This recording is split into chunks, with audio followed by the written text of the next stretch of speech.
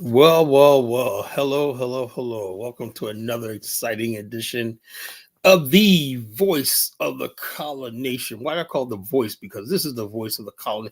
The colonization is all of us. The colonization is Black America. The colonization is our spirits, our ancestors, our future, all roll into one. And this is the voice of the colonization. Kala means nation. Kala means bond. It means tribe. It means coming together. It means build a nation.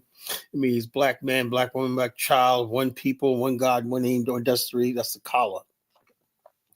And I'm the Kala. I'm the person who brings us together, who crafts this, who architects this. Is called the Kala Genesis. And I am the one that's building the nation, right? On this from this platform, the chosen. This is a chosen ground that I choose to build the colonization world out. And so, therefore, I am the Genesis, the chief host, the culture critic, the neo. Donnie, please with Anos FBA. But Donnie, you ever notice that you're a friggin' cornball? You can't come up there. You can't get your own show and start your because nobody will listen to it. Nobody cares about ADOS FBA. All these ADOS FBA weirdos and insults do is get online spamming their stupid. Dude, nobody cares about that. Everyone cares about the college genesis. Everybody cares about this black nationalist life. And tonight, I'm not appealing to the dudes like Donnie Williams tonight. I'm appealing to the black men. All that black men out there still. I'm appealing to your manhood. That's what I'm going to talk about tonight. Your black manhood. Where is it? Are you guys going to be cowards and sissies and what punks and insults and weirdos and whatnot? Or are you going to stand up and become men? You're going to join the colonization. And like I said, I'm a PhD in Negroology. I understand the Negro, the first thing he does is resort to being a child, a boy, a fool, a buffoon, a clown, and all this kind of stuff, irresponsible. So like I said, I got a PhD in Negroology. So I'm going to use my education and my PhD and experience in Negroology and deal with some of these Negroes. And when I'm trying to hear you, I'm trying to deliver people like Donnie Williams in the chat room tonight from their Negroness. The Negro is like the eighth wonder of the world. There's nothing like just when you think you figure the Negro out or whatever like that, he always got new surprises. Nothing's talks to me about Negroes anymore. Nothing's talking about Negroes anymore.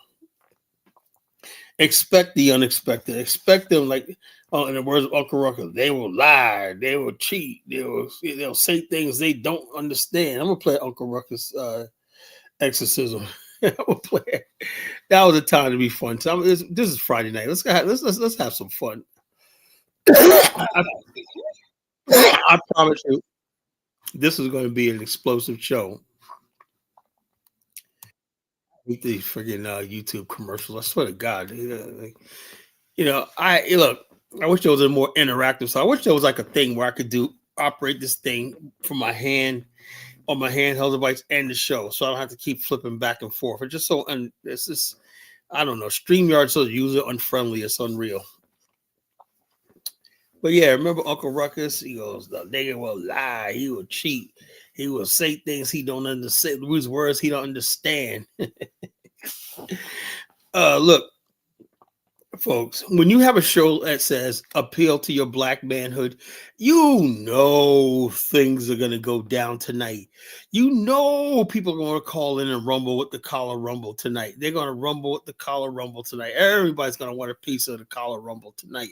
But I am ready for everybody. Come one, come all. I'm taking on all you coons, all you Captain American Negroes, all you delusional wobbles, you FBA people, all you race traders. I'm taking you all on tonight. This is Friday night. I had a night to rest up and whatnot, so I'm really energetic tonight. So stop what you're doing, like, share, subscribe, tell a friend. Even Donnie, tell a friend. Donnie, bring your fellow coons over here. So let's get the party started. Get some peanuts, get some popcorn, get some ice cream, what's a good thing for tonight? Get yourself some chocolate, regular Chips Ahoy chocolate chip cookies and vanilla ice cream. You talk about good, right? So we'll do that tonight. Get yourself some vanilla ice cream, really good vanilla ice cream, and Chips Ahoy cookies. And what you do is you cut the cookies like in pieces and put them in your ice cream. It's friggin' delicious, right? Let when the ice cream starts melting. And also what you can do is heat the cookies up. in the microwave for a few seconds before you cut them up and put them in. Actually, you talking about delicious. I'm telling you, that's good. That'll be a great dessert for the night for the Coronation show. But get comfortable tonight. Grab a beer if you have to. Do what you got to do. Get yourself some wine. Get back and get comfortable because you're in for a ride for the next few hours.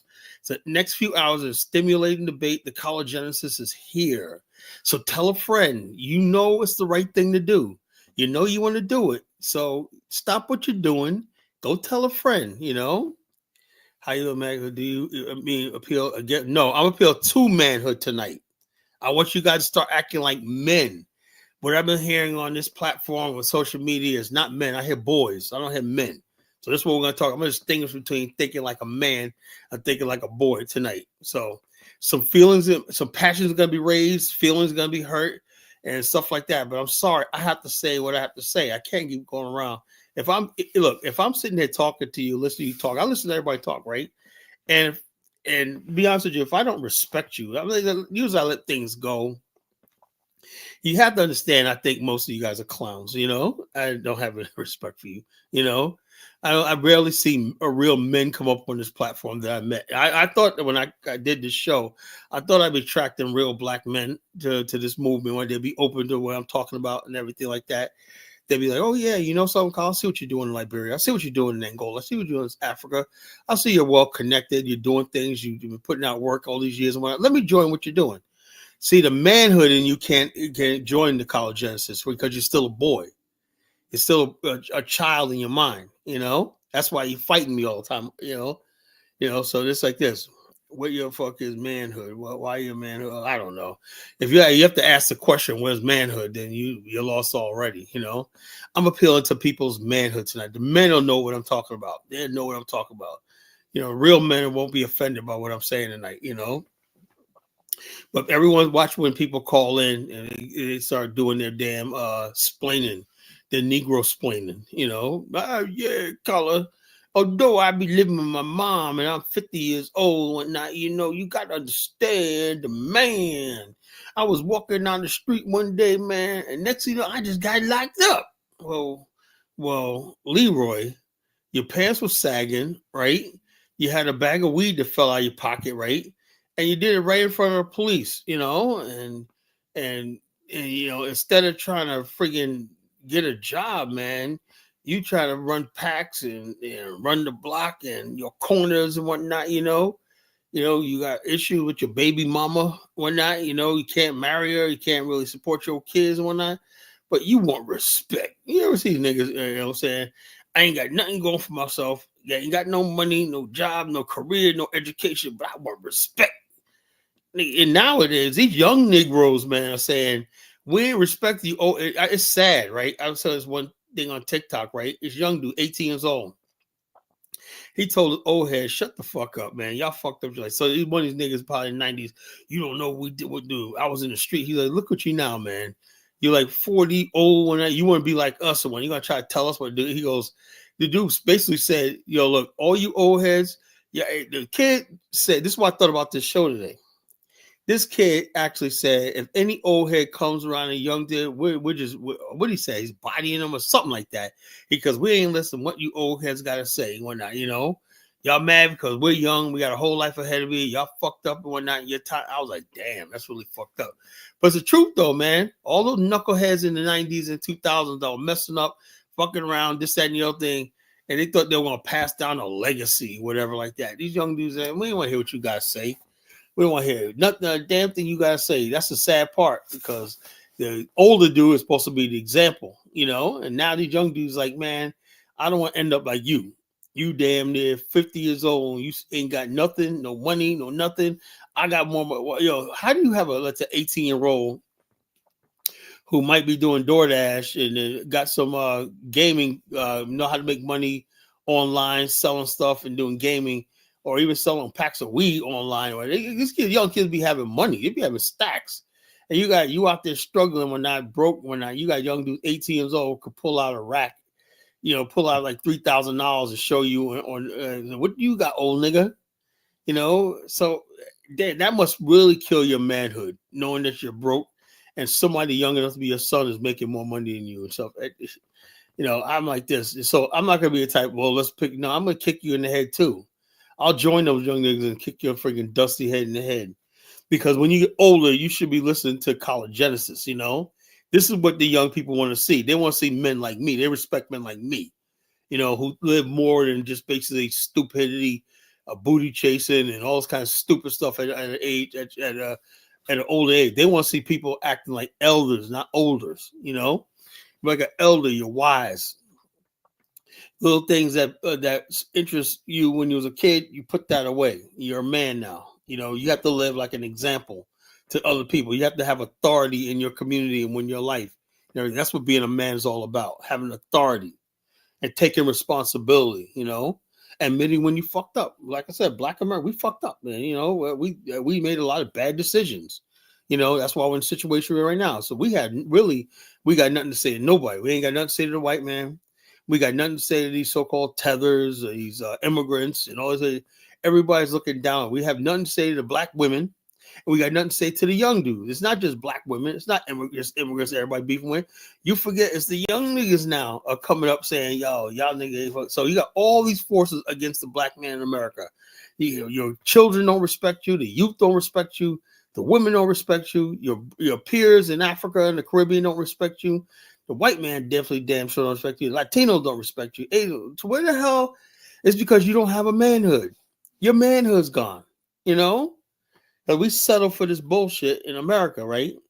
Instead of getting behind these Black nationalists like myself and saying, look, I'm going to become a Black nationalist, and you become a Black nationalist, you become born again as a Black nationalist, you watch your manhood just come right back.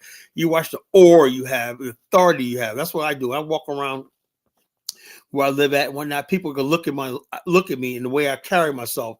There's a sense of authority and power that comes when people look at me in public. That's when you're a man. That's when you're a Black nationalist. But if you're one of these stupid, begging, head scratching Negroes and whatnot, nobody respects you. Nobody respects you. You're gonna be an old nigga.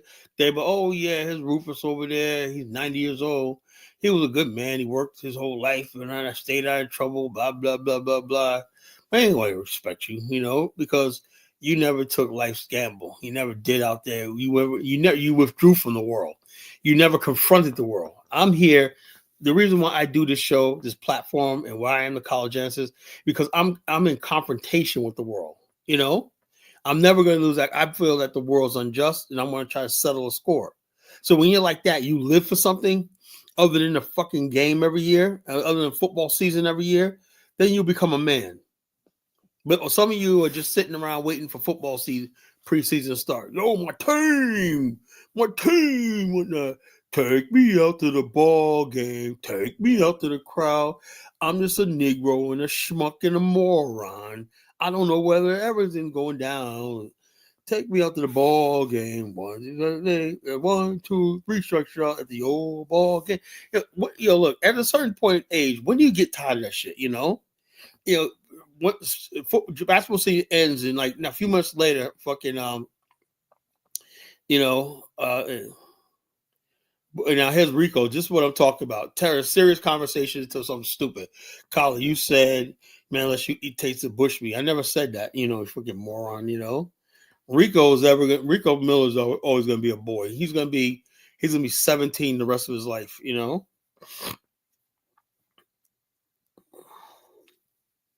Men need to be made and groomed, brought up, take a man's hand, bring him up with a term, man. See, I had men in my life. I had my father, I had my uncles, my grandfather. I was always around strong Black men in my life, That's what I had to go by. Men didn't cry over every fucking little thing, Men knew how to take losses, just suck it up like a man. One thing my father told me was, son, sometimes you're not going to get that girl you wanted. Sometimes you're going to break your heart. Sometimes you're not going to get that job you wanted. Sometimes you're not going to have enough money, to do the things you want to do. But that's a part of being a man. It's how you deal with that shit. That's what manhood's all about. See, sometimes, your luck is not on your side. But you take the good and you take the bad, The problem with people go into drug dealing and stuff like that is that They want a short way. They want to cheat. They want to skip over the rules that's the society and the world lays out, and they want a quick fix to get to salvation. Thank you, Kwame. Thank you to the African and like I said, this African thing has to become real, to start becoming real in your mind. Even before there's an African, it has to be in your mind, body, and soul that we're becoming a people. We're becoming a nation one day. You know, you got to speak it as if though it were. That's what I mean by manhood. You know, what kind of man will sit back and not have a fucking nation of his own? Not be able to provide a nation for his people, you know? Yeah, nobody, men got to care about themselves. Nobody there, but to stop with all the sympathy, you know? Black man is fair, you know? Look, nobody cares about you. Look, let me tell you right now, no one gives a fuck about you, you know? The world doesn't give a fuck about you. Black women don't give a fuck about you. Children, now what you gonna do? You're gonna sit there and cry? You're gonna sit there and be like, oh, nobody cares about it. No shit. Our ancestors were no slave ships on the auction block. They knew back then nobody gave a fuck about them. What the hell different now? See, I knew that at an early age. The world does not give a shit about me, you know? You know, the world does not give a damn about me, you know? I know that, you know? So I don't go dealing with the world like, oh man, the world did me bad, man. Where's my reparations check, whatnot? You know, be fair, man. No, I know the world is not going to give me a reparations check because the world doesn't give a flying fuck about me. You know, anything in this world that I want, I'm going to have to take it by force, you know? And all you Negroes sitting around waiting for a check, you're not real men.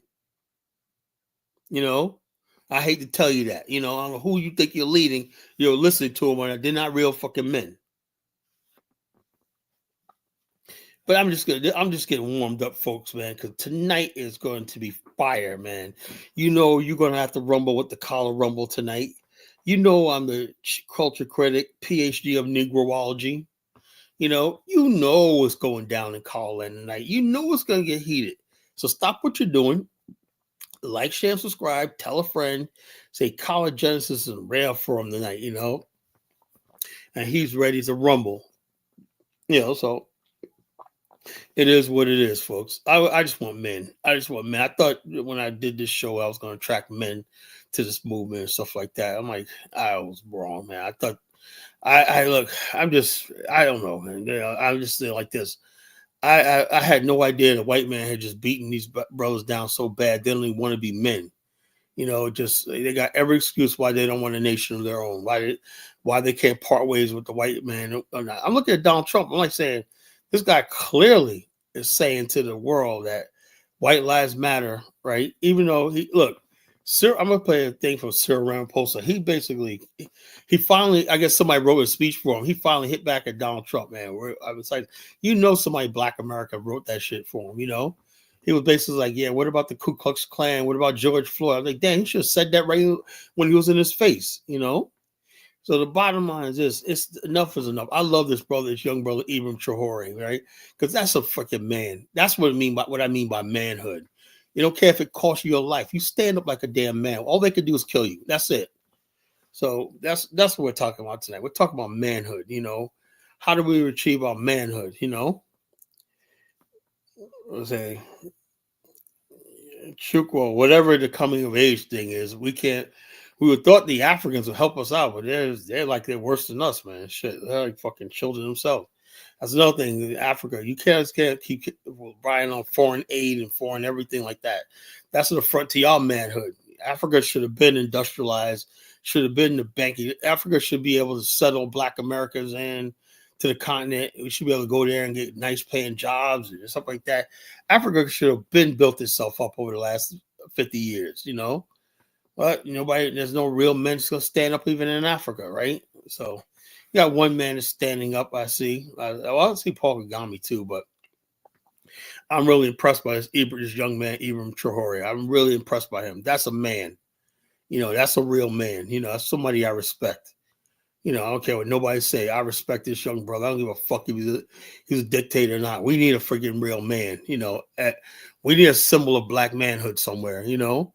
And it came from a unusual place, Burkina Faso, in the middle of freaking Africa, you know. So it is what it is, folks, you know. So, but yeah, so like I said, an appeal to your black manhood, so I don't know. We just basically got to get our act together, man. I just had no idea. Really, I had no idea we were this far gone.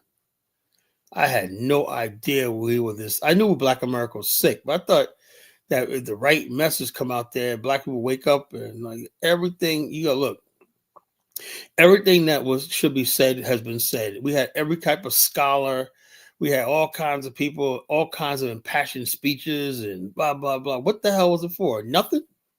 How many speeches Farrakhan made over the years? How many speeches Khalid Muhammad made over the years? How many books is such and such wrote? How many lectures is somebody did one night? And nothing fucking seems to fucking work. Only because black men, when men don't want to be men, the difference between us then, if the fathers are not fucking men, what's the step of, you could be a daddy, but I don't mean your father. A father is a part of the patriarchy. That's authority. When you say my father, and when I said my father, right? My father was the authority, the law in my house. We gotta have you cannot do that, really, to tell you the truth, in a system where the women have equal power and stuff like that. We used to have communities like that, where the men was the sole breadwinner and stuff like that. So he was the authority. In those days, we didn't have problems in Black America. Fast forward, you got equal rights for women and all stuff like this. Women think about their careers, and now it's their hot girl summers and all kinds of stupid shit. And the bottom line is Black America spiraling out of control. You got women that don't even think about it. The last thing they're thinking about is bearing children and being mothers and wives. The last thing they're thinking about. And so therefore, when they're 40 years old, I said one chick was 40 years old. So I'm not a husband. You just now say husband, but they spend their whole 20s. I'm having fun. I don't really tied down. Their best child making years are spent in the clubs and running around acting stupid, acting like a fucking fool, And then when they turn 35, 40 years old, suddenly with 3 kids later, now they want to settle down and have find a husband. I want a husband. Even so, you got Elisa Ray, 57 years old, a gam, a grandma. Vivica Fox, 60, she's trying to find real love. I mean, the bottom line is, and nobody says we're not allowed to say, we as black men are not allowed to say anything about it, If we say something about it, we're misogynist, we're sexist. That's why some people are going to call me misogynist, But I don't care, It's like this. I want to see my community so bad. I believe in a colonization, women's places in the household, with a husband. It's unacceptable for a woman in her 30s to freaking be without a man, without a husband, making a family. Unacceptable, So we talk about, like, when people say, well, the things about the Afghanistan, like, I want to start talking about the things about an Afghanistan and a colonization you're not going to like. You got to know everything. This foolishness and whatnot, when men are acting stupid and whatnot, no, we don't do that. The new world and the colonization is going to be about getting back to families and building and nations. Nation building is about community building. Community building is about family building, family structure. And it's going to take men and women working together to get back to the basics, Then our race has a chance, But right now we don't, We have to get back to the old school, that way of doing things. The Cyril and the White House makes me really appreciate the strong black man who founded Liberia. Yeah. Yeah, Liberia was, like I said, those were real Tubman. Can you imagine if Donald Trump meeting President Tubman? When Kennedy met Tubman in the White House, he was like in awe. And Tubman made Kennedy look like a little boy. Tubman was like a powerful statesman. He's one of the most powerful men in the world, Even though Liberia was a tiny country, Liberia's profile as a leading elder statesman in the world was like unquestioned, So don't listen to people tell you about Tubman was a dictator. Tubman was a friggin' man, So bottom line, the black man needs a chance to pull himself out. He needs a nation. Like Marcus Garvey said, the black man, his last words to the world was, the black man needs a nation and a country of his own. Therefore, we could pull ourselves up. It's 3 things the black man in America needs, right? Protection from. He needs protection from the white man, first of all. He needs protection from of the Africans and other people like that who didn't go through slavery with him. And then last thing we need is protection from ourselves. We need to be able to hold each other accountable. That's to only do that when we have a covenant and a civilization of our own, where everybody knows their role. And if you break the rules, you are severely punished. That's what we need. As long as we don't have that, and we live in a white man's country, all hell's gonna break loose. The only reason why we have gangs and all this kind of chaos and whatnot is because we live in a white man's country. All that stuff you talk about, true quote, will never work until the black man has his own land where we can provide what reward and punishment. We have a covenant, reward, and so in America they call it a social contract. Reward and punishment. Until reward and punishment's on our side, all that stuff means absolutely nothing, true quote. What you're saying is Black America is out of control because we're living in a system that's systemic. America wants Black America. Why do you think they allow this garbage to proliferate in our culture, this gang culture and stuff like that? They do that because it's no, they do that because they know it's destroying Black America. If Black America, the show I wanted to do tonight was the culture of foolishness. I'm gonna do that tomorrow night. It's gonna be part 2 to this, right? The manufactured culture of foolishness and stupidity. I'm gonna talk about how the music industry, you can't have standards unless you're the ones in charge. Right now we only go by the white man's standards. We have to get away from the white man. That's all it is. Now, if you African immigrants want to be like that, but we need our own space. That's the only way we're gonna survive in the future. Everybody coming, oh yeah, I don't know. I just don't get it. We're just in a bad situation. The worst thing they could have did was give us citizenship in this country. I really believe that. Had we all went full forwards with what Liberia was, we'd be ruling the continent right now. We'd be just as powerful as America, England, all of them combined. When we spent the last 150 years in this hellhole called America, trying to fit into a white society, being a perpetual boy. That's why the biggest mistake was trying to be an American. That was the biggest mistake. I'll say it. I don't give a damn who doesn't like it. That was the biggest mistake in history, right? And all the leaders that sold us on America, Frederick Douglass, I hope you're burning in hell. All these people left us with nothing. I would like to dig Frederick Douglass' grave up and piss on it, to tell you the truth. Piss in his fucking mouth. All these fucking race traders, I can't stand. White man elevates race traders to control us, The white man dictates everything. You're right, Kwame. The white man dictates everything, redlining, all the stuff like that, where we live at and everything like that, So, the bottom line is this, it is what it is. So don't sit here and judge us by this. We don't control how communities turn out. They do, Yeah, fuck Frederick Douglass. I'm just sick and tired of I gotta fucking listen to Frederick Douglass. Fuck Frederick Douglass, man.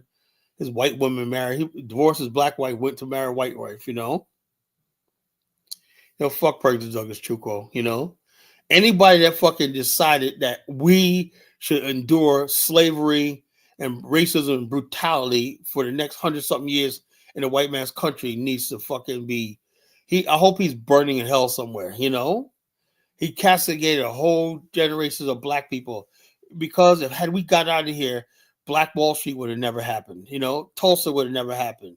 Wilmington would have never happened. Emmett Till would have never happened. So the bottom line is this. I don't want to hear nothing about this. All this stuff was not necessary. The white man should have never brought us here in the first place, right? And then how undecent these people are is these same people who don't want to make us equal, and have no intention like that, sent us off to die in Europe on the battlefield to fight their wars. When you talk about this white America, you talk about the lowest and the people who support them.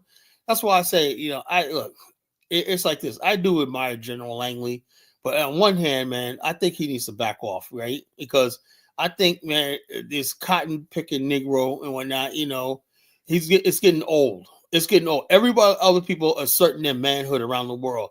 They're becoming nations. Burkina Faso wants to become a nation, and he's talking about the interests of the American people. Who the fuck are the American people? Is it Black America? So you talking about white racist America? You care about what's their interest in Burkina Faso? That's what I said. I said it's time for us to assert our Black manhood. It's time to have the conversation about nationhood and parting ways with white America. You know, it's time for this divorce to happen. You know, so I don't care about how the rich is. Look, they can have all that wealth. I want my freedom. I don't give a damn about all that wealth. Truco. They can have it. They can have everything, right? We can start all over again and build ourselves. I got faith that whatever, if we lose everything in America, we'll gain everything back because I trust in God. Look, this is how it works, Truco. You have a spirit and a soul. That's what Black America colonization is: the spirit and the soul. You know, all the spirit and the soul need is what? What's the last thing to give you life? A body. The Black America, the African American community is a nation, a soul, the spirit and the soul, spirit and the soul, right? What it is we're dying because we don't have a body. We can't be born. It's like a child, something waiting to be born. It needs a body to give birth to. A body is your nation, your land. You know, that's why you manifest yourself. We have an African. That's going to be Black America. This here in America is not Black America. So I know I'm scaring people tonight. People are terrified. I'm gonna be in your nightmares tonight. But I'm just gonna tell you like it is. You know, I'm not playing games. I'm not candy coating the shit no more. You know, we have to talk about our friggin' manhood. You know, we cannot let what happened to Cyril Ramaphosa, the attacks on Ibrahim Traore, and all these other things. We can't turn it by. As sooner or later, we have to confront these people. You know. We got to confront these people, you know, and it's inevitable. It's inevitable that Black America and white America is going to clash. You know, it's inevitable, you know, and I'm sick of hearing people talk about peace. I don't want no peace. It's time for us to basically go our own way, go in our own direction. You know, that's it. That's why I'm starting with like rebuilding the relationship with us in Liberia. I'm doing it myself, right? Bit by bit, more and more African Americans are coming and seeing Liberia as an opportunity. Pretty soon there'll be other territories and whatnot. We want options besides America, you know? It's time for us to part ways, you know? Say, Frederick Douglass married a white English woman as a second one. He moved to England for a while. He showed that Bottom line, man, like I said, all these people that they shoved down our throats, man, no ain't worrying about shit, you know? Where's Black America on the map? Yeah, Black America, we're not on the map. You know, we don't exist. If people can't point to you on the map, you don't exist. You know, like we're people that don't exist. A lot of people, oh, Black America. There's no Black America. It does not exist. But the thing is, if millions of us start saying we want our own nation, it'll happen. You have to want it before it can happen. I could talk about the Afghanistan all day and night, but if you don't have a manhood in you, right, it'll never happen. If I don't have enough people saying, damn, I want something of my own. I'm sick of this shit, you know? I'm sick of not having nothing. Right now, you're on the bottom. Everybody comes over. You can have somebody from the poorest reaches of the world when they come over here and they feel like they're your superior. After your ancestors fought for this country, did everything you say they did. We did everything they told us to do. Whatnot, and anybody can come off the boat and be. You have Arabs that are fucking linked to Al Qaeda can move into better neighborhoods than we can and whatnot and be accepted. You know, isn't that sad? You go to places like North Jersey and whatnot, you got whole neighborhoods. You never see Black people there, right? But you will see an Arab guy. You know, I never forget this when I was a kid, and I was 16. I used to work at my father's job, Oakland, Jersey. Saturday was a day where the management and the staff brought their kids into work. And what we did was we put labels on cans. You know, that's what we did. We made like for the whole day, it was like $30, whatever. You know, $30. You know, actually, it was like it was like every 2 weeks we make like $30, right? It was like that was money back then. When you're 14 years old, 15 years old, you can't get a regular job. Yeah, I was like 14 at the time, right? Anyway, I never forget this one white kid that was there. His parents had money, right? He took me in his car and went to his house, nice house in Jersey, right? In Bergen County, nice house, right? In-ground pool, everything like that, right? I'll never forget, right? This is like the early 80s, right? I'll never forget. I looked out, his neighbor was a fucking guy with a fucking turban on his head. And I said, it didn't dawn on me, yeah, but, and I noticed there was no black people in that neighborhood, right? And that I think I even saw a Japanese lady. You never see any black people in those type of neighborhoods. That was, maybe now you do, but not back then you didn't. All you saw was white people. I was like the only black person in that neighborhood, just like my friend's house, not friend, but he was one of the workers' son or not. So he was like, come over to the house, come over for lunch. Well, he used to go to his house for lunch because he lived near the plant. And I never forget that. I seen an Arab guy out there working on his garden, in the front yard. And I was like, damn, man. So I said, even at the F-14, I said, they're more accepted than we are. I said, hey, we're American. This guy, the guy said something. The guy can't even speak English. Snugga-lugga-lugga-lugga, snugga-lugga-lugga-lugga, snugga-lugga-lugga, but the bottom line is he's accepted. You could speak snugga-lugga-lugga, and you could be an Arab, whatever like that, wearing a turban on your head. Hey, Habib, take the turban off your head, man. And they're still more accepted than you are. And you call yourself fought in Vietnam, fought in the Revolutionary War, fought in the Civil War, fought in World War II. And I created jazz, I created rock and roll. And they don't give a shit. Yeah, we know understand. We still don't want you in our neighborhood. That's America for you, folks. That's America, Yeah, he said there's black people in those neighborhoods in Bergen County now. Bergen County used to be all white, man. Actually, that's my father worked in Oakland, New Jersey. That was all white, Now, right across the border in Rockland County, there was a lot of black people there.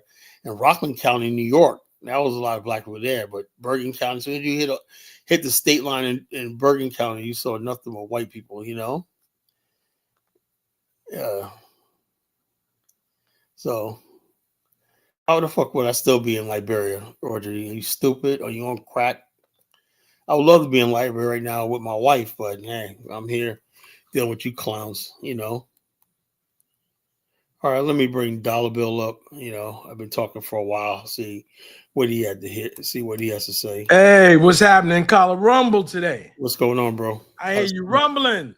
Oh yeah, man. Got to. Oh, you didn't see any African? Get the fuck out, African. You're right. No, you better understand something, right? Go ahead, because Bible like this. Look, you're true quote. You understand something. I would probably be accepted than you are, because they at least black people think we carry their genes, True quote. Stop that. Oh, they see. No, white people are racist. They don't care about your ethnicity.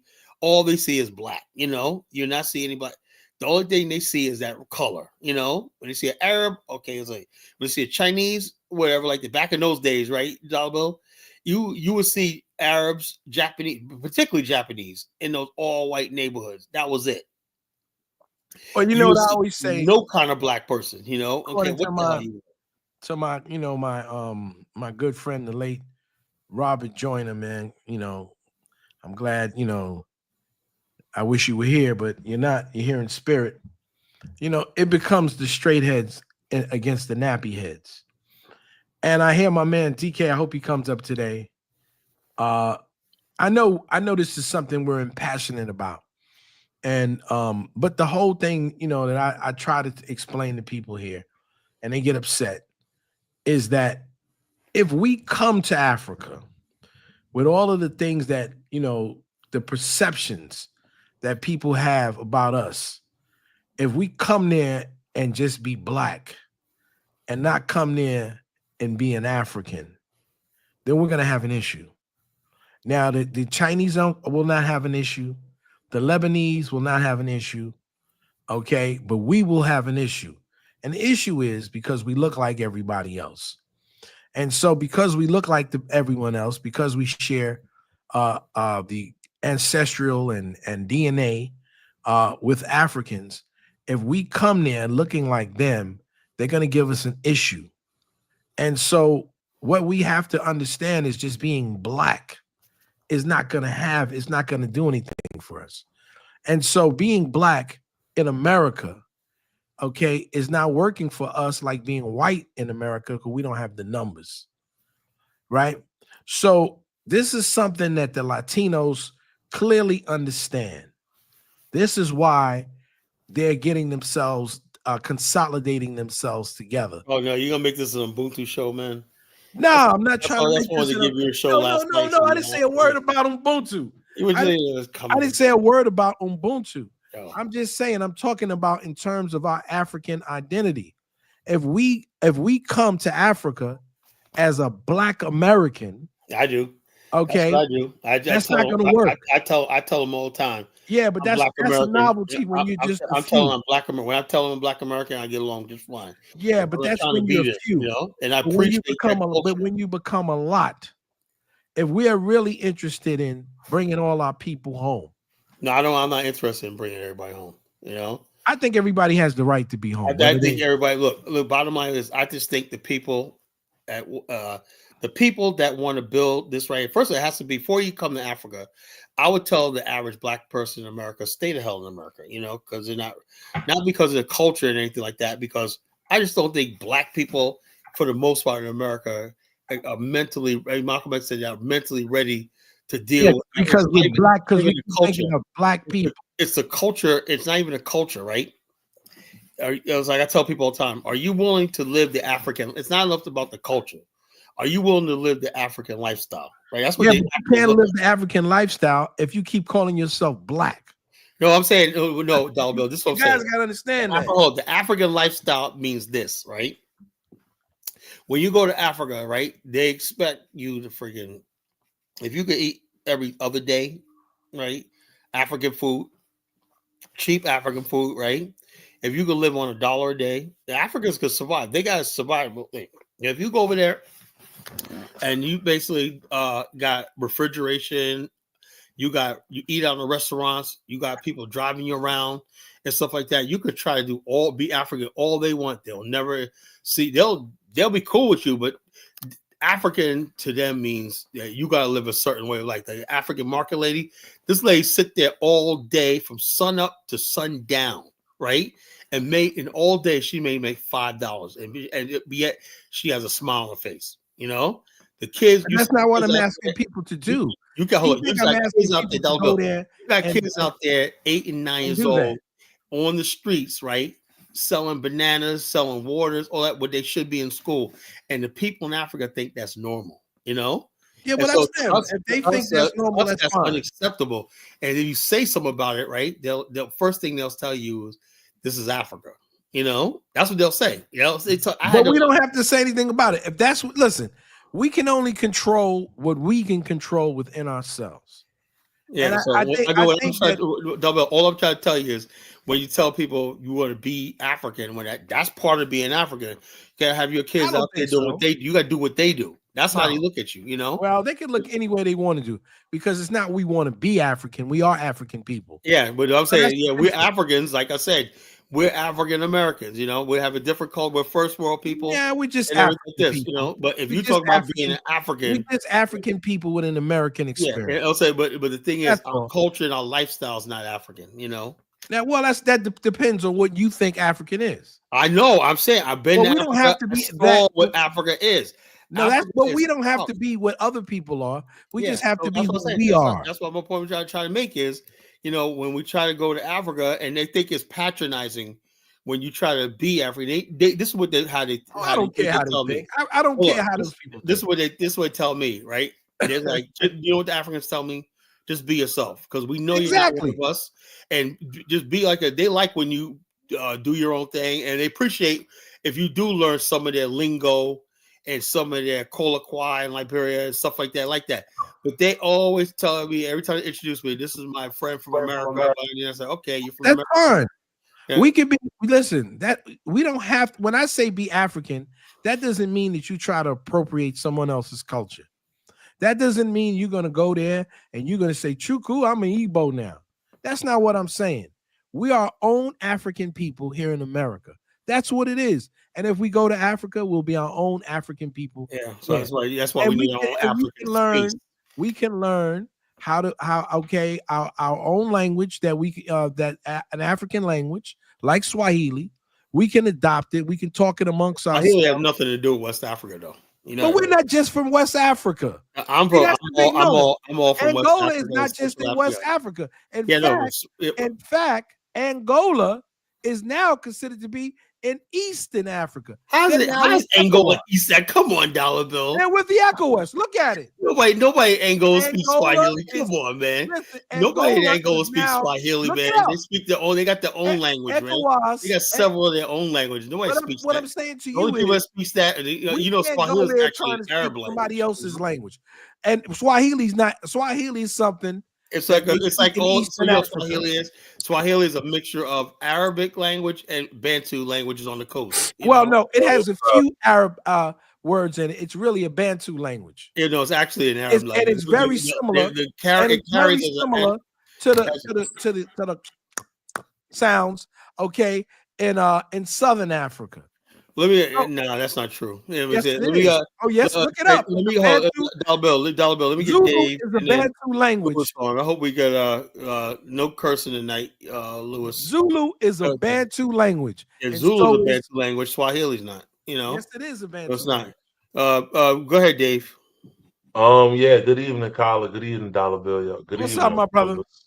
An appeal to your black manhood. I mean, we don't have a lot of black male figures no more. Like that's why a lot of people hanging on the Tahore right now. Oh yeah, man, because he's like the only strong man. Yeah, he's a strong man. Symbolizes black manhood. But we can't just use symbolism. Yeah, okay. But hold on. I say like this. We do need someone that stands. Look, after what I just saw, who are the Chinese leaders? Huh? Who are the Chinese leaders in America? They got real leaders because they got. Who are the Chinese leaders in America? Yeah, hold up. The Chinese American knows he's connected with the Great China. You got Hong Kong. Chinese could go to any part of the world, and they got Chinese enclaves that are thriving. They could fit into. I don't think so. I'm going to play something tonight. Okay, they got They got Singapore, right? Singapore has one of the highest GDPs in the world. Singapore is a mixture. Malaysia's a mixture of. I know, but hold up. It's the Chinese in Singapore that made Singapore work. Same thing with Malaysia, and Indonesia. It's the Chinese community that did all that, But they're a mixture. They're not just Chinese. Yeah, I know, but they'll say it. But the people who actually do the business, the trade, and the infrastructure, and stuff like that, are the Chinese. They're the ones. But they're a mixture of people. They're pan-Asian people. Yeah, so what I'm saying is, why we can't be a pan-African people? I don't know. It's why can't we do that? It's a little that because let me tell you something. Why? Because in Asia they had a thing in 1955 called the Bandung Conference, right? I know the Bandung Conference, right? This is what I studied this for years. Malcolm X reporters, right? They were absolutely serious about Pan-Asianism, right? And they said in 3 decades we're going to do this right here. They map that get a map. Every country signed the agreements. This is what we're going to do. Boom, boom, boom, boom, boom, and next thing you know, in 30 years, 1985, they had caught up with the West, right? Look at Africa, right? In 1957, when they had independence, right? You had all these countries that are fragmented. Do you know how many countries in Africa don't even have diplomatic relationships with each other? Like Angola and Liberia. I talk to Angolans and I talk to Liberians, and I'm trying to put them together. They have no diplomatic relationship. So how you gonna pan-Africanism? And you got countries that don't even. You got countries right next to each other, Zambia and Angola. They don't have nothing to do with each other. One speaks Portuguese, one speaks English, and then you got Namibia and Botswana and South Africa. All these countries are. It's because these lines that have been drawn by the colonial powers. So what's stopping Africa from getting rid of these lines? That's what's stopping them. Hold on. They don't have. Look, they don't have to have these lines. What's stopping them is the same thing that's stopping us. That they don't see themselves as one people. Hello, guys. Tribalism. As fragmented tribes. Hold on. Africa like it like that, man. They like it like that. Let me tell you, Dollar Bill. Let me tell you something. Dollar Bill, they like it like that. For me, I'm convinced right now. You go to Kinshasa, right? And over this bridge, over the water is a bridge that barely works like that. Brazzaville, right across the river in regular Congo, right? Do you know if you built a bridge between those two areas, you have a trading system of like around 15 million people?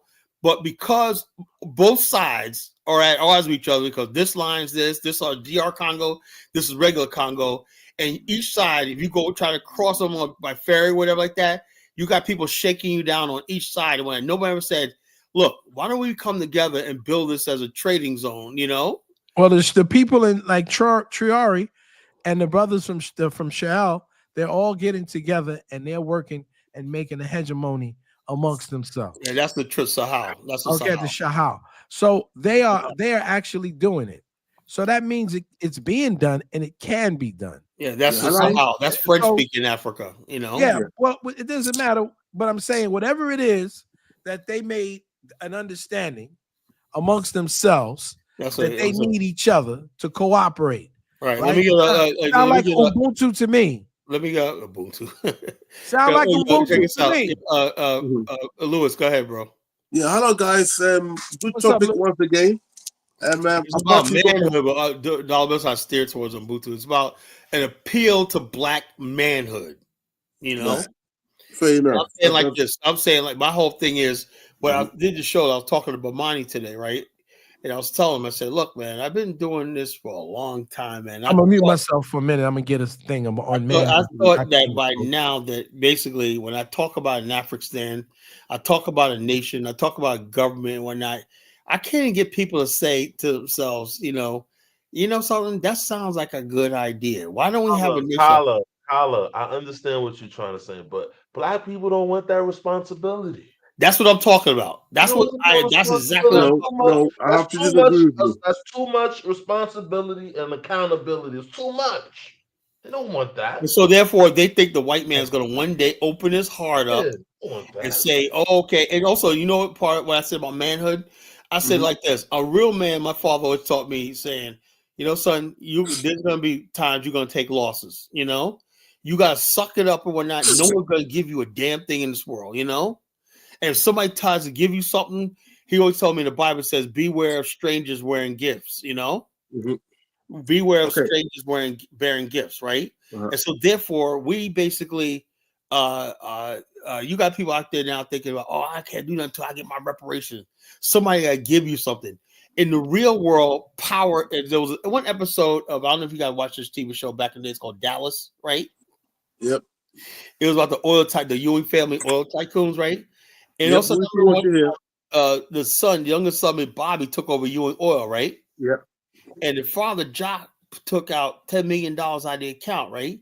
He said, "Dad, you didn't. Why you take out $10 million without telling me?" He goes, "Well, I found this company." He goes, "Yeah, but you gave me power." Yeah, well, that was temporarily for some reason, whatever like that. He goes, He goes, "Let me tell you something, son. Real power is never given; it's taken. You know." If somebody gives you power, you don't have real power, you know? Someone gives you power. Like a lot of black men don't understand that. No one's going to empower you, you know? No one's going to give you anything. No one's going to give you reparations. No one's going to give you anything, a fair shot in this world. You got to make your own way in this world, you know? And like this. Very good. Lose. Listen. What you just described is exactly why there's people at different levels of development in Africa. Those who took real independence in Africa took it and went through the hard times, and now they're coming through it. Those who were given it, like the French-speaking nations, who messed around, pussyfooting, thinking they can do what they want, now they've got to go back and do what was being done in the 70s. We told them, and Nkrumah went and told them. He said, when Ivory Coast next door, he said, come with us, let us do the independence together. A football turned around and said, if you're ready to leave your mother, we're not ready to leave our father. People should never forget that.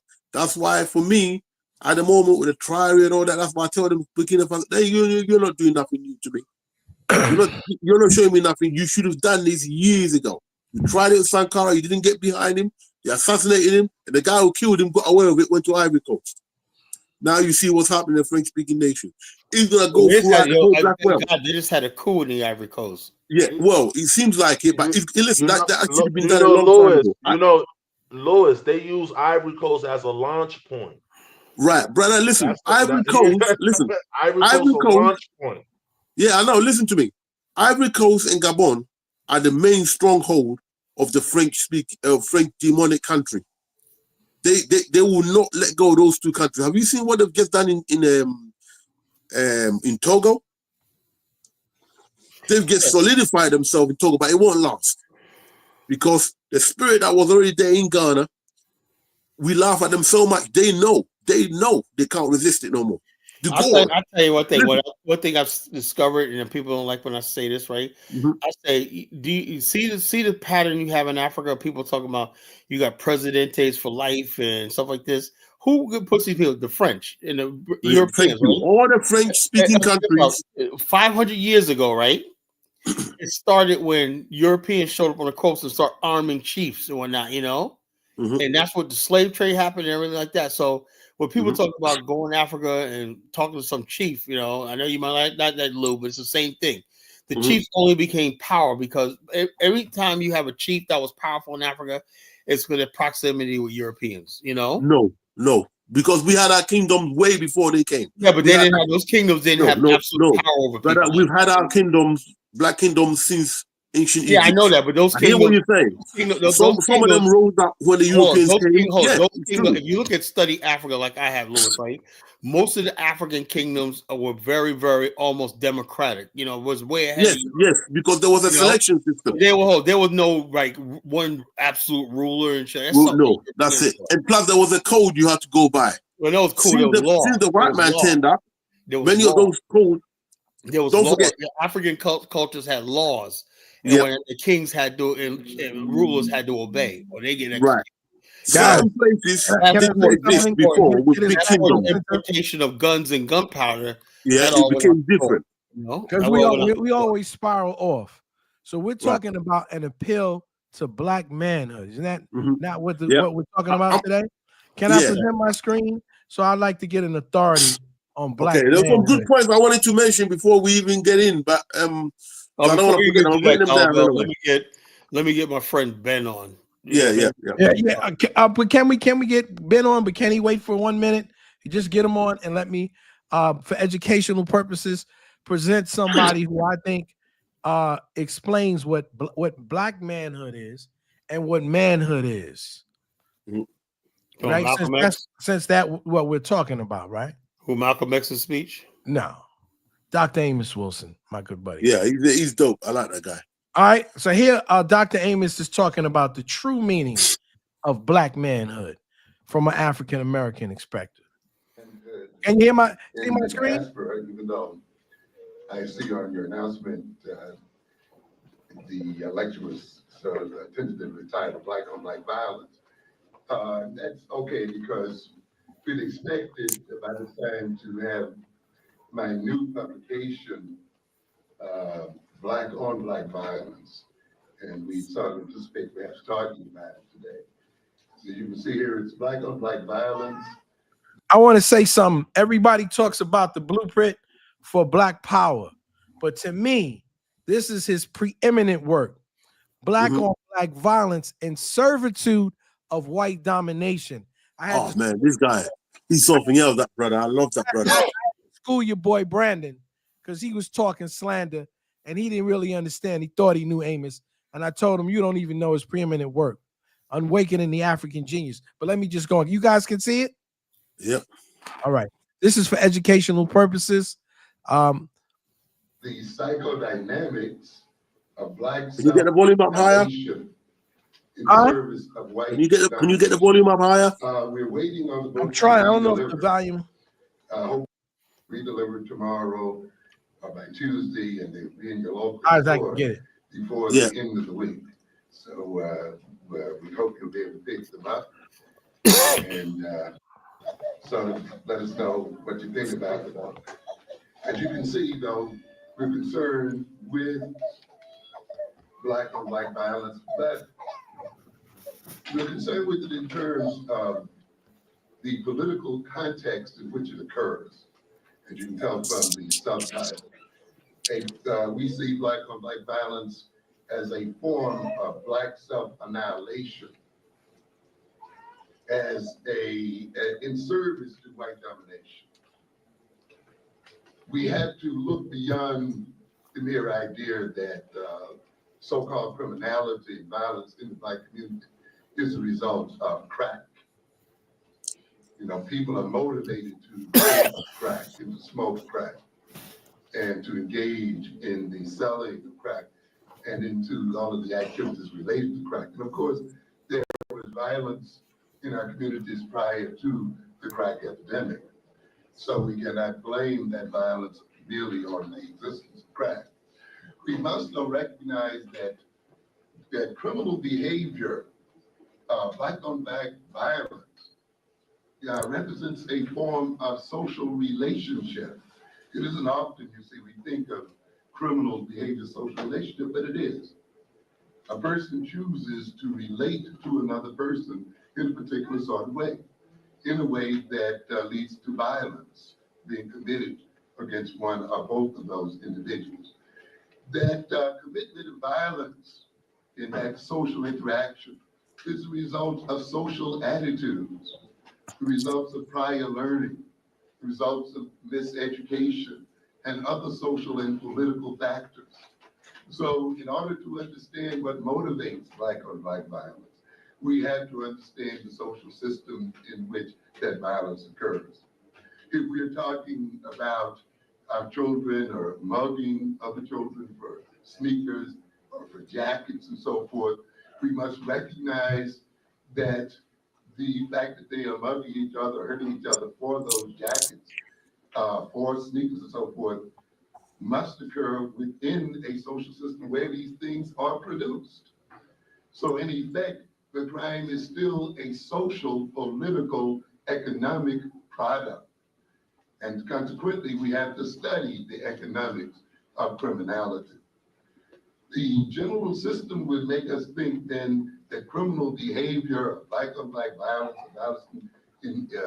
in general, is the result of some criminal tendency in the individual, that somehow the criminal is greatly different from the rest of the people in the population, that there's some type of twisted values. We try to illustrate then in this particular text how those things that motivate black on black violence and criminality are continuous with standard everyday values. As a matter of fact, the black on black violent criminal is very much what I call a bourgeois criminal. The things he's attacking people for are the same things that the good old black middle class struggles so hard for. Not different. It's a difference only in technique and approach. But it indicates though. But I want to stop for a second because I want to get back to what I'm going to be listening to that on my own time, man. That's on the web, yeah? That's on YouTube? I'm going to specifically talk about, cue it up about Black Manhood. And so that Black Manhood, is actual a social thing, right? Yep. It's an artificial thing. It's something that's produced by the community. Communities make men. So when people argue with Tuco, I do argue with him a lot, but he is essentially right. So within our societies and within African societies, we have rites of passage. You just don't become a man because you got a penis. Yeah. There's a step, there's a process. So the only thing I disagree with that is the fact that although we had we call Nkomo, that's the rites of passage, right? We've had that for generations, right? But here's the thing: I went through that when I was a kid, right? Rites of passage but the problem is, back in the days, I used to do shows with a Jewish kid. They had their rites of passage called a bar mitzvah. Yeah, I can tell you all about that. Catholic kids had a communion. What's it called? Communion, rites of passage for boys. So like that. Now, the difference between them and us is right, and the girls and or the boys, right? The girls when they turn 13, they'll have sponsors. Put money into an account and stuff like that. Yep. And the bottom line, when they get ready to school, there's going to be somebody that owns a law firm, somebody that picks them up, and they going into a society that's going to take it. How can you disagree with what I just said? No, what I'm saying is that we had the rites of passage, but what we didn't have is we don't have the rites of passage. Hold on, we didn't have the we had a ceremony. Hold on, we had ceremonies, but you didn't have any way of rewarding them. You got the rites of passage, like okay. You're a man now, but you got to go back and live in the white man's world under his rule. You cannot. Hold on 1 second, Lewis. Let me start. See, I know all about bar mitzvah and for the girls, at 13 years old. But what Kala doesn't seem to understand, it's not the rewards of the system. It's an initiation into the culture. Yeah, but It you gotta have hold both. on one Right, second. right. Hold up. We haven't had that in America. You have a few people who will have a ceremony, but you don't see that a ceremony is not the rites of passage. So let me explain your first issue with the Jewish man, because I was a Hebrew Israelite. So the child, okay, has a responsibility to learn the Torah by the time he's 13 years old. Well, what is the Torah? It's the first 5 books. It's the law of the Jewish people. So the child goes to every day to the school, or what they call the temple, the shul, another word for the school, to be initiated from birth into a culture and a responsibility that he has to his people. We just have a ceremony. That's not the same. See, this is what I'm trying to say, and you guys got to understand. Being black alone, and I tease my brother Chuku all the time because I love him. But essentially, Chuku is absolutely right. We have to first not just see ourselves as black because white people see themselves as white.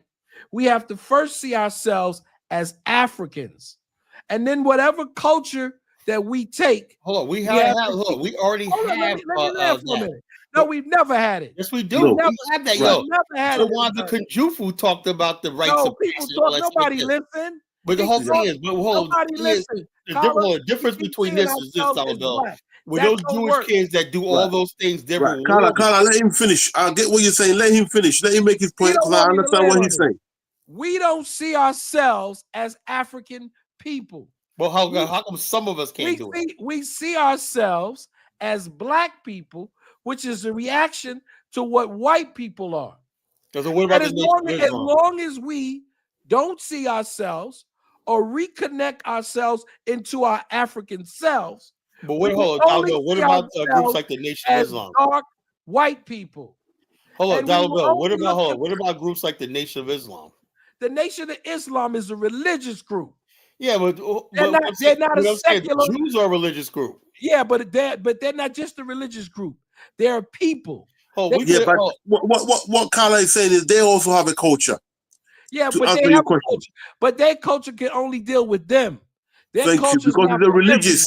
It's not really the one for us. Exactly. But if you're not a Muslim, you're okay. And you don't pray the required times of being a Muslim, and you don't have your Hajj and all those other stuff, which is part of their culture. You're still seen as an outsider, as an infidel. Right. You understand? Yeah, so I get you. We can't say we're gonna come to Africa with the perspective and we'll say, forget about Africa for a minute.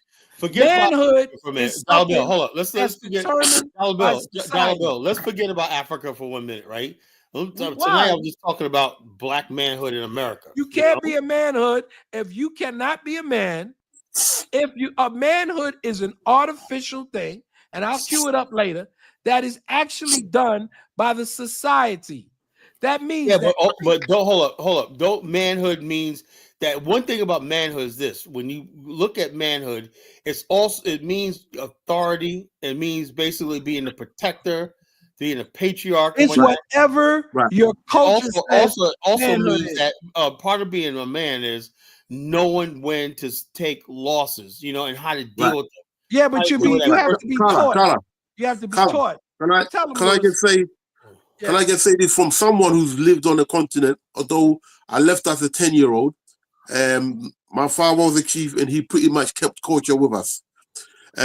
Culture, which is what Amos Wilson mentioned, and what Dollar Bill is mentioning, I think is what you're missing here, Carla. But listen, every day, one thing I like about you, Carla, you mentioned something that to me is important as a continental African who's lived here and met people from Jamaica and America.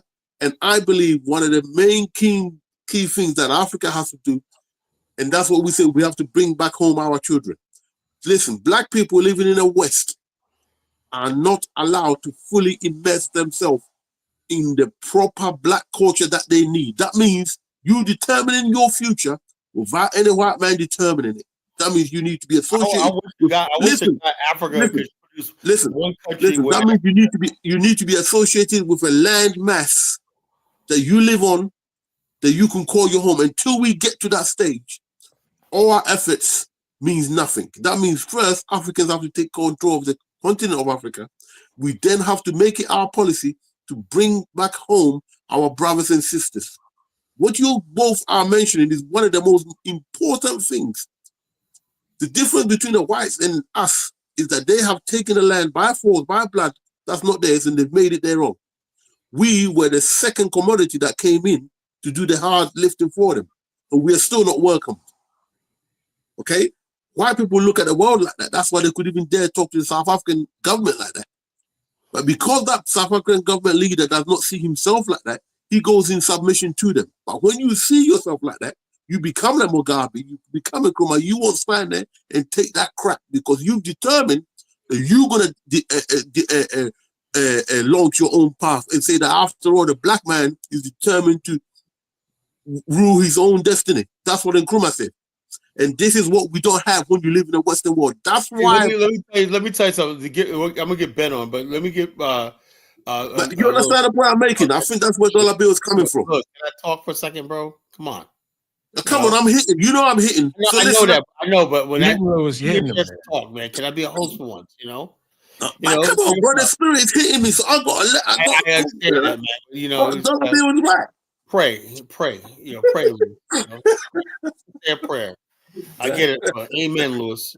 But what I was saying was what Cyril Ramaphosa made a serious mistake was the fact that he went in front of Trump thinking that Trump was going to talk about trade and everything. As soon as Trump said he should have got up, walked out, and said, "I'm sorry." Like that. Thank you. Look, hold on. And also, he should have been smart enough to realize this has nothing to do with no damn white farmers. Trump don't give a fuck about it's about farmers. Elon Musk. And, you know, it's not even about that. You know what's about?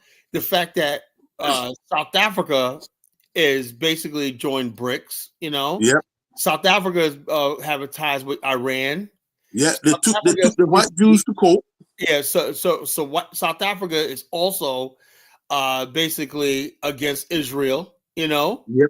And so it's also South Africa is a type of country that, unlike other countries, will send troops miles away. They sent troops to the Congo, you know? Yeah, I know. So they don't like that. South Africa is more of an imperial country, right?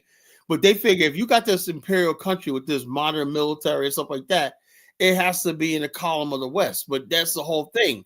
They thought that by giving it over to Mandela, he would be this westernized part of the Commonwealth, part of the Western interests and whatnot. But he not even a year after he got in office, he signed a relationship with Gaddafi. Remember that? Yep. You see, you can't be both. You can't play both sides. All this, you gotta be in or out. You can't be messing about with the West like that because we know who the white man is. Okay, these people think they can play games with them. But let's not get away from the point. The point that Dollar Bill was making, though, brother, it is a cultural thing, and that cultural thing that we desire in the Western world, we cannot have it here. Yeah, so the whole thing is about this. We don't benefit anything from the white man's culture because the main thing is this. He basically signed a deal for rare earth minerals with Ukraine. That his future secure. He's about to sign one with the Congo, right? I'm saying like this. So we got a black race here in America, right? Descendants of slaves, right? And you got the white man getting all his dreams coming true. This is the part I hate, right? Because the white man is asserting his manhood. He's saying, I want the Panama Canal back. I want Greenland. I want this. I want South Africa to do this, right? The black man in America, what exactly do we want? You know? Thank you. Good question. Good question. So that's what I'm talking about. I'm saying we sacrifice our man, a real manhood, we'd have a nation. A nation would basically, we'll be able to assert ourselves anywhere in the world and say to the world, we are. And so the bottom line is this: if you do not want a nation, you are not a man. You know, that's Thank you. Now that's the culture I think Dollar Bill was talking about. That's the difference between them. You got to want a nation. You got to want a nation before you do anything. You have to want a nation. Can you part ways with white America? That's what they. Thank you. I'm coming up. And when Dollar Bill talks about the initiation, when you talk about the initiation, so on, for them, it leads to that. For us, it's just a ceremonial thing. Only thing I would say like this: if let's say you do a rites of passage, right? And basically, by the time you're 18, you're going to do 2 years over in the Afghanistan. You're going to join the military, or you're going to put some work in. That to me is really doing something. But in our culture, we just do the rites of passage, and you send them back out into the ghetto to fail. And back to it's over, and there's a waste of time. Dudes that had their rites of passage, and they're out there in the street struggling with that. Where you got other because people, it's not a real rites of passage. You know what I'm saying? What you have to do, Dollar Bill, is you got to get people like Robert Smith together, David Stewart, the millionaires and billionaires, and say, you do right.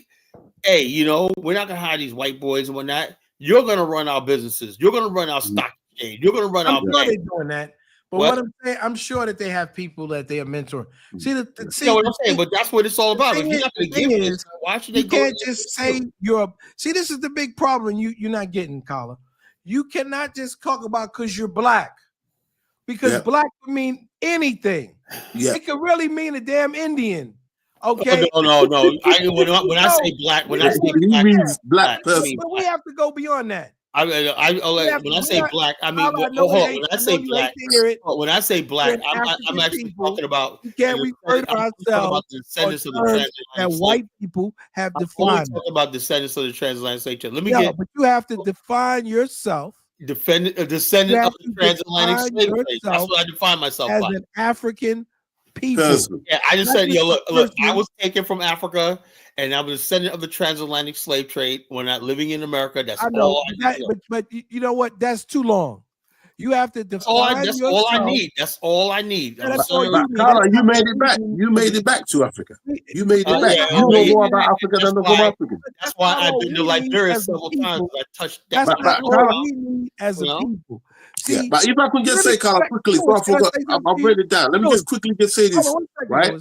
Lewis, go ahead. Let me say this to you. And you see, I remember, man, when I first started working. Hold on. First of all, everybody that want to get in on the backstage, please cam up for a second. Yeah, come on, man. I'm the only one here. Yeah, we don't want none of that craziness. DK, you're up. DK, John don't like turn this. What the hell's up with that, man? John don't want to turn his camera. John, black man. He's black, I guess. He says he's black. He got all this AI. I don't know. John, you black? I do AI every day, man. You look shy, man. I'm not gonna put you up on stage, man. Nobody you look like, man. You see, that's another thing we have to learn as well. How to stand up as men and speak before men. That's what I'm saying. This is what I'm talking about. You got dudes that terrified of fucking getting on a fucking platform. How the fuck I tell you about being a manhood? You scared to get on a damn platform, God damn, man. It's just sad, man. So if I let Jai up, there's nothing he could tell me that I'm gonna listen to him because he didn't cam up. Yeah. I'm gonna take a chance and put him up. Carl, I was going to make a comment about Mandela. You was talking about y'all. Go ahead, Ben. Go ahead, bro. Yeah, I miss Ben. Go ahead, Ben. Yeah, I think what you were saying, as far as nationhood and having your own state, I think the grave mistake that they made when Mandela got in there, I think it was him that made that move, was when he got rid of the nuclear missisos. Oh, they were not. Honestly, they were not gonna let him have that shit, man. Yeah. I mean, regardless, you got North Korea, like even Pakistan and them. Everybody's trying but those to are Asian countries, bro. You talking about Africa, Black Africa? Okay, but what I'm saying is you just don't lay your shit down. You got them. You got to do what you got to do. Actually, they got rid of him before he took office. Yeah, they weren't gonna let no black man have that. That goes to show. Got rid of him before he took office. But Kala, that goes to show that Kim Jong-il is Asian masculinity. That's an Asian man. He's not asking for nuclear weapons. Yeah, he's taking it.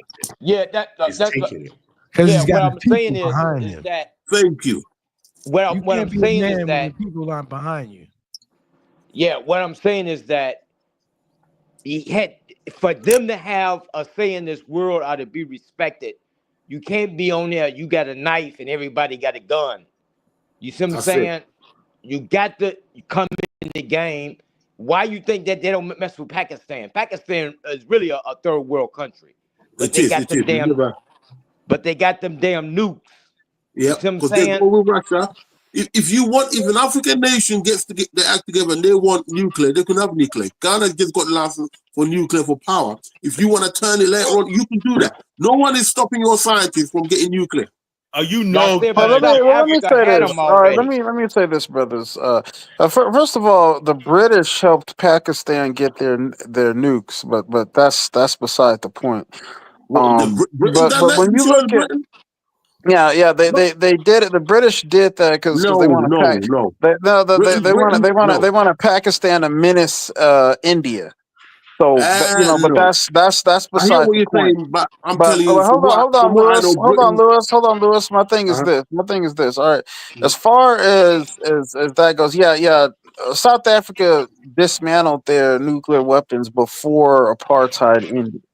Now, as far as like the whole nuclear aspect, you got two countries. You got Rwanda is about within the next 10 years they're gonna have a nuclear power plant. So is Burkina Faso, and it's the Russians that's gonna help them. Just like the British helped the Pakistanis get nukes to menace India, no. I don't brother. know about Let that me one, bro. finish, brother. Let me finish. Wait, Lewis. Let me finish. What's happening is that the Russians they're gonna help Rwanda. It's three countries. I think it's Rwanda, Burkina Faso, and I think it's one more of the Sahel countries. I think maybe it's Niger, Uh-huh. or there was one more country, but these Russian companies are going to build nuclear reactors in all those countries, and all three of those countries, and they're going to get nuclear power. And Yeah. what's going to happen is they can use that those nuclear reactors, and they can do nuclear research, and then they can develop their own nuclear, I guess you could say, Yeah. Yeah, but until they get that, weapons. But yeah, that being said, that being said, we live in an era now where it's like the thing is this. All right, as long as African nations, what I like about Traore and Kagame is Traore's mentor. Okay, you No, guys no, no. remember? Kagame is Wait, bro. Let me finish, bro. You come guys on, remember? Kagame. You guys remember when Traore went to Rwanda, and everybody was and he Right, was observing how right. Kagame runs Rwanda, and how because he can learn. He knows he can learn from Listen. Kagame. Paul Kagame is a snake. He's trying to Kagame is an capitalize. He's example. trying to Wait, brother, capitalize on hold Traore's on, Lewis, hold on. popularity. Bro, he's trying to capitalize Kagame on. is an example of a successful African leader No, who no can way. deal Not never. who can deal with the Never, West, and who can never, deal with the ever. East. He invaded. So He invaded Traore M23 is leader. learning from Kagame. M23 leader. So Paul I'm gonna Kagame leave it is at out. that. He's finished. He's finished. I Trump swore, runs him. I swore M23, Donald bro. Trump runs him. You know that. Donald Trump. Why do you think Donald Trump confidently told the South African government, "Oh, we've solved that problem"? He's a CIA guy. Okay, Paul Kagame is only trying to Why is capitalize. everybody a CIA? Paul Kagame No, it's not. is That trying don't to make any capitalize. sense. That don't make Paul any sense. Kagame, listen to me.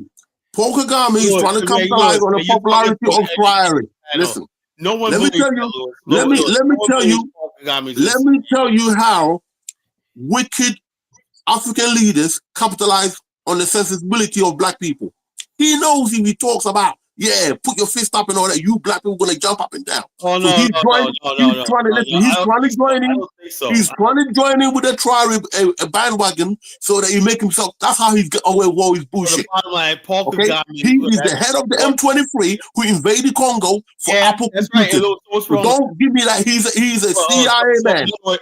He is against African progress. Okay, M23. What you failed to mention is that the fact that if there wasn't so many warlords and all these other people in the oh please. We're talking about Paul Kagame. Okay, you want to go with him? That's up to you. I can't tell you. If it wasn't rebels in the area trying to undermine bro, Rwanda, when that listen. there would be no need for Paul Kagame there. Okay, no All right, problem. so I'll say No this. problem. Hold on, Kala. Let me say this. Now, here's what I said: is that the thing about Kagame is an example of an African leader who knows how to play the game because he can play the Russians for what they're worth, and he can play the West for what they're No, you worth. don't. He Russians he know got who the he is. brother Russians know who he is. Lewis. Hey, You're on the Russian side. Kala, mute Lewis real quick. But my thing is this: is that he got the Russians helping him build a nuclear No, he reactor. has Russians ain't Okay. helping him build Yeah, nuclear yeah. reactor. So it's a Russian Bullshit. company that's going to Russians come in warned him there and told him get out and of help Congo. him build a nuclear Sorry, bro. reactor. Okay, and he's able to deal with the West in such a way to where he can still provide security for his country by My going friend, into the the West are Congo helping him. by America going is into the backing him. Congo What are you talking about? and getting rid of The the Democrats put him in power. What the hell are you talking about, bro? the America's always Hutu rebels. So look, see, that's the thing. Is like you guys, Come you on. guys, instead of hating Kagame, We're not you hating. need to We're not study. hating. He's a You need to CIA plant. study Okay? Kagame He's a because CIA the plant. way Kagame is, really. Traore is How long learning has he from been in power? Kagame. CIA. Okay, How long has Kagame been in power? The CIA. Traore is learning from Kagame. Kagame is the only black man That's in how I know Rwanda with a dick. that's how I He's know the that only black man in Traore he has Rwanda a with a dick because chance he's killed because everybody else. Traore has a chance because he's at least willing to learn. But I'll Listen, leave it at that. Traore has to go to the polls like everybody else in the near future, or else they're going to be pointing guns at him. Okay? So He's not all a right, savior. He's only been there a short time. Let's not get carried away with all this crap. Let's be sensible. We are men. Okay? All right. Let's see. I'm gonna play something about Paul Kagame. You know. Oh no, let's not go off subject, bro. Use Oh, it's like this. Dollar Bill made some good points.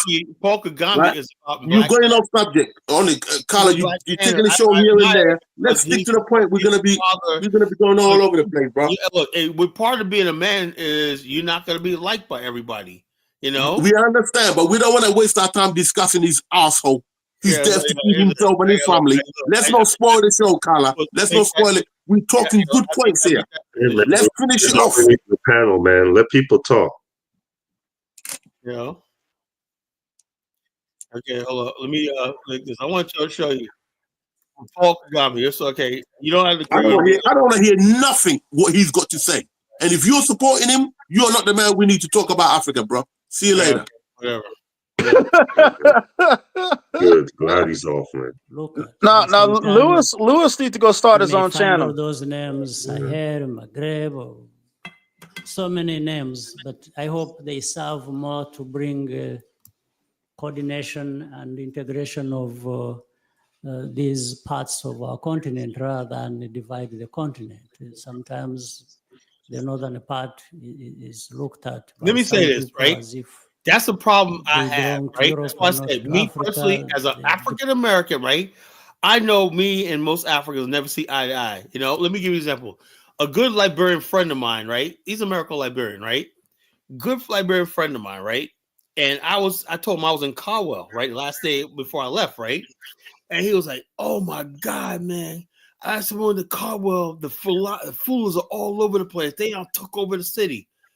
And I looked at him like, I don't give two shit. I know a lot of fooler guys, you know, cool as hell. They're good businessmen, right? Yeah, they're taking over everything. They run Liberia. They're not Liberians and all this kind of stupid shit like that. I'm like, you know, and I'm saying to myself, that's the difference between them and us. That can never be reconciled. You know, no matter what you say, right? Their tribalism and that tribal identity and what they say like that. Us, our culture, even American Liberian culture, for the most part, they don't freaking care about native people and what kind of people, because you got people from other parts of Africa that live in Monrovia. Liberia just arrested a whole bunch of Burkinabes, you know, and deporting them, you know, but they lived in there for years, right? Why? Because the culture of Liberia is just like, if you're black, you're okay, you know. But the whole thing is when you let the tribalists get in power, right? The culturalists get in power. They're like, well, they don't have our culture. They don't have our identity. Well, what's your identity? Well, the Geo man does this, and the Mono man does this. But see, the Fula man, the Mandingo man, they do this. Well, in our culture, Black America, Western culture, we see black as black. I And think. you notice something, Kala? Yeah. At the same time, they don't have any problem with Lebanese or Of course Chinese. not. That's what I'm talking about. All the conflict you see in Africa is between different black people.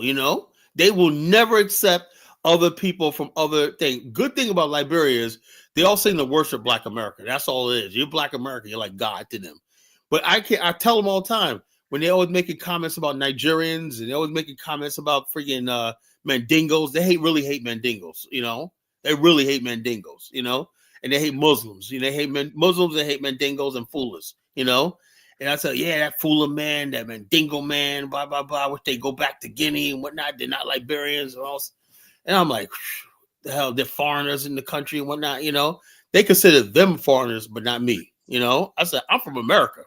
They were born in Africa. Why you call them a foreigner, not me? That's just crazy, Colin. That's so crazy. Isn't it, Dave? Dave, you know what I'm talking about, Dave. You more family than the man next door. That's what I'm saying. The Mandingos are living there, but God forbid I'm a they Black look at American. you more. You Christian. That's because America. That's because you from the Americo lineage, Colin. Well, no, it's not that. It's just the Black American culture is everywhere, and that's but Americo Liberians and Black Americans are the same lineage. To tell you the truth, American Liberians don't get the respect. They don't like American Liberians either, but they do like African Americans, because they make a distinction between American Liberians and us, Black Americans. They're like these Congo people. They don't like Mandingo people, Congo people, and but they love Lebanese. They love Black Americans. I can't explain why. It's one of those things, so it is what. Well, see, the Lebanese, they probably do a lot of good business in that country. That's probably why. That's something that we should learn from. Lebanese take more than they give. Trust me, Yeah, but here's the thing, Carla. That's something we should learn from with the African. Hold on. There's nothing we can learn from that because I don't have no intention of bleeding Liberia dry or leaving people like nothing. Lebanese take all their money outside Liberia, transfer their banks to their country. They literally take box loads of money out. They literally suck money dry out of the economy, and send it out of the country. Yeah, but they provide value. They provide services. Look. Hold up. God, I'm so. Okay, but look, I'll say this. They provide value and service. And see, here's the thing that I've seen with like Black businesses and stuff.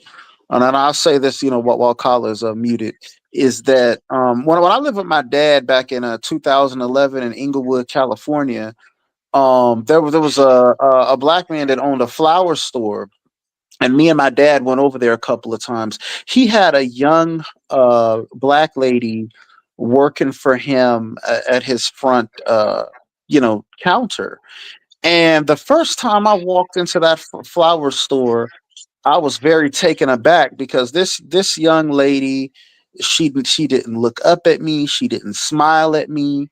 You know what I mean? She didn't say hello. She did. I'm like, what the hell is this?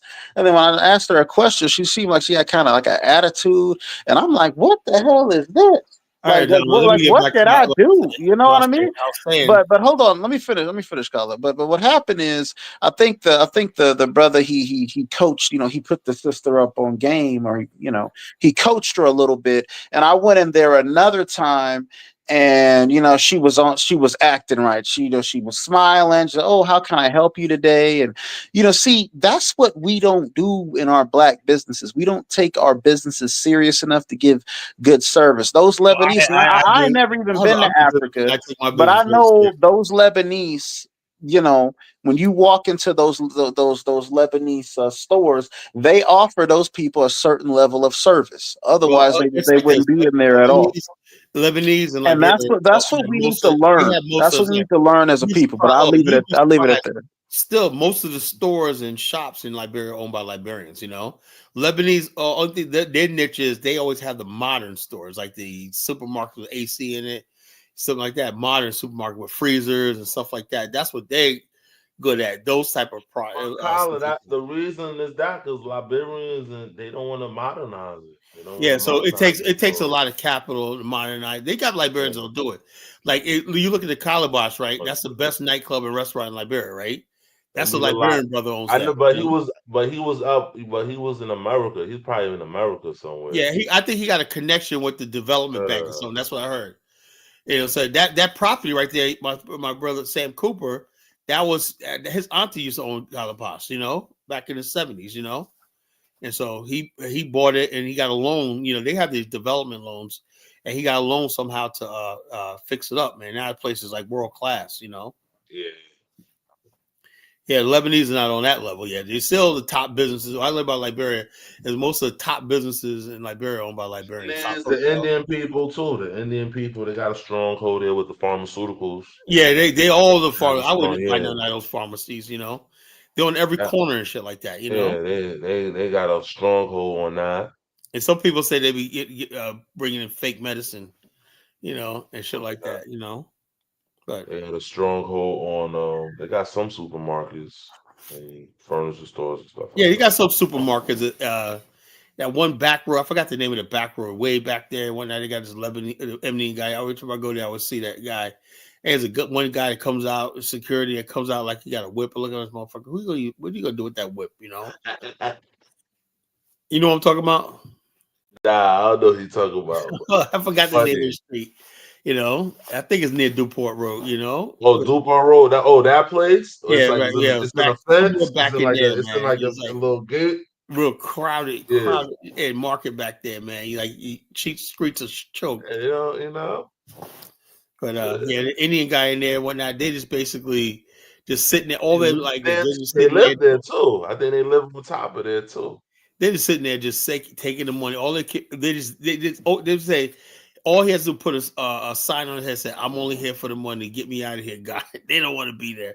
They're just sucking money out of the country, man. They don't want to be there. A lot of them too. They want to be citizens. They want to try to come over to America, get citizenship. They want citizenship. That's what a lot of them want. The Lebanese get it. The Lebanese got it good in Liberia. They really do got it good. You know, they living a life. They got it really good. You know, in Liberia, Lebanese guy got it good. You know, so and also all they do is marry a Liberian woman. You know. Yeah, that's why I said they're trying to get the business and whatnot. Oh, Leela Brown's half owned by a Lebanese guy and his black wife. You know, Liberian wife.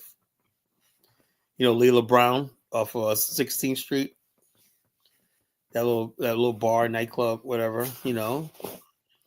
So I'm like, damn. So Lebanese know how to do it. They get in there. Stronghold, man. They got a big stronghold there. Yeah. Like I said, until some people come though to compete with them, but they go long, you know. A lot of black people, like I said, a lot of black people from America are not gonna do what Lebanese do, because you remember something, you're talking about another third world people, you know.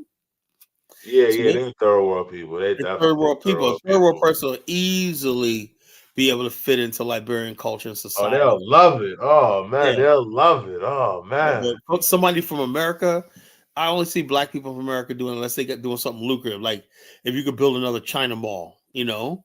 Yeah. And you're importing stuff like that, or city builders or something like that. You know, I see black people in America doing stuff like that on that level, you know.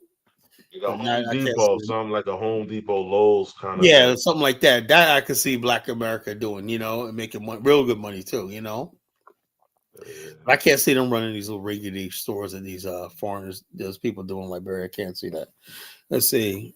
John said, "Gee, Chinese create African stew. We didn't cultivate rice from Africa. We actually got it from immigrant Chinese farmers." I don't know. Yeah, well, see, here's another thing, Kala, that I'll say about the Lebanese.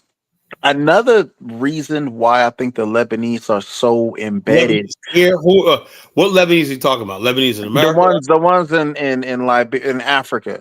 Okay, a big reason why each country is different. Yeah, a big reason why they persist there is because they've been there for so long and they understand the market there.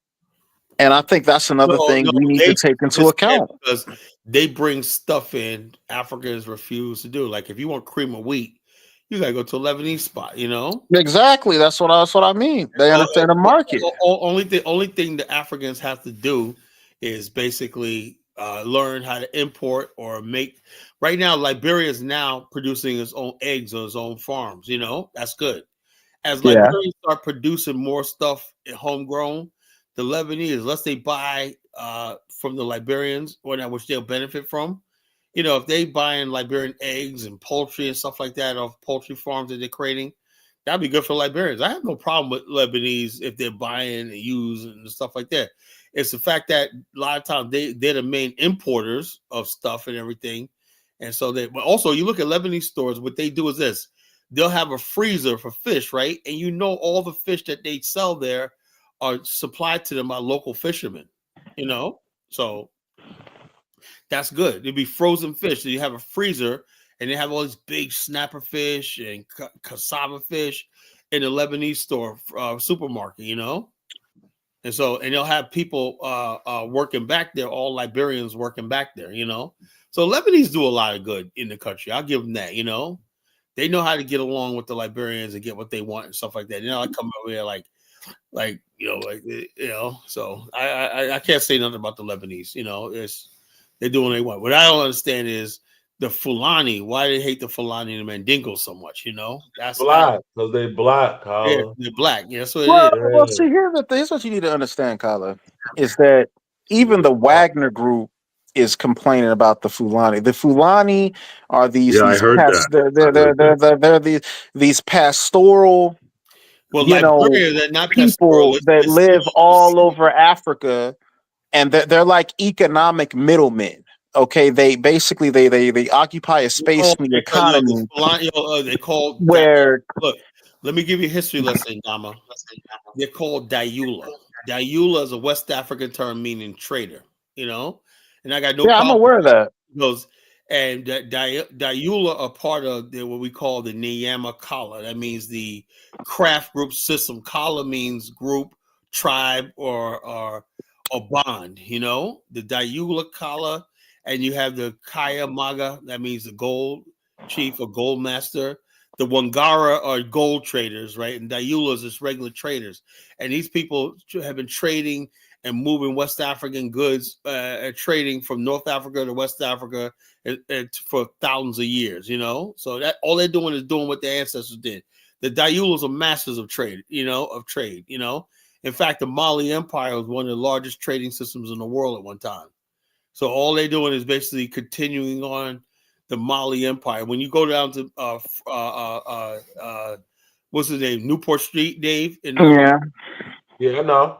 Oh yeah, Yeah, but in some areas, the Fulani come in and they just release their cows onto people's land. They feel like they feel entitled that they can graze their cow They're not on doing that, everybody's bro. land. They're not doing that. They're not doing that, bro. Y'all talking the Fulanis are actually people that know everything, like they moved into logistics.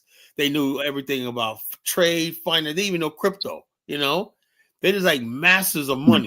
Money changing, money exchange. Yo, they know everything there is to know about money. Like I said, we have a building in African. They're definitely invited, man. You know, they are definitely invited to the party, man. Yeah, but Kala, here's what you need to understand, and this is what I'm trying to tell you, Kala, is that the Fulanis, if you bring them into the African, man, you're going by these stupid stuff. They're not gonna work for us. They're gonna work for themselves. You gotta it's really push those specific Fulanis out, to Liberia. because if we have an African, right, and we try to farm or anything like that, the Fulani's just gonna come in and graze all their cows on our land, and we won't be able to grow any food at all. You sound ignorant, man. Come on, stop. Here, we'll starve to death with these Fulani. There is some truth to that, Kala. What I'm saying is this: all you know. Hold on, look. The bottom line is this: in Liberia, the problem in Africa is lawlessness. You know, regulation. Now, Liberia is a different thing. You don't find people grazing cattle in Liberia. You just don't do it. You know, because Liberia never had that sort of culture. You know, the Fulani and all these other people, herdsmen, they lived in Guinea and above or across the border. Yeah, they never really went into Liberia like that. You know. They're more the Sahel people and stuff like that. So Liberia is more tropical culture. You don't have friggin' cattle in tropics. You know, they don't exist really in the tropics. You know, so that's our whole thing. You know, so it is what it is. Now in the Sahel dry region in the north, at the south, the Sahel is creeping south. The Sahara Desert is growing, and as the Sahel gets drier, that's why the Fulanis are coming south, and they're on the edges of tropical Africa. You know, but Liberia is just too thick of a bush for that shit. You know, it's just too thick. You know, you cannot have cattle like that in those countries in Liberia. You know, it's just not the type of place for that. Only thing you can have in Liberia is goats, you know, for the most, and chickens. No, but see, here's the thing. And the other brother was backing me up. Kyle, you're gonna have to really research this Fulani, because the thing is, they're known for. I know all about you. Hey, here's the thing. Here's the thing. If the Fulani come onto your land, right, and they start grazing your cow, and they start grazing their cows, if you tell them to leave, or if you remove them, or you ask them to leave, they'll come back and they'll attack you. They'll come burn your house down. They'll come kill you. I mean, you know, and they're documented. You know, they have this weird belief that they think that these cows, these cows that they have. You're always making these generalizations, man. No, here's the thing, Kyle. Let me just finish. Is that these cows? They're like Indians. They worship these cows. They don't even eat the cows. They just use the dairy products. Like they don't eat them for like steak and stuff like we do. They use them. They use them for dairy products, and then they sell them. But what they do is that if you tell them anything about that damn cow, tell them to move that cow, they become real offensive to that. They'll come kill you, your women. They'll burn your house down. They will. So you cannot deal with those people. You have to either keep them away, and you tell them, look, this is our area, and if y'all come into this area, you have to treat them as an enemy combatant. You have to go out there and kill them. Goodbye. You know, I can't have somebody fucking talk. If I'm talking, shut the fuck up. You know, don't talk over me. You know, God damn, he's just running his mouth. You don't know what the fuck he's talking about. You know, hey Dave, have you ever seen a freaking Fulani cattle walking down Monrovia? No, you can't see that. No, you can't see that. What the hell is he talking about? You can't see that. I think he's talking about that's what's going on in Nigeria, and other countries in West Africa. Yeah, they're not Liberia. I'm only going by what I see. Like in Liberia, the only place they got like across the bridge, right by the port, they got some cows, but they in order. Liberia, even in Kakata, like a slaughterhouse. They got an area where they got cows, but they're not walking down the street. They have regular. Liberia had modern. That's what I like about Liberia. Everything was modern. They had animal husbandry and modern cattle farms. You know, so that what he's talking about is the rural areas in parts of Africa is rural. Liberia had modern cattle, like you had in the West. You know, our ancestors brought their own method of cattle raising to Liberia. You know. So he lost me when he was talking about they worship cows. Like Fulani or Muslims. Man, that's the freaking Indians, sacred cows they call it, you know? Like, geez, man, where do we get all these people from, man, with this freaking generalizations, man, you know? That's why I hate generalizations, man. You know, don't just. I don't have no problem with the Fulani people, man. They good. I got no problem with them too. My guy Muhammad, man, the guy, man, that I see him every time I come to Liberia. He sees me walking up. He's right there on the corner of Michelin Street, right there. He goes, "Hey, my brother from America, what's going on, man?" He just give me his big hug and whatnot, you know. Every year I went there, I go see him, right? You know, before I leave, right? He goes, "I was suspecting you, you know, you was coming around March." I said, "Yeah." He goes, "I wonder when he was coming, you know, because the last day of March, right before the day I was leaving, we went to go see him." He said, "I was wondering where you were at, man." He goes, "So I always see you this time of year, you know."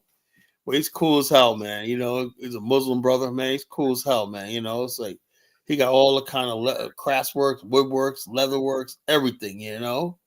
And every time I was coming, I was buying like in the front right there. You can get that man $20. You come back, you're gonna get your $20. Yeah, that's why they don't like the Fulani people.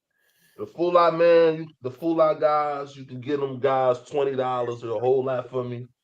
They're gonna, you know, you come back to them. They're gonna have your money, probably plus interest on it. Yeah, I gave this one guy $100 bill, right? I said I need some ice and shoe polish, right?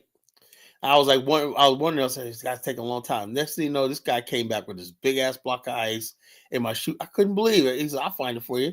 Boom, he found a fucking black shoe polish. I still got that shoe polish to this day. It's the best shoe polish I ever had, you know? Made my shoes shine, you know? And he came out with a big block of ice, man. We need a big block of ice. So all of a sudden, came back, gave him my change, man. You know, I was like, then I gave him a $10 tip, you know? But Yeah, man. So like I said, they also, feel like the Fulani people are messing up the game for their scams and they little crooked things. It's really the bottom line is they're really good people. That's why they got all this hate for these people. And not only that, there's a lot of people. You used to go to Monrovia.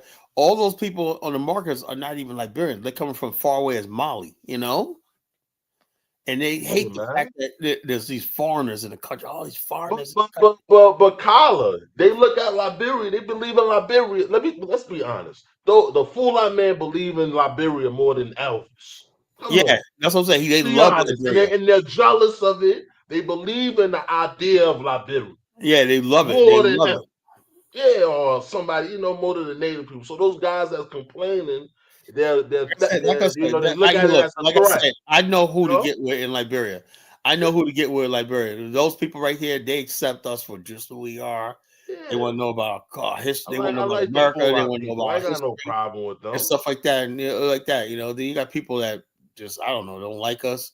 But for the most part, I have no problem with the Fullers and the Mandingos. They're the coolest brothers in the world. Like my boy, my boy Sando is like, oh man, Codwell's taken over by the Fula. I'm saying, y'all all look fucking Liberian to me, you know? I'm like, y'all look Liberian to me. I'm like, am I missing something, Dave? Look, I had a time of my life in Caldwell. Most Liberians don't know, they don't understand the idea of being Liberian. That's the problem. Yeah, they don't know. They think they don't know Liberia is a pan-African country. It's a black nationalist black nationalist country, where any black person, you do the right thing, you're free. And not only that, something, Dave, I was researching. Do you know in the original Constitution they said nothing about being a citizen? It was like it's like Liberia was a place of refuge for black people, And basically, you would deem to be like, once you reach Liberian shores, you would deem to be a Liberian just by adopting. It was basically like a sanctuary country. It was a sanctuary for black people. Yeah. That's all it was, That's all it was. Now they're trying to make Liberians out to be, if you ain't one of the 12, 13 tribes, you're not a Liberian. No, it's not. That's not. It's never supposed to be like any black person. It was never. That's not the concept. Part of the country, And that's what me, Val Thomas, all of us are trying to get to. You seen Val Thomas?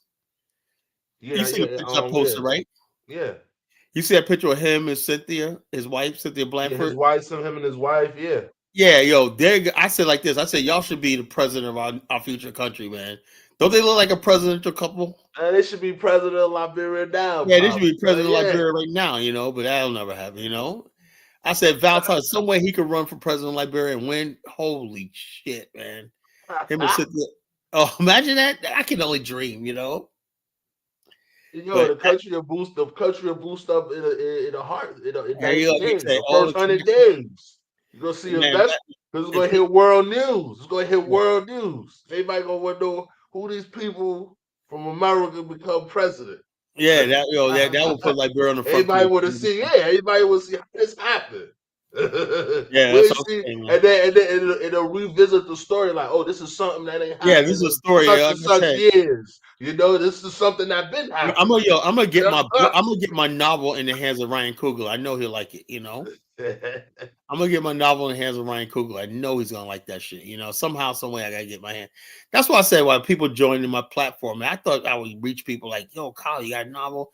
I know somebody in the film. I already got like several different film offers, I was like, damn, I thought I'd meet somebody doing this that would try to push me over the finish line, like, I know this person in Hollywood or whatever like that does screenwriting. All I need is a screenwriter, And so that movie could like this. Kwame wants to come up, Let's see. Yeah, but like I said, I just think I am just so on fire for Liberia, man. I know but everything that I've been working for years is finally coming to pass, man, Dave, when I first created the Association of African and Liberia, that was back in 2011. You know how scared I was when I did that? I said, man, someone got to tell me, you're a fool, man. How the hell? Nobody cares about Liberia, blah, blah, blah, blah, blah.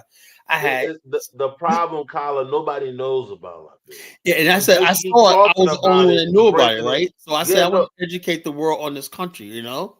And so, therefore, over the years, I've been educating people. I said, everything we need is black races right there in that country, you know? Our history, everything like that, our connection to the modern world, our connection to Africa, everything is right there on those shores of Liberia. You know, that's all we need, really, you know? Kwame, you're up. Kwame, what's going on, brother? What's going on? What's going on? I seen hotep to the brothers on the panel into the chat. Yeah, what do you think about the topic? I said appeal to your black manhood. You know, what do you think? You was on point since you came on. Since you came on, I heard all your talking points. Been spot on. Yeah, all I'm saying basically tonight is the fact that you should even if you don't do anything, right? Something in your mind should say, I can't die in a country, and even not for yourself, right? It's in every animal species to want to provide for the next generation. You know, That's true. that's in every animal species. You ever see like a tarantula hawk, right? She hunts down tarantulas, right? Yeah, But she puts herself in danger hunting down tarantula. Why? So her offspring could have a future and live. You know, that's what every species does. It basically sacrifice for the next generation. You know, black men in America is the only people that has nothing for the next generation. You know, what I'm trying to do is, I know I'm not going to live to see the African. I know that, you know, but I'm laying the foundation by which somebody could basically one day. There's an old saying, proverb. It says real knowledge and enlightenment was when a man plants a tree and understands he'll never benefit from a shade. You understand what I'm saying? He's planting that tree knowing that he'll be long gone, and then one day somebody will be able to sit under that tree, that tree for shade, and somebody will eat the fruit off the tree. He won't, but somebody will. That's what it means to sacrifice. That's what manhood's all about.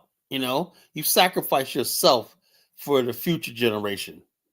You know, and you just do your part, and hope that. I wouldn't just say just I'm in the country. I wouldn't say just black Americans. I'll say all black people in the diaspora and on the continent. Oh yeah, but I could only concentrate on Black America. You know, that's what. Well, I think we're all like that. But the bottom line, I think, you know, I just want to focus on Black Americans. That's what I know. You know, I think we ought to have. You know, we just don't think. Yeah, you're right. The black race. You know, you think are you thinking these decisions African countries are making are well thought out long term? Of course not. You know, Nah, they said, I well, think what made black Americans unique is kind of like the Kurds, like the same. There's no long-term plan in Africa right now. there's no long term. There's no the first thing, if you're talking about a long-term plan, you're talking about infrastructure, like Carlo always emphasized. Yeah, I told Big Black that. Big Black said, "But don't you see, color? No. Yeah, Forget listen, all I am infrastructure. sick and tired of Negroes telling me about the damn CIA." We're talking about these guys. I don't know what's wrong with them. College, you need multi-billion-dollar, even trillion-dollar infrastructure to be done in Africa. And the bottom line, no matter what it costs, it has to be done. You know, It needs to be done. it means everybody has to. It's the only thing that's going to lift up everybody out of poverty. Yeah, You know what, color? You know what, color? We don't want to Black manhood, black manhood. We got to look at China for inspiration, man. We got to look how China did it. China has a difference between China and us is China has one political party governing 1 billion people. You know, Exactly.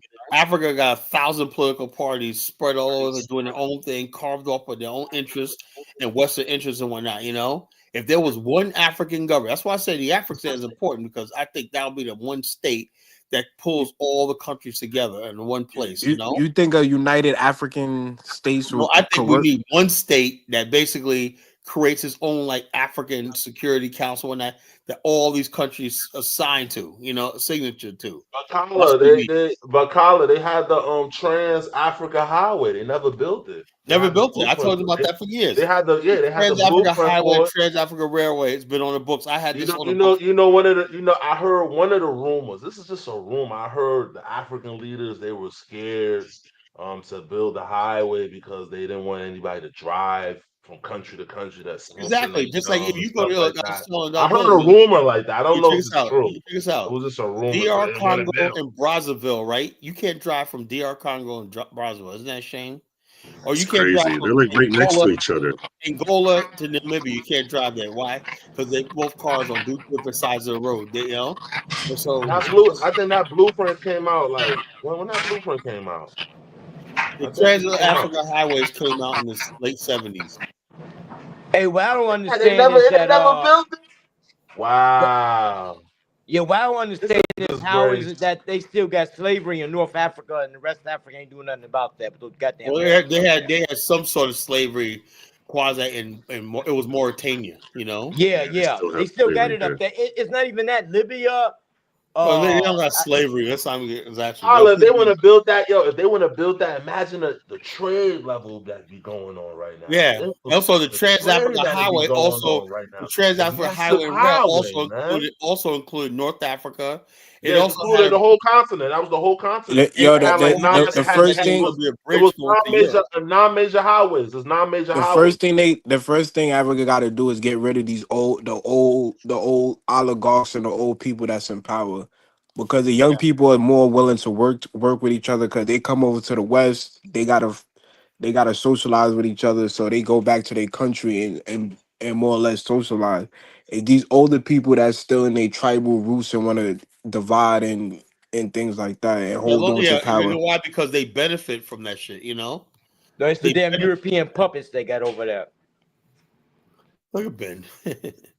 There's a lot of puppets in Africa. We get that, but that's not the issue. The issue is the fact that people are complacent. Revisit that, man. They got to revisit that.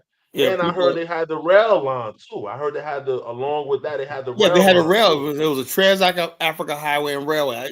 Which we call it. I could pull it up. It's still out there. It was as bad as West Africa. As bad as West Africa is, they're more connected versus like Southern and East Africa. No, actually, no. Actually, Southern Africa is better because you could drive throughout Southern. You could drive from Cape Town through Namibia, one Windhoek. You could drive from Johannesburg to Gaborone, Botswana. You could basically. But that's what the white people established. I'm talking about as far as like what the black people established. The black people did build a railway from Harare through Maputo, the port of Maputo in Mozambique. That was built by the black people. And so that's like, look, Southern Africa, the railway system is built by the Europeans from Cape Town to all the way to Cairo and Durban. The railway line goes all the way up to Lusaka, Zambia, So Durban is a entry point for the whole entire sub-region. Everything you see in Zimbabwe, Zambia, every building material comes through Durban, That's how powerful South Africa is to the whole entire continent. South Africa, everything you see in Southern Africa, which Africa.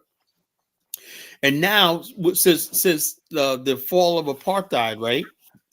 A lot of South African companies are all the way in West Africa. MTN, Orange, ShopRite, a lot of South African countries. When I was in Liberia, there's a lot of white South Africans there, doing business and stuff like that, doing lucrative business and everything. We gave them access to the whole entire continent. So tell me about some fucking genocide again. If you're white in South Africa, you got it made. It's not just you got South Africa, but you got whole entire continent. A lot of freaking technology companies that you see in Kenya and Uganda, Rwanda, all start in South Africa, Not to derail the conversation, do you think, not to sound like a conspiracy theory, do you think Trump administration is trying to bring the white South Africans and the Ukraine refugees as like a buffer class? No, I'll tell you what it is, right? Trump doesn't give a fuck about the white South Africans. He doesn't. You know, I'm gonna tell you what it is, and I know Donald Trump. I know him for years. He doesn't give a fuck about those people down there. You know what this is all about? It's about the fact that South Africa, right, being a power, right, is basically making geopolitical moves that the United States don't like. How dare you talk about BRICS? How dare you host Iran? How dare you host Putin? They watch that. You ain't supposed to do it. Even the United States can meet with Putin anytime he wants to. As a black country, remember they said Putin was a war criminal when he invaded Crimea and all that, right? South Africa Yeah. hosted. You know, how dare you do that? You know, how dare I you? do. And they took a stance against Israel too. Yeah, and they took a stance against Israel. So that's what this is all about. It has nothing to do with no damn. So therefore, if Cyril Ramaphosa goes and plays his game like it's about white farmers, it's not about the white farmers. You know, But didn't they sanction Israel? So why I don't understand why they just won't sanction America and the rest of like the Western. who sanctioned Israel? If I'm not mistaken, South Africa. I don't think They sanction them. submitted a case to the what's it called, the international ICC. You know, yeah. ICC. They submitted a case to the ICC, and Colin, I do think that Elon Musk has a big role in this. I think he's pushing that narrative. yeah, I about think South I think Elon Musk does not want to see South Africa join BRICS. They see you gotta say something about this. This is why I say years ago the white black will never work, because what it is was they thought. Let me say something. Whites and blacks in South Africa, South Africans in South Africa, black or white. You talk to them, they're both the fucking same. You know, they are both the damn same. There's not a real difference between black and white South Africans. You know, they're all a black South African is nothing but a colored Boer. That's all he is. You know, he's arrogant. He's condescending. He's the same fucking thing, right? The thing is that the problem is South Africa is still on the African continent. You know, that's one thing, right? And second thing is there's geopolitical realities, right? Of okay, we're South African, right? But who's going to be our friends? Who's going to be our allies and everything? Traditionally, when white apartheid government in South Africa, their friends were countries like Poland, Germany, Western Germany, Spain, Portugal, England, the UK, France, you see where I'm going with this? Argentina, or Australia, New Zealand. You see where I'm going with this? You see a pattern? Yeah. Now South Africa friends are, because of black majority, they started with Libya. Remember that? Yeah. Soviet Union. Yeah. Soviet Union, and India, also Iran, all these countries like this. And the United States is saying, wait a minute here, we didn't bet on that. The geopolitical reality is South Africa is becoming more and more towards a non-aligned movement, of countries, not aligned with the West. That's what this is all about. Nothing else. It ain't about those damn white Afrikaners. I don't even entertain that. It's stupid. I'll never. Trump doesn't give a fuck about these people. Yeah, about some poor ass farmers over there. White they weren't even farmers. These are people. All the white farmers are still there. If you're making money in South Africa, what the fuck are you going to leave for? They're not leaving nowhere. Yeah. These are dead. Deadbeats and losers over here. Those people that came from South Africa to America, they the worst. Those people running away from mortgages. But guess what? They're gonna be rude away. They get American people. Even white America is waking up to this shit. Like, what the fuck are we doing? These people come over here. Do you think the best white South Africans are coming? Yeah, they're over there. The best white South Africans are fucking laughing at Trump. The poor ones. They interviewed one of the guys who was coming over here. He's actually a rich guy. He has like a company. I was like, dude, how are you a refugee when you own a company? Yeah, they say the one that say he left his mother behind. Yeah, he wants a free ride. If you could have your expenses paid for a year, and you got in America, if somebody can offer you a chance to be in America, he ain't losing nothing in South Africa. It's like, okay, I can get back to South Africa. If South African government said, once you leave, you can't come back, you think anyone will leave? No. Yeah.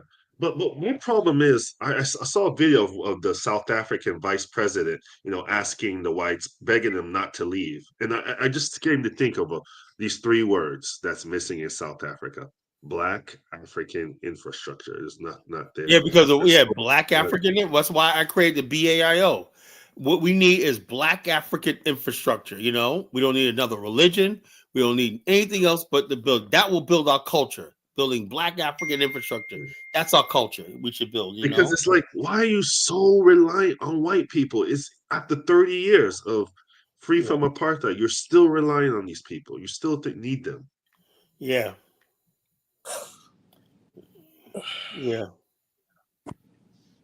Yeah, the bottom line because they don't have any confidence. You know, they don't have any confidence. They don't have any confidence in themselves. That's all that is. You know, they don't have no confidence. What we call it. If you don't have any confidence, you don't believe in yourself because what South Africa should have had was they should have had a re-education.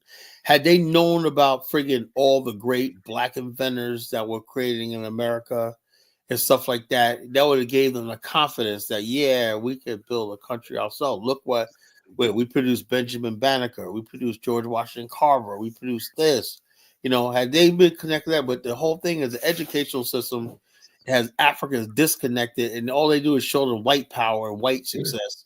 What do you think they're gonna But think? You know? it goes back Do you to see any similarities between the end of apartheid and integration in America? Well, I don't think so because remember something, the apartheid South Africa, right? And apartheid, right? Didn't necessarily mean whites and blacks will come together. Black people were still subjected to poverty, living in the townships, marginalization and stuff like that, dehumanization, banishment from their homelands and put into these makeshift, so Black America is different, There were at least when integration happened in America, right? That doesn't mean Black people can buy homes with white people. A lot of them chose not to, and some of them moved into white suburbs and subdivisions that were mixed race and stuff like that.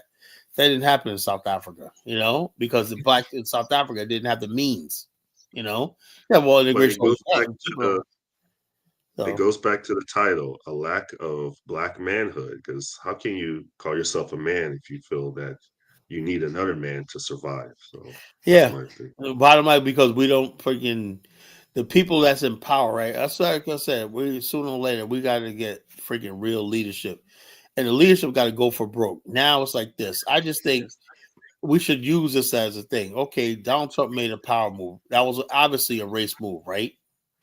Now, what the problem is? I think a lot of Black people in America. This is a problem right here. Tell me if I'm right. A lot of Black people who don't want to be seen as anti-American, anti-white racists. That's the whole thing. And so therefore we'll sit there and be like this. We'll listen to white people's abuse.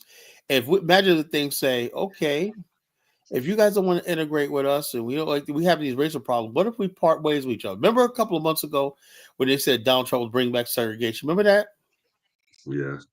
Remember the response by Black people? I think people were referring to like DEI and stuff like that when he No. There was something about Kala, I think this is not to cut you off. I think this is a good time because if he's talking about segregation, I think a lot of Black people are gonna try to revisit Liberia. Yeah, that's what I'm saying. This is the whole thing. This is what I'm saying. He wasn't talking about that, right? But the media spun it as this. In other words, basically, what they're saying is, let's say if you don't have any Black people living in your apartment complex, people can't sue you for racism. You just don't have it. Yeah, or you don't have enough Black people on your job. You can't sue you. So, but in other words, people took that as, oh, Trump wants segregation. Then there was a lot of Black people coined the term, they bring back segregation. And they were like, fine, man, we're around each other all the time. We don't have to be doing shit. Fine. So what they're finding now is they don't want to poke that bear. They don't want to poke that bear. I would let Adama up, man. Tell me, am I joking? Am I being too harsh on Adama? Is he a fucking annoying? Yeah. We can let him back on. I think It's fucking. But is he? Am I the only one that feels like I'm annoyed? He just goes off the wall with this crazy shit, man. I'm like, dude, man. I don't understand his point where you're saying the Fulanis I have worship no idea. cows. He just like the other night.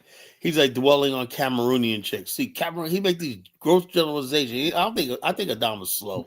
I really think he's slow. You make gross generalizations on people and shit, and be like, oh, well, let's see what he has to say for himself, All right, Adama. All right, so were you guys still on this? Did you guys advance the conversation any? Like, what are you talking about now? Go ahead. Go ahead, DK. Oh yeah. Somebody's echoing.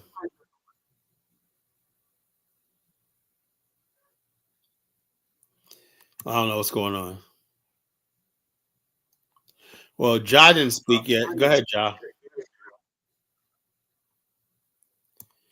Ja, are you gonna speak tonight or what, bro? How do people come up and they don't want to talk, man? Jeez. Well, I was going to touch on.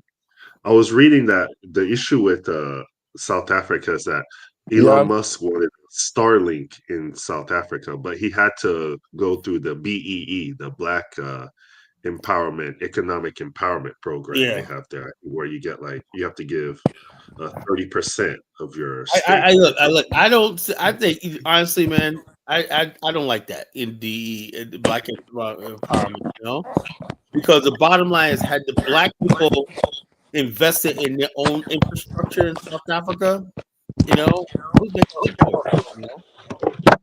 Who's making all this damn noise? We're making a whole lot of noise. Sound like somebody getting carjacked. Here now, man. Okay, the problem in BEE is Black Economic Power is the fact that you're saying no matter if you're qualified or not, I got to find a Black person. That's not good business, right? That's not still Black power either, right? What you needed was Black businessmen. And unfortunately, people don't understand something. Just because somebody puts a suit and tie, see, a lot of times, let's Black people in America, right? We automatically assume that Africans are at our level yet, Remember something, you got people just not a generation ago were in the village, man, going out there freaking fetching buckets of water on their heads, And yeah, you put some school children, but they don't have generation. They don't have like us, like we got 300 some years of living in the modern world, And so therefore, you ask yourself, why don't Black people just create their own business? Yeah, but that takes a lot, See, we had role models for generations. We opened up our own banks back in the 1920s in this country, We had people who built industries here, back in the days, So this is not new to us, Black economics is not new to us. But you got people basically saying, oh, Black. So we expect too much out of our African brothers and sisters a lot of times, I think the Black South Africans should have basically become pan-Africans, right? And brought Nigerian businessmen from the continent, Black Americans, people from the UK. I don't know why they didn't do that. They never reached out. I have no fucking idea, man. I just don't understand the African mind. I don't understand the African mind. That's my good brother. As many qualified professionals. The African mind doesn't think for the future, Kyle. It doesn't. It only that's why I said I said like the one thing we cannot do is become like that, No, we can't. Hey, Carla. Yeah, go ahead. You wanted me to say something? Yeah, man, say something, bro. Go ahead. All right, so you mentioned generalizations a second ago. I've been listening for a while, so I'm gonna kind of try and cover a bunch of stuff if I can. Right. You mentioned generalizations, right? Saying that you don't understand the African mind or the African mind a certain way is a generalization in itself. I'm just talking about I have years of dealing with Africans. I'm puzzled by stuff I see. Now, the one African that I do admire is Paul Kagame, but you saw what Lewis was saying about Paul Kagame, right? I don't understand their mind. I just don't. Paul Kagame should be everything they should be amplifying, And he's like, oh, Kyle, if you're going to talk about Paul, I'm getting out of here. So he left. I'm like, all right, please leave, So I'm saying, listen, I don't understand the African mind. I really don't, I really don't understand the African mind. All right, so what I would say is that the African mind is a human mind, right? Really? I'm still trying to figure it out too, Kyle. I don't understand it. We need total reprogramming. We social man. Look, we deal with me and Dave deal with Liberians, man. And we're like, yo, they're the 8th wonder of the world, man. Shit, I'm saying that it reacts to. I have echo still. Yeah, you're all right now, but I'm just saying that it reacts to the same, motivations and different things that other people react to, right? But what it's about based on what about the fact that the African mind doesn't understand delayed gratification? It understands that. No, it doesn't. Because Delayed gratification means okay, you're gonna take. If Africans understand delayed gratification, then trust me, Pan-Africanism would have been big in Africa a long time ago. Yeah. So no, but what I'm saying is that people do things based on certain context, right? And so a lot of times I feel like we're looking for easy answer when in reality it's a more of a multi-layered thing, right? Because let me give you an example. If you're a woman, let's say in Afghanistan, right, your outcomes are going to be different than a woman living in America or some African state where you have more rights, right? And so it's like someone looking at a woman in Afghanistan and being like, oh, why can't they do this and that, right? Not looking at the context of the state that they live in, right? And so in Africa, in some of these African countries, right, the political system is run in such a way that it concentrates power to the top, to the people that are in politics and surrounded by the politicians, right? Same thing in Russia. You see what I'm saying? So that's why Russia, because a lot of times we're comparing things. That's what we're doing all night here. Every night I listen. Essentially, we're comparing Africa and African countries to the places we live. We're comparing white people to black people, right? And so we can compare a Russia to a Canada, right? Russia has 4 times the population, just about the same landmass or more, right, as Canada, but yet still their economy is smaller than the Canadian economy, right? Russia. No, Russia's economy. Are you kidding me? Canada's economy is freaking small, man. Are you kidding me? Nah, you can't even compare Canada to Russia. Russia is like the monster compared to Canada. Where do you get that from, bro? Let's do this. I could be wrong. You're definitely wrong. Russia's one of the main exports of gas and oil. Yeah, look up the Russian GDP and look up the Canadian GDP. All right, I could be wrong, right? But the bottom line is, it's not comparable to the same degree. They have 4 times the population. They have all these natural resources and everything, right? But yet still, in a lot of the comparisons, they do not. Russia's GDP is $2 trillion. Okay. What's the Canadian GDP? Okay, let's say Canadian. I think it's So about why would Canadian GDP? Okay, it's about 2 trillion. Same thing. Okay, so my point kind of holds. So they're about the same. Yeah, but my point holds. They have similar size landmass, right? Russia has about 4 times the population of a Canada, right? And yet still their GDP with that many more people is smaller or the same as Canada's. Dude, that's what Russia's been sanctioned by the whole Western world. They're not doing business. Russia wasn't on sanctions. Hold on. Russia's economy should be like $5 trillion if it wasn't under sanctions. Hold on, brother. Hold on. You see, because now, again, we got to look at context.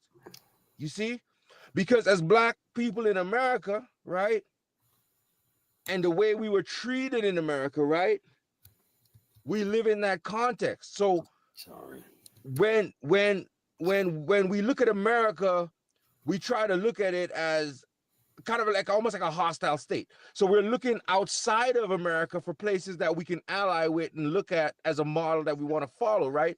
And a lot of times we look at like a Soviet Union or China. You see what I'm saying? And so what I'm saying is we want to make excuses for the Russians and stuff like that. But let me go back to the sanctions. Prior to the war in Ukraine, Russia was under no sanctions. Are you crazy? Yes, Russia they were. was They weren't sanctioned since They've Crimea. been sanctioned. okay. You guys can look it up. I can be wrong. You can look it Yeah, up. no, you're definitely wrong. Okay, well, let's look it up. Let's look it up. Let's look it up. The sanctions just Russia got was worse. selling. They got One worse second. after Crimea. Russia was selling oil and gas. Yeah, so prior to the wars in Ukraine. That's what I said. But they were still sanctioned prior to Which they Crimea started in too. 2014. Prior to that, the sanctions only ramped up after they expanded the war. In They about seized all their last 2 or 3 reserves years. that were in like American banks and European banks. It was crazy, man. So here's what I'm saying though. They even seized their ships, their yachts and stuff. Bro, but that's after they expanded the war in Ukraine. Prior to the expansion of the war in Ukraine, Russia was selling oil and natural gas into Europe. After they expanded the war, that's when the sanctions, they increased the sanctions to try and Because stop them from those Europe have actions. no choice but to buy gas from Russia. Germany have no choice but to They buy. have significantly reduced their consumption of gas from Russia since the invasion. The invasion of Ukraine that Putin did, he chose that, made it worse for Russia, the people of Russia. He still has his billions because he controls the economics of the country and the people that are around him. And guess where they spend their money, by the way? That's why they're able to seize their stuff in the West, because they keep their money in the West because they trust the Western banks more than they trust their own system. That's why they keep their stuff there, because they know there's a rule of law and everything. So my point going back to the African nations is, if you have a system, like an authoritarian type system, a dictatorship type system, your goal is not the advancement of the general population. Your goal is the consolidation and the maintenance of power to yourself. You do not want to educate people.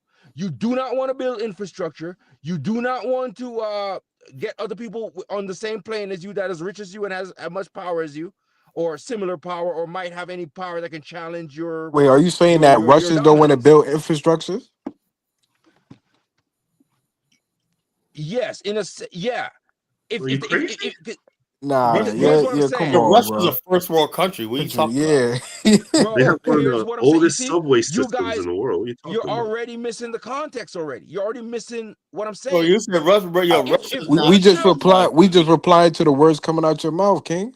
If Russia was developing at a comparable rate, right, to a Canada, Russia would have had an economy that's 8 times the size of Canada's with the population and resources that they have. Well, Canada's only look. Hold on. Why do you think competing on that level? Hold on. Why do you think Donald second. Trump? I know Let me you're say this 1 Canadian, second. bro. One I know second. you're John. I know you're in Canada right now. But check us out. One second. The only reason why Canada is what it is because of the United States. Exactly. I was just going to deal with that point. That's it. So Canada doesn't really even exist. I know that would be the critique. I was just about to deal with that Canada point. doesn't exist. You can't compare Canada and Russia, brother. Because without the United States, man, Canada's fucking nothing. Carla, I knew that was going to be the next statement someone would bring up. I suspected that, and so I was going to say this to counter that. Russia borders the EU. The European Union has more people, almost twice the number of people in the European Union they're under sanction though. They're under sanction. Do you understand what When did the sanction sanctions means? come in? Again, the context. When did the sanctions come in? When? They weren't under sanctions the whole time. They were in the global trading community. They were in it. They were in it. And they chose to take an action that caused sanctions to kick in. And I'm saying to you that when you live in a society, a political system that is not based on kind of like an open society, democracy, that type of system, a more of an openness and a more of a human development type system, this is what they do. They attack other countries. Remember, Ukraine is not the first place Russia went into. They went into Georgia, all kinds of other places. You know what I mean? They foment these type of activities where they try to go in and dominate their neighbors militarily. Yeah, the United States has been doing that for. Oh, you ever heard of Teddy Roosevelt's big stick policy? Teddy Roosevelt marched all through Central and South America. You know, so America's done the same thing. Yes, Monroe Doctrine. Haiti. Have you heard of the Monroe Doctrine, bro? Come on, man. Yes. United States invaded people too. You know, so let's not make out Russia's such a bad guy. And nothing like I'm gonna like this, and nothing that any of these countries America accused of, America hasn't done. America has participated in genocide, racial genocide, some of everything when that accuses everybody else of doing. You know. Okay, and I'm not. Can I say something? Disproportionate bombings, all type of stuff. Yeah, but he's. Can we get back on topic? Because he's like skipping through history. Russia used to be the Soviet Union, and some of those countries were all a part of the Soviet Union. And America seeking to isolate Russia and saying that they can't work with Germany. I mean, not Germany. Germany or they can't work with Georgia or hold on. If you think Putin is going to let Ukraine be a launch for NATO to threaten this, you're talking about Armageddon.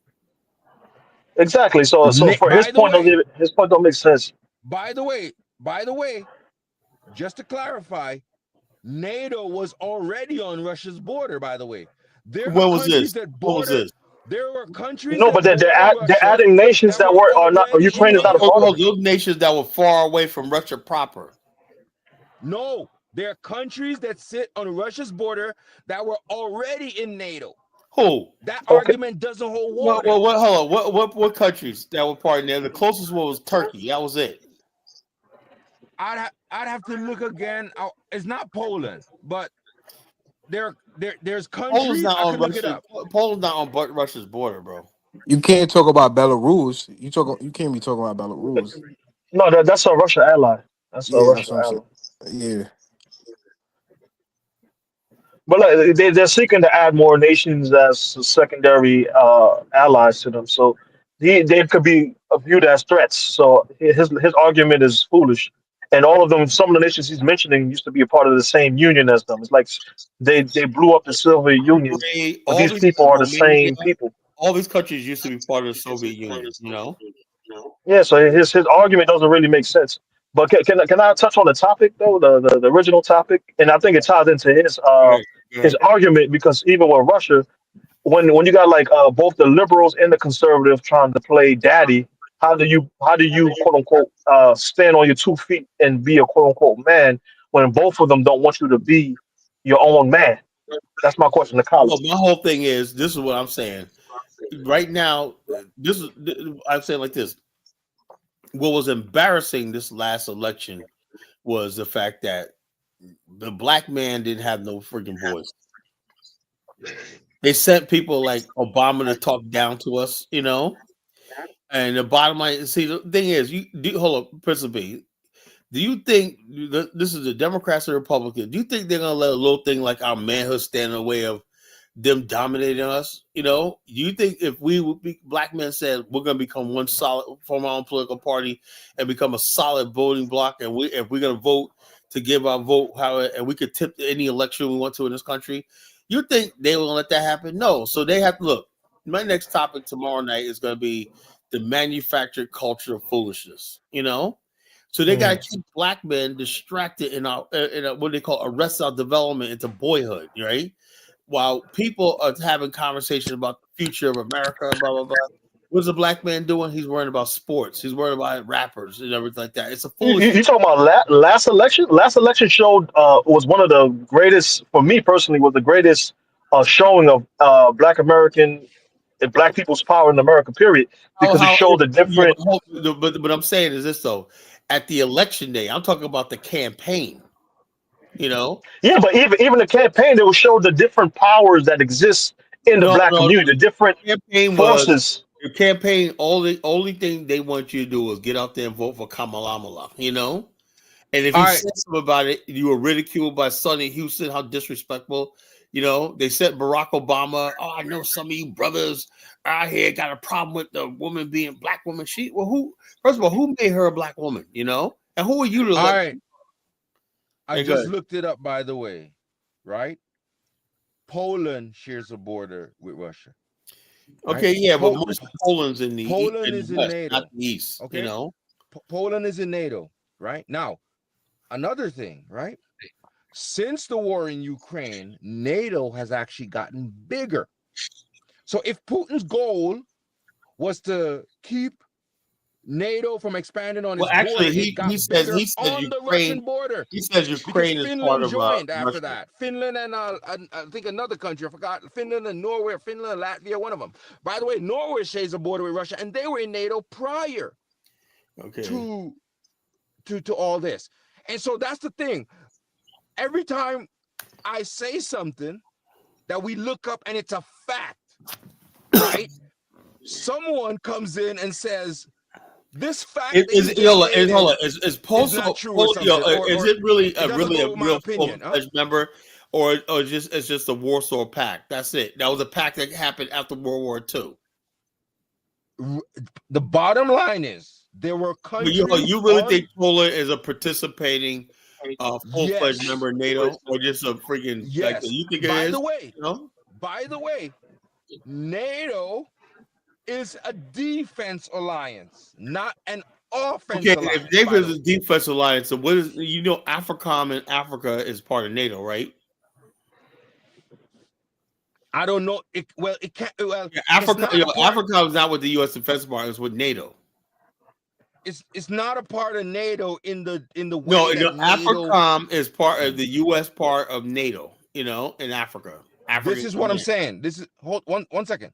Just like you got a European command, AFRICOM is an African command. Okay, I get your point. But NATO is a defensive alliance. They always say that. When they get ready to nuke you, they say, "This is for our defense." You know, this is our defense department, right? There's nothing defensive about. Hey, look, John, have you ever seen a U.S. battleship up close? No, I don't believe so. No. Okay, come down to Virginia. I'll show them to you sometime. You go down to Port to Virginia. Look, when you look at those battleships, those guns on the battleship and whatnot, one thing you think of when I used to sit down there, I used to look at the battleships coming in and stuff like that, or some docked in the harbor, and you see those big giant guns out there. I said to myself, that's when I knew the seriousness of nationhood. I'm like, whoever basically built this, maintained this, or give orders to use those things mean fucking business. Those things.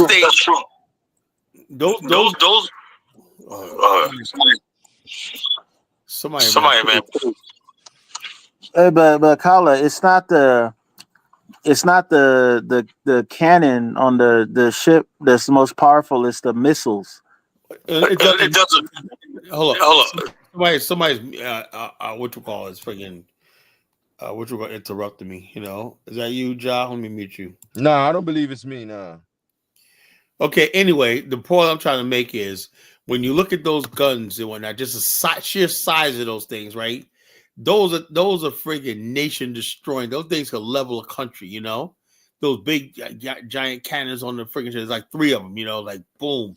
And I'm saying to myself, whoever built that and whoever fires that gives the order are serious, right? That's what I realized, right?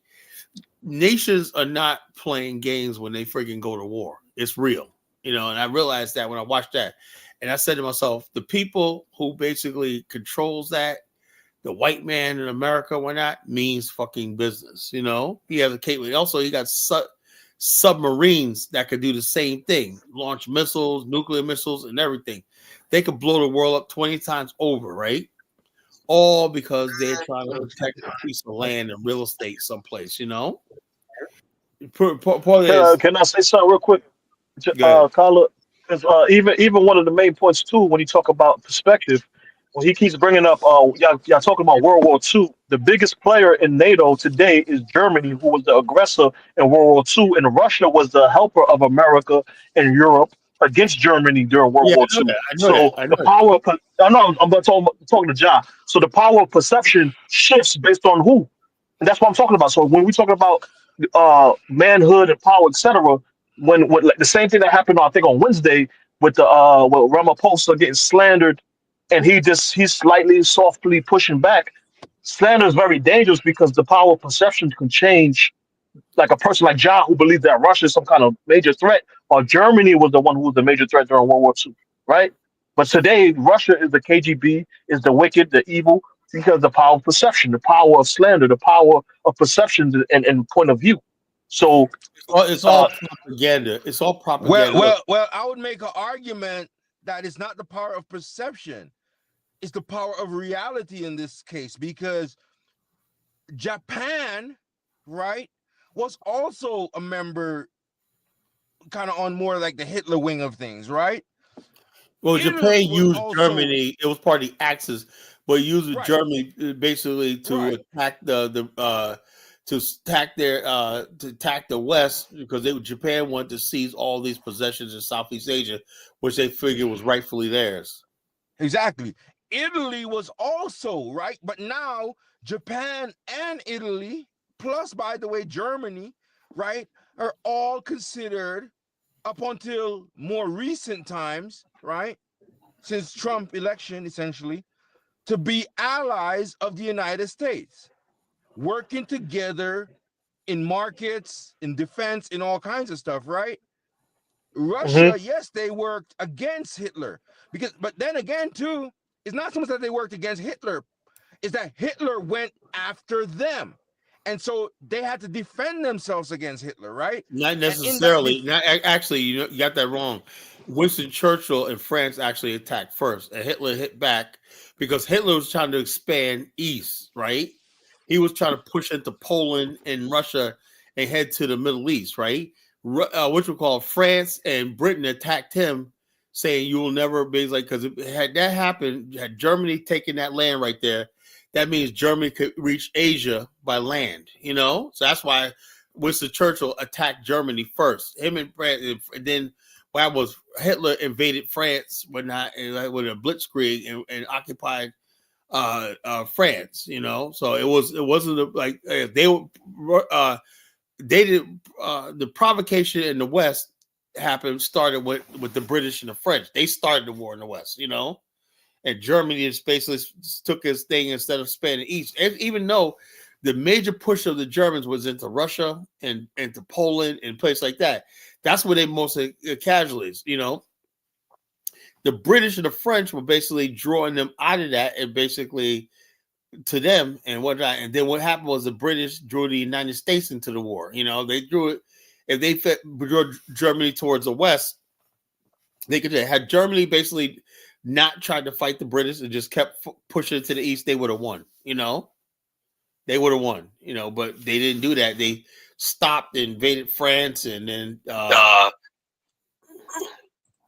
Well, see, here's the thing, Kala, is that the big difference with China is, unlike Japan in World War II, like Japan they thought they could beat the West quickly because they beat Russia quickly. But what China's doing is they're playing the long game, and I think that's what their strategy is. China has never. Somebody.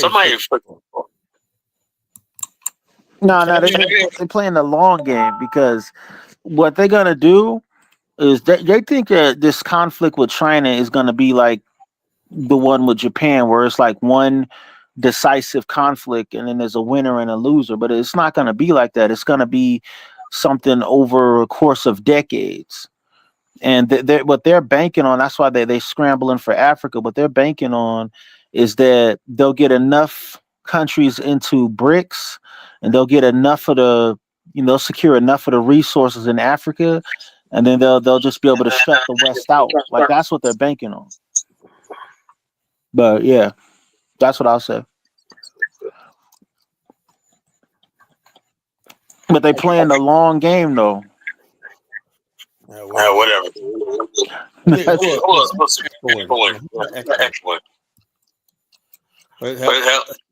Okay.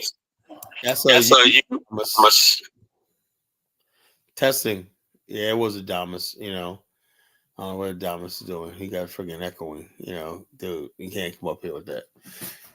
Anyway, yeah. So about back to the topic, this is basically about what I'm talking about. All these other people have, win or lose, they have nation states. Nationhood's the ultimate expression of manhood. Without nationhood, without like I said, when I looked at those battleships and whatnot back in the days, right, when I just worked down security down the docks, look, I saw those battleships and I said, whoever did this, the white man who built this, his civilization, his like that, mean friggin' business. He's not asking nobody for permission. He has his country and he's going to defend this country with everything, with those battleships. And I know he has nuclear weapons. He has everything he can to friggin' defend, make sure this civilization always stays his. The black man really has absolutely nothing protecting himself or whatever like that, because we never exerted our manhood. Nationhood, right? We had the one chance with Liberia, right? That was our chance at nationhood, right? To build ourselves up as men and stand up and build a country of our own. And we decided not to take it. So now that's why we're suffering what we're suffering right now in America. Everything you see in America is a lack of manhood, not a lack of culture, not a lack of resources. Yeah, who had a problem with Rwanda? I just seen they now that was freaking manufacturing the goddamn Lewis. I just seen they manufacturing their They own own weapons weapons and and stuff like stuff that. like that. Who the What the fuck? fuck? I gotta get. Sorry, Adamus, man. Dude, man, you gotta fix your shit, man. Come on, ruining my fucking show. Yeah, look, Biley, they manufacture their own computer chips, all the shit like that, And so, what the hell's Lewis mad about? Lewis is, and this is what I'm saying about. This is why I say we have to be different than fucking. We're different, right? We look at Rwanda and we see a successful black country, right? The Africans will be like, oh man, fuck on that. We cannot join to become like Africans like they are. We always gotta be separate ourselves. Now, if I went to Liberia and say, oh, I'm gonna be like African, like Dollar Bill saying, just become an African like that. No, you can't do that.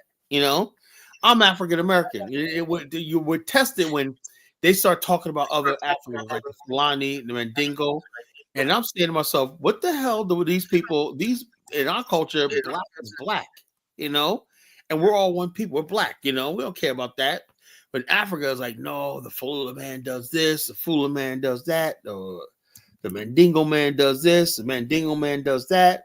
And we're looking at down for tribalism, you know that. Yeah. Lewis is all about his. That was one of the reasons I came up here, because I mean, you can't deny that the Fulani in the houses do cause havoc in West Africa. Hold up. That is who's that? Who's saying that? Kwame? Yeah. No, that's only in like two countries, like Nigeria and Niger. Nigeria and Niger. The Fulani situation in Liberia, Sierra Leone, Senegal, and all these countries like that is completely different. But they're in smaller numbers in those countries. No, hold on. Fula is a large group in Liberia. Large group. They're mostly traders. That's all they do is trade. That's all they do is trade. They're masters. They've been trading for thousands of years. And they know how to move goods from one country to the other. One markets are massive markets and whatnot. They know how to get goods from one market to another. So Kyle, you think it's propaganda going on in northern Nigeria? What northern Nigeria? With the I think Nigeria is just a lawless country. Northern Nigeria. Then, like I said, the bottom line is you have situations where. Am I bugging or the Fulani in the house? Hold on. Here's the problem. Nigeria didn't take the time to build proper irrigation, water systems, and stuff like that. They didn't build a proper infrastructure. So when you got people, land that's barely cultivated, barely irrigated, barely this, barely that, and land is scarce, fertile land is scarce, what do you think is going to happen? It could be anybody else. They basically are moving their cattle south, a thing like this, Okay. Carla. Go ahead. I just looked it up there. Right. So Hitler goes into Poland, right? So kind of what you were saying is right. Hitler goes into Poland. What I'm saying, right? I study my history, bro. No, you don't know. I didn't say I didn't say nothing wrong either, by the way, but I'm just saying, because Hitler does go into France. They attack France, physically attack France first, right? The British and the French declare war on Germany after they attacked Poland in 1939 in September. By June, Hitler runs into France. Yeah, he ran into France simply because they had provocation. France had actually started by egging the British on to friggin' come into the war, you know, so they attacked France first, you know. So right, but they had declared war on the Germans after the attack. Yeah, if you declare war on them, Germany had every right to attack them. You declare war on them, why not? Because they had an agreement with Poland, a defensive agreement of some kind. And you know what? You know what their part of that defensive agreement with Poland was? Go ahead. They offered Poland its own colony in Africa, Liberia. They said we can make Liberia your colony. Poland's known as the dumbasses of Europe, right? So they basically was going to basically say, okay, you can have your own colony in Africa. They're going to give them to make Poland like a person. Poland was a fake country. It was a propped up country, you know. And so like I said, Hitler had every right to invade that country. You know, it was a fake. But the bottom line is, at the end of the day, is that these same countries that are considered a member of the Axis, all of them, right? Russia wasn't even a member of that Axis, by the way. Russia was an ally, you know. Are essentially now allies. Well, Russia is not, changed. Right? The enemy was Germany and Japan, right? So Russia was an ally, and Italy and all that, right? Part of the allyship, right? And so was China. Now things changed after the World War II, you know, and next thing you know, which Russia's not an ally. Russia's not an ally no more. It's a communist. We went into the Cold War, you know. That's what we're talking about, you know. Right. And so that's what I'm saying. I'm saying that it's the facts on the ground, the reality of what's happening now is dictating who the allies are and who is hostile towards the approach. Because if you look at a Germany, a Japan, all that, South Korea, under the American system, because when we were talking earlier, everybody goes back to the Marshall Plan, not the Marshall Plan, the Monroe Doctrine, Theodore Roosevelt. They go back to the early 1900s and 1800s to find a situation where America was an imperial state in the traditional sense, an imperial state where you go in with just the biggest guns blazing, right, and take shit over. Right, and then you maintain it by force, essentially, right? African colonialization, all this type of stuff, similar type of deal, right? After World War II, a system is built out, right, that allows even former enemies to become trading partners, diplomacy partners. All right, let me John, let me get some got Kwame on, and I got all these other people on. I just want to say this. Baruti tries to get up. It's like the third time he gets in the chat, and I put him on stage, and he drops off. Man, this is what I mean by manhood. I guess Baruti wants to talk to me about something, whatever like that. He believes in his Ubuntu, whatever the hell that shit is. How can you basically call yourself standing on your square and you call yourself a man, and you can't defend what you're saying? You're too scared to confront me to defend what you're saying. You know, if you believe in this stuff like this, you believe Kyle's wrong and you got something to say, come up here and say so. You know, that's all I'm saying. But Rudy said, I'm like, dude, he said he was going to come up here and show. That's 3 times in the last couple of days that he came in the back chat and I put him on stage. Okay, it was finally here. I never talked to this guy, you know, and next thing you know, he just drops off. I don't understand this shit. You know, I really don't, you know. Well, I wanted to know what was Lewis' problem with Rwanda, because from what I see, Rwanda, besides the AES, Rwanda's showing some great manhood. They producing their own weapons. Because I'll tell you what it is. Lewis wants to showcase Ghana. Like I had to tell him the other night, right? Please stop telling our people about coming to Ghana, buying land. Okay, here he is right now. Hopefully, Baruti will get on. Color, you know what it is? You know what it is? He wants to showcase Ashanti people. He don't care about. And I told him I don't give a flying fuck about the Ashanti people. How about that? You don't like that. The Ashanti people, I don't give a fuck about that. That's why I said I don't give a damn about these tribes. I don't give a damn about these Africa. We need a new culture. We need a new nation. We need everything to start all over again. That's what I believe. All these people are redundant. And you can see it right now. Now, right, what you see right now, Lewis, right? If we was in a nation, he had powers, people be dead just by the way he acts. This is what you talk about the African mind. The African mind doesn't have disagreements.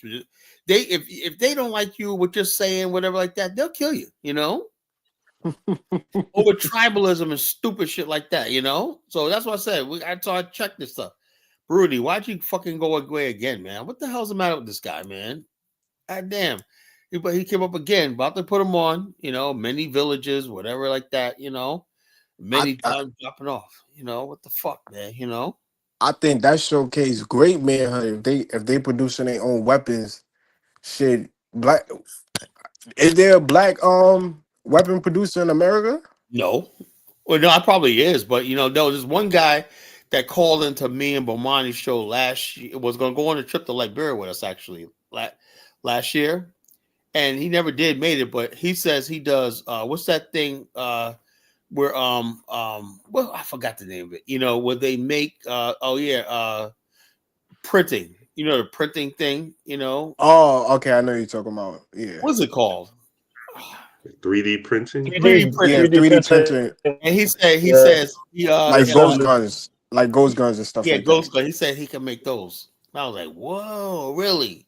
He said I could make all those kind of 3D printing guns. He does that. He said, I said, man, that'll be a good seller in Africa. I mean, because we need a militia group and everything like that. We can, we'll buy them from you, bro. If Paul Kagame was an Ashanti chief, he'd be riding his dick like no. There might be something wrong with Bomani's, not Bomani, the other brother's connection or something. No, ain't no connection. You just don't want to come up, man. What the fuck, man? I'm like, dang, come on, put the chat thing up here. So why is he coming in and dropping off? I have no fucking idea, but Mr. Obuku, that alone could save Africa trillions of dollars if they could manufacture their own weapons or even work out deals with There's so many things that you and I who basically have common sense because we live in the West, that if you go to Africa and they're like, what the hell are you talking about? Dude, man, why are you importing shit that you could make? Do you know the slave trade would have ended if Africans did one thing, learn how to make a simple cannon, and weapons? The simplest of weapons, they didn't know how to, they refused to learn how to make, So, no, they wanted that's not true. No, that's not true. They wanted That's not trinkets, true. They had the native bullshit. No, Liberia, Africans were importing guns. Africans are importing guns all up in the 19th, the 20th century. Color.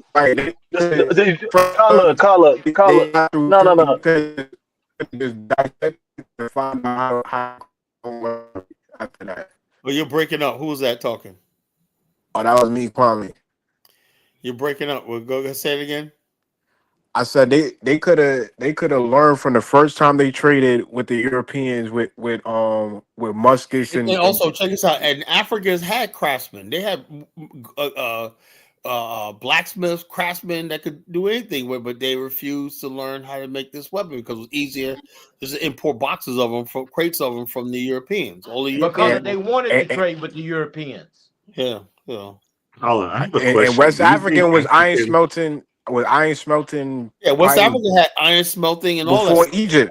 But they wanted to trade with the Europeans and everything. Colin, do you believe that West Africans built ships? Like they used to say that the Mali Empire, one of those guys. Well, I do believe some of them may have went, but crossing the Atlantic, that was something the Portuguese, because you got to know the trade routes, the trade winds, there's a certain path you take. If you don't just try to go across the Atlantic, you're dead. How big the ship is.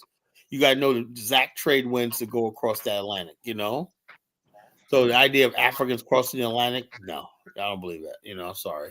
I mean, the Greeks did circumvent The Africa. Greeks had advanced Yeah. technology, but even back then, The they who? also the Greeks, The they had, Greeks. and Romans too. I don't The think bottom the line is Greeks this: you didn't have to know the circumnavigate trade. Africa. I don't Look, believe so. the Nah. Portuguese. Yes, they did. They was the first to circumvent Africa. Look that up, man. I don't believe that. Now you can look it up. I mean, I could be Yeah, wrong. But I don't check this believe out. that. Baruti did this shit again. He comes up and he just drops off. The first time I think Africa was circumnavigated was when the It shipping was technology. Vasco da Gama sailed Yeah, it was across the sailing Atlantic. No, technology that I'll give you changed. I'll That give you the allowed name that. of the Greeks in a second. Give me a second. I don't think they went All across Africa. There's things that they might have went across to South America, but as far as like around the Cape of Africa, the only first person European was Vasco da Gama. Because it's a sail. I think it's the sails that changed where you could sail in any direction, no matter how the wind was blowing. Europeans You could mastered that technique. Right, and that didn't come just from Europeans straight up by themselves. It was in They borrowed it from collaboration China and all with these other intercourse with seafaring other people. places. Just like the gun. The gun was because they go into China and saw gunpowder and stuff like that, and that's kind of weird. That development But they developed it into a weapon. Chinese use it. Yeah, over time. And they said, I think even the Chinese were using it in some ways, in some for ceremonial purposes and stuff like that. Right. But eventually they started doing some weapons, I think, with it too or something. But it's that's the thing. West It's collaborating. The whole world history was changed by that one invention of guns and gunpowder. Yeah. And that's the thing. It's the collaboration or the interaction with other people that a lot of times can cause you to grow. If you take the correct lessons from those people, if you learn and imitate what they do in certain fields, then you grow to become stronger in those areas, right? And so Europe trying to go to Asia. Hold on, John. Go ahead, DK. Like they say Mansa Musa was the richest man to ever exist. So what did he do with his wealth? Did he build anything? Remember something. Remember where you hear that from? They hear it from Urban. Now, Mansa Musa was very rich, powerful and everything like that. But, when you're talking about it, right, you got to look at where his wealth came from. His wealth came from the gold trade, gold mining, and the trade of goods and services that came. West Africa was the exchange between Europe, Asia, and the rest of the world. So in other words, if people wanted something, goods from Asia passed through West Africa and went to Europe. So almost everything that came to Silk Road from China ended up in West Africa, traded across the desert like this. So the king Mansa Musa. Somebody got to mute while you talking because it's an echo. Yeah, so the king is job, the king, the Mansa, basically enacted tribute from the Dayula Mansa, the Kayamaga, that means the gold master, and other these things that basically. So he basically made money taxing all the manufacture of goods, the trade of goods throughout West Africa. Every kingdom paid him tribute and everything like that. That's why they say he had well. But did he have John D. Rockefeller? I think it's urban myth. Yeah, was he extremely wealthy? One of the richest men ever lived? Yes, but on the level of John D. Rockefeller, only way you could do that is you have to have industrialization. You have to have modern mechanized. And now, if he had trains and cars back then and airplanes, flying goods, you got to look at it, camels. If all goods took days and months to travel by camel and whatnot, even if you speeded it up, it would still not be enough trade to talk about the modern world. So let's be honest. By middle-aged standards, yeah, he was very, very rich. If you compared him to hit the world he lived in, the Jews kind of made him a folklore, putting him on the Atlas maps and stuff like that. So yeah, that's what made him kind of more popular. Was he basically real powerful? Of course. The Mali Empire was the largest trading system in the world. So. And the gold, that was the main source of gold in the world. They produced so much gold that they thought Timbuktu and all these other places had gold cities made of gold. They used to call it. That's one of my next novels called The Empire of Gold. He's one of the reasons why the Portuguese kind of invaded Africa. Well, they was looking for that gold. The first thing they thought there was all this gold in Africa, right? They didn't understand it was a distribution system they had. They thought it was just like gold everywhere. No, Mali had an elaborate distribution system with gold people who mined the gold or not, even if they were Muslims. And they didn't tell nobody where it was. Yeah, they would produce the mining would produce the gold. It would go to the Wangara. The Wangara collected the gold, and they basically processed the gold and everything stuff like that. And then the Kayamaga, the gold master, distributed the gold to other gold traders and stuff like that for goods and everything like that. And also he sent his gold tribute, which would be huge blocks of gold as tribute to the kings and whatnot, and it also went straight up to the Mansa, so that's what it was. There was so much gold produced. People thought there was gold laying around and whatnot all over the place. This gold is coming out of the ground. That's the myth. No, it was a distribution and the production of gold that made it rich, Mali rich, and the bottom was fueled. It was a trade. Mali wanted all these goods, things like books, salt, and all these things from North Africa and stuff like that they traded for this stuff, for gold, and the silent trade. But you don't think the European basically invaded this trading route, and that's where a lot of the wealth comes from today? That's another bit. Look, the trading route was protected by. Let me show you a picture. The trading route was protected by the desert, and also. I know they used to have caravans. I know, I heard of that. I'm trying to say, you don't think today's the only people that could cross the desert were the Tuaregs and the Berbers, and the Fulas too, Fulas. No, the Fulas were in the Sahel.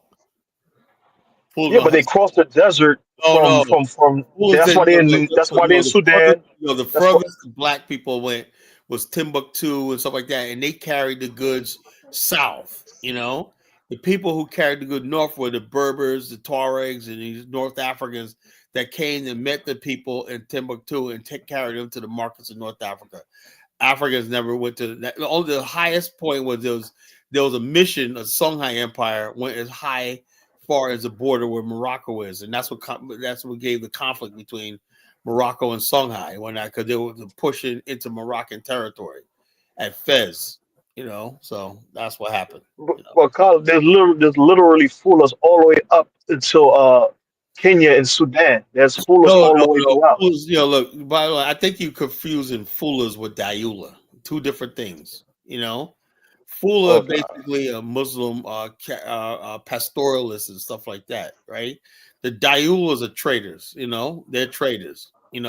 Some Dayulas are Fula, some Dayulas are Maninka, some Dayulas are Hausa, some Dayula is a cult of trading, a trading cult in West Africa. All different. No, but you was naming tribes though. You said that it was only the Tuaregs and the Berbers. No, I said it wasn't just them. People, hold up. The Dayula traded with the Tuaregs and these other people that carry goods to North Africa. They were the ones that basically brought goods from North Africa and distributed in West Africa.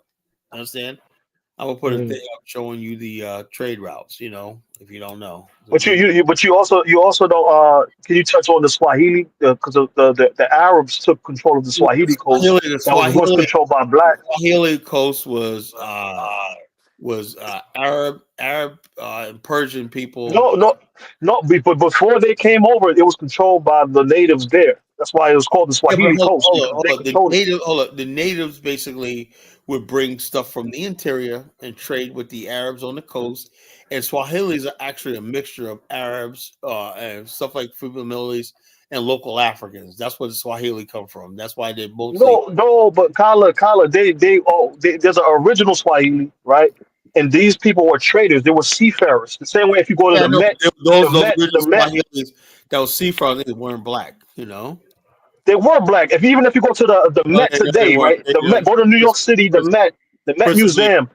Principe.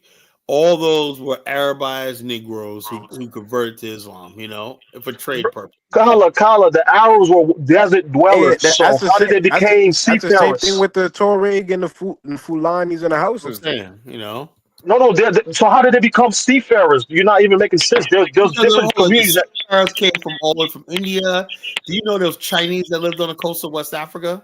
Chinese. Bro, there's different kind of seafarers though. That's what there was Asian seafarers, there was Chinese seafarers, there was Indonesian seafarers, there was also African seafarers. People mixed together. It was people basically mixed with the local people, and then next thing you know, a culture, because of trade, a culture developed that was both of them. You know. No, but Kala, you're loosely implying that Africans never had boats. But if you go to the Met Oh, Museum, yeah. you'll see that the No. Egyptians had boats.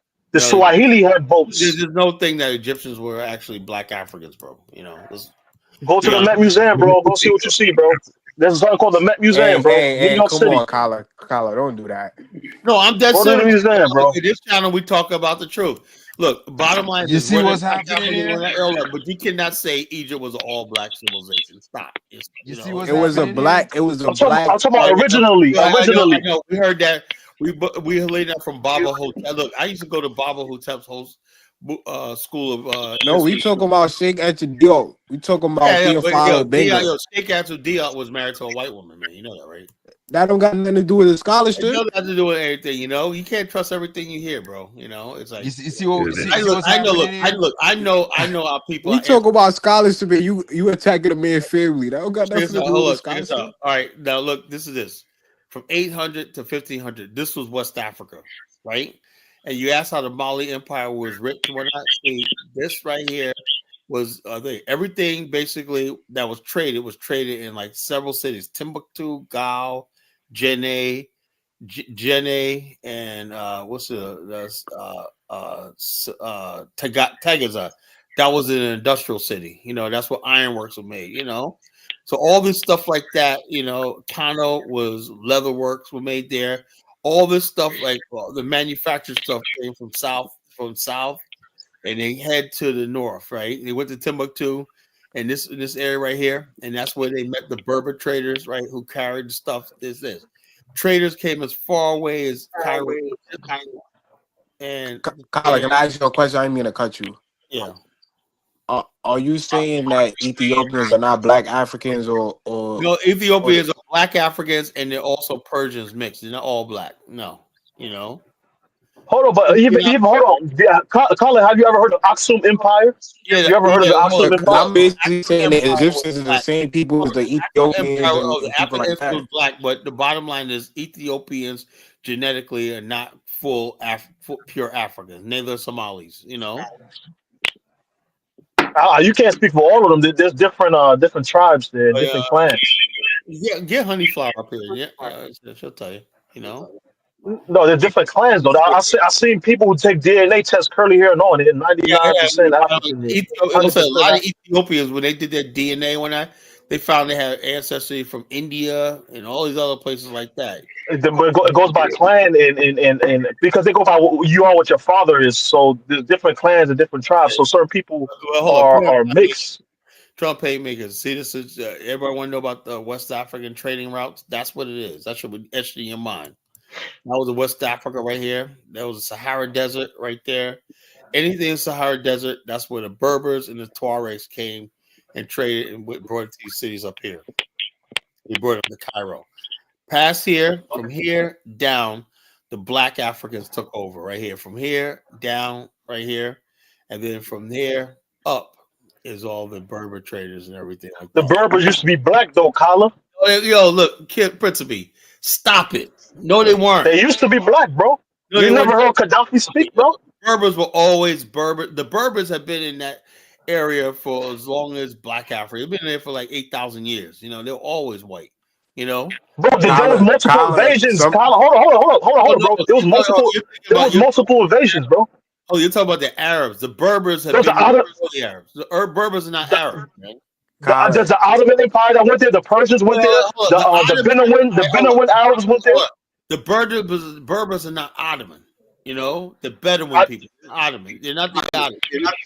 No, but you think they didn't mix with the population and change the population? No. The Berbers, look, the Berbers are a distinct culture from the Arabs and the Muslims. There was even white slavery in the North Africa. So you telling me all that didn't impact the genetic impact of? Berbers are closely related to Ethiopians, but they're white. They have white skin. They're closely related. I get what Princip is saying. Like, do the invasions there? Yeah, I get that. Kala, Egypt was a Nilotic civilization. No. Hold on. This is how it works, bro.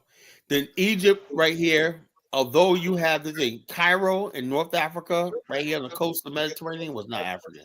The Nile Oh region, my Exactly, God. the Colin. Nile But you region can see was you can see the look, bust of the the kings Nile and the region right queens here, and their African, right? And Egypt right here. This was a crossroads for all types of civilization. There were people from all over the world that lived in this area right here. Yeah, but we're talking about the original people that were there. We're not talking about The okay, original did the people there may population have been eventually black, mix? but that don't mean we could contribute everything that was built in civilization to us. That's the whole thing. Just like you could say, native people in Liberia were here before the American Liberians. But when you say who actually built Liberia, it was the So you American. saying that the outsiders built Egypt? I don't say outside. They were there just as long as the black people were. Let's be honest. Oh, Kala. See, that's a problem. This is what the Nah, whole Kyle, come on, Kyle. yeah, Kala. Yeah. Prince That's of historically inaccurate. allow diversity of thought, no matter how crazy it sounds. Check this out. The person that you guys need to talk to is Chief X. He breaks that. Chief X is There's pseudo. books. Come Why on. gotta speak? Why do I gotta speak with Chief X when this whole book's written from scholars But above Chief X? Yeah, like I said, which 105 said North Africans are white. Yeah, and Greek. Have you seen Chief X? Have you seen Chief X versus Jabari Osaze? The Chief X ate all the Jews up, man. He ate them all. He got his Nah, you're bias. wild. That's Kala master Yo, teacher right Chief there, X man. couldn't even substantiate what North Africa was. But his history, I know. Like I said, I don't need friggin' somebody telling me I built a pyramid to feel good about myself. Nah, Do you know but there you was gotta white be slavery in historically North Africa? correct You know though. that, right? I'll tell you something. Look, everybody on this panel is sub-Saharan African. What you need to do is be proud of what's happened in the Congo, what happened in Central. You can't even really claim Mali because none of y'all got Mali blood. I do have Mali blood. I have Mali and Senegal in my blood. Are the Nilotic people sub-Saharan African? No, they're not. See, Colin, that's kind of dangerous. But those the blackest people in Africa. No, it doesn't matter. Territory. What you're doing is attributing color with race. Color is not color race. You got people with black skin in India. That don't mean they're sub-Saharan African. We're talking about Africa. We're talking about Africa, though. Hold up. You got sub-Saharan Africans that got light skin. What's sub-Saharan Africa? Are you using it interchangeably with Bantu? No, when I say Bantu, I mean sub-Saharan African, including Bantu, including people like the Niger Congo region and whatnot. Africa, sub-Saharan Africa. So how the Nilotic people are not when they in sub-Saharan Africa too? Hold up. They could be somewhat related to sub-Saharan Africa. You could consider them get sub-Saharan African, but they're not related. They're not Bantu though. So what about the Cushitic people? The Cushitic people are not sub-Saharan Africans. No, they reside in Cameroon. They reside in Chad. I got a question, Colin. With all due respect. People in Mali is not Bantu. People in Nigeria is not Bantu. What is he talking about? Okay, we'll say Cushitic people are in. That was common sense, principle. The kingdom of Kush.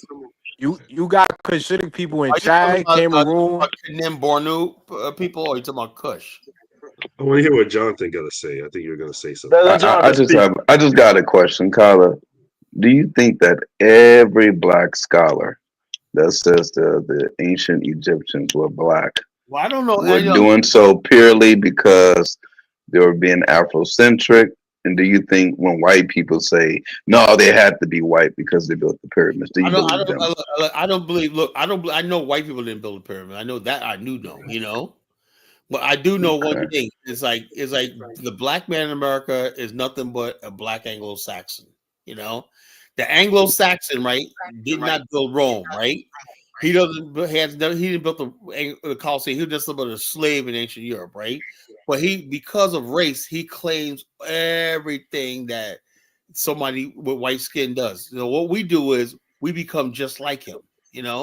We want to be able to say, oh, we did that. When your ancestors basically never probably did anything, right? Let's say somebody black did build the pyramids, right? That has nothing to do with your ancestors or my ancestors.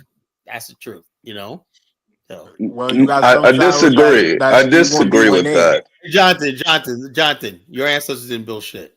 No, Carla, I disagree because you're only talking about Jonathan Miller, whatever your name is, right? Thousands of years ago, your ancestors weren't doing shit. Kala, you're only talking about the people who were brought to America as slaves. Hold up. But according to you in another show, those people migrated from somewhere else. Who were their ancestors? Migrate no place. Your ancestors were taken on the slave ship, right? Against them. Yeah, but we're talking way before that, though. We're not talking about a couple hundred years ago. Your ancestors, look, the people who were great in ancient times didn't end up on the slave ship. You're not. That's bull, bro. A lot of these tribes, they come that from doesn't make tribes. sense, So Colin. people that descend from the Songhai Empire did end up on slave ship. Exactly. You don't see no Bro, slave ship, you know. Those the weaker tribes basically were in the slave ship. Some strong people that would never. That's not true. That's not true. They both got in the slave because if you took one tribe, they're gonna avenge the people that you took from their tribe by attacking your tribe. That's why you see a people that have full descent here, people that have Yoruba descent here, Dioma descent here. Slave catchers went as far as 900 miles into the interior Africa. Everybody on this panel, right? None of your ancestors basically. Look, just be proud of what you are, man. If you're a slave. But Kala. When the white man came to Benin, he saw streetlights. He saw streetlights when he came to Benin. It's written. It's documented. He saw roads when he saw the Great Wall of Benin when he went to Benin. I'm a little confused by what you said earlier, Kala, because you were saying that the Somalians and the Ethiopians, they're not fully Black African. They're Black African, no, for sure, though. But hold on. How were they made? Who mixed them? Look, let's be honest with ourselves, right? Somebody Honeyflower is completely distinguished from somebody, let's say Cynthia Erivo from Nigeria. Bro, I don't look like Cynthia Erivo, bro. At all. People in my family do not. No, I do not. You see me on camera. I have thin lips. Hey, Principe, you're Black. Yeah. You're Black. I know I'm Black. I know I'm Black. So the house. But you're just making a generalization. So what about the house of the Fulani that's in Nigeria? Principe, you're Black. Black is a compass of different features and tones. But wait. The Fulani people, didn't they originate in East Africa or North Africa, Northeast or something like that, and then they migrated down? First of all, let's put it like this. Okay, there's Fulanis and there's the indigenous Fulanis, right? Same thing with the Hausa and the Yoruba and all these people. Part of their ancestors came from the Middle East, North Africa, and stuff like that, and they mixed with indigenous people, right? That's why the Hausas look different, right? The Igbo, same thing, right? These tribes are mixed, two races combined, So the Fulanis are a mixture of indigenous people, Africans of West Africa, and the people who came from what they say. I think they said they came from Samaria or Yemen.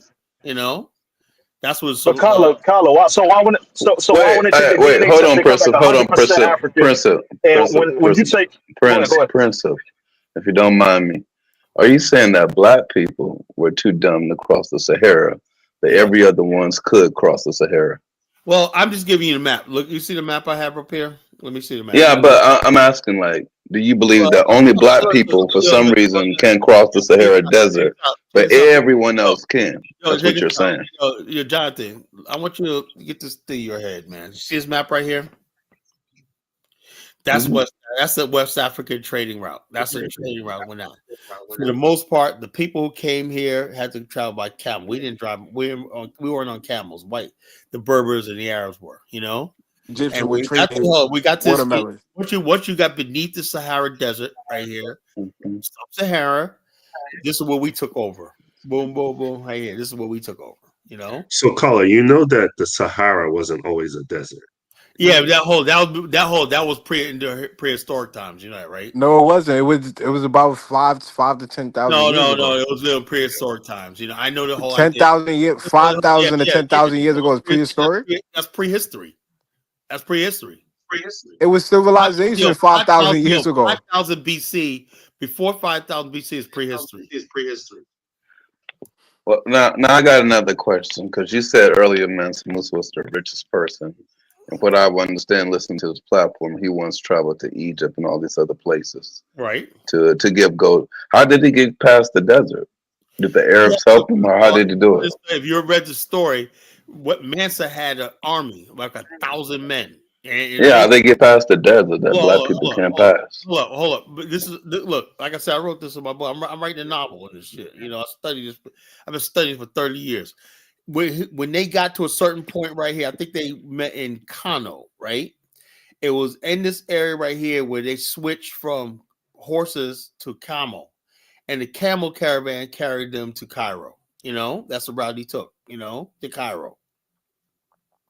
And then on the way back, right, he brought some Islamic scholars with him to come on the way back, same route. Took camels, got to here, and they switched up for horses, rested, and they came back to Timbuktu and whatnot. And he designed 2 new mosques. He had these Arabs from the Middle East design him 2 new mosques. He paid them well.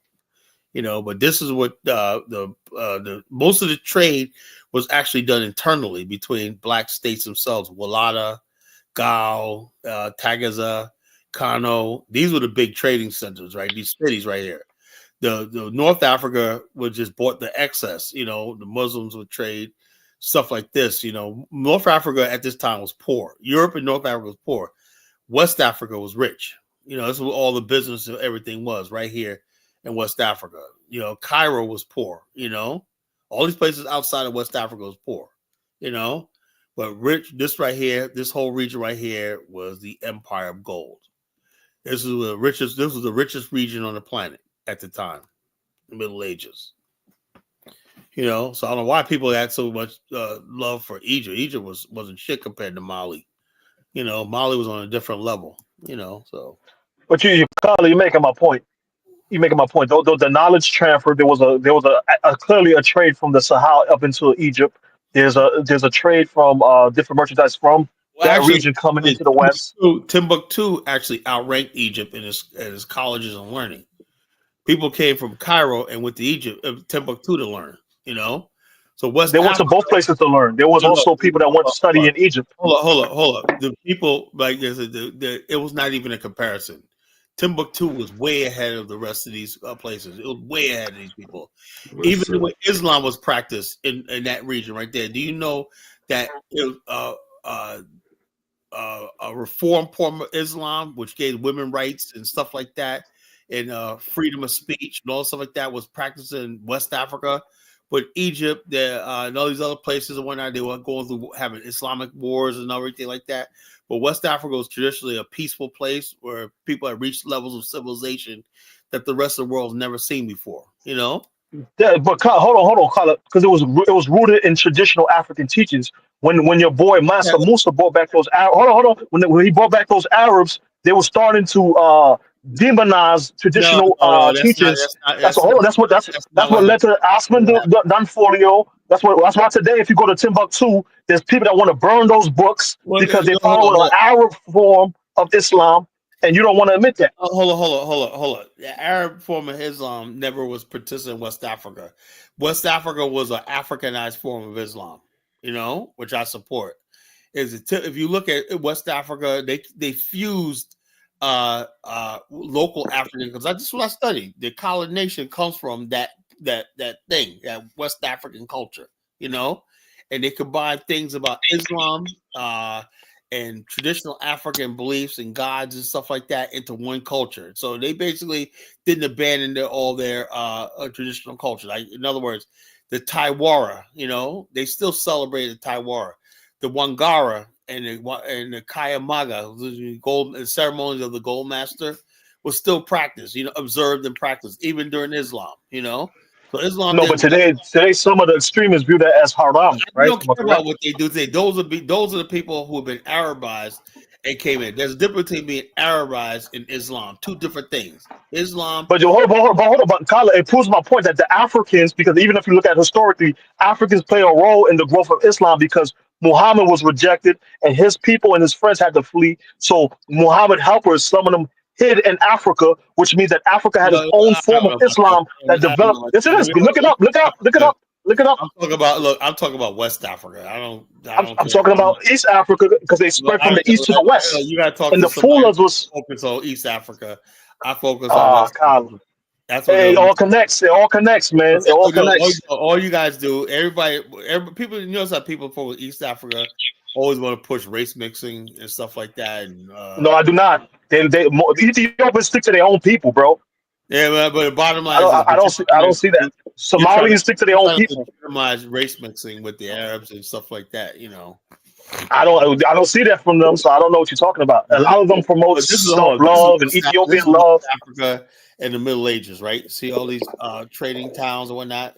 You know, all these things right here, for the most part, most of the stuff that you saw in these towns right here that went south, they weren't made in North Africa, right? They were mostly made in the Middle East and China, right? And they passed through these areas, right?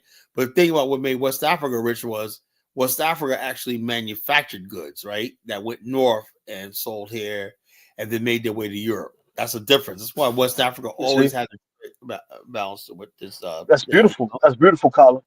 But Kala, I notice a pattern. You want to forfeit the achievements to Africa, such as if you especially if you go Look, I just spent the last one there's just basically, drawings.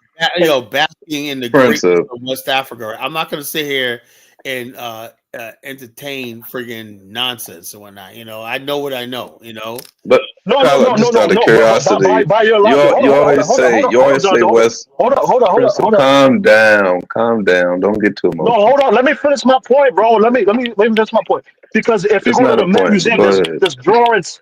It's a point. It's a point. Because if you go to New York, the Met Museum, there's drawings and pictures of Egyptians having boats. According to Kala, there was no trade On the from east to on the west, which first means floor. that I don't know, it's different floors. I went to the Met Museum like 5 years ago, 10 years ago. I yeah, don't they live in had New York boats no on the more. Nile. They had boats on the Nile. Of course they did, bro. No, no, no, but so according to you, we got some. We were unable to get this knowledge and this stuff from No, Egypt. We had to hold wait on. That's 300, different 500 years between boats. later to get it from the Europeans. It's different between boats. Yo, look, let me tell you something, brother. I was watching this thing the other day. I played a video, right, of this freaking cruise ship, right, hit the freaking waves and whatnot, and was basically sink. You know, hit the waves. You know, hit the waves. You know, hit the waves. Hold up, fellas. Go ahead.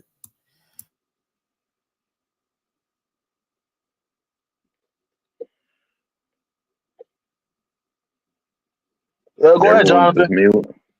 No, but Kyla, I'm asking just out of curiosity. Are you saying that Black Africans are just completely too damn stupid to travel past the Sahara, too dumb to make boats that can go across overseas or anything? And for the most part, Black African history is only one of the slave trade, whether it's the Arab slave trade, because according to what you're saying, is that Black Africans couldn't do anything. They couldn't get anywhere without the assistance of Arabs Yeah. or Berbers. And then outside of that, we either slaves for Arabs or the Berbers or we're slaves for white people. That's Black African history to you.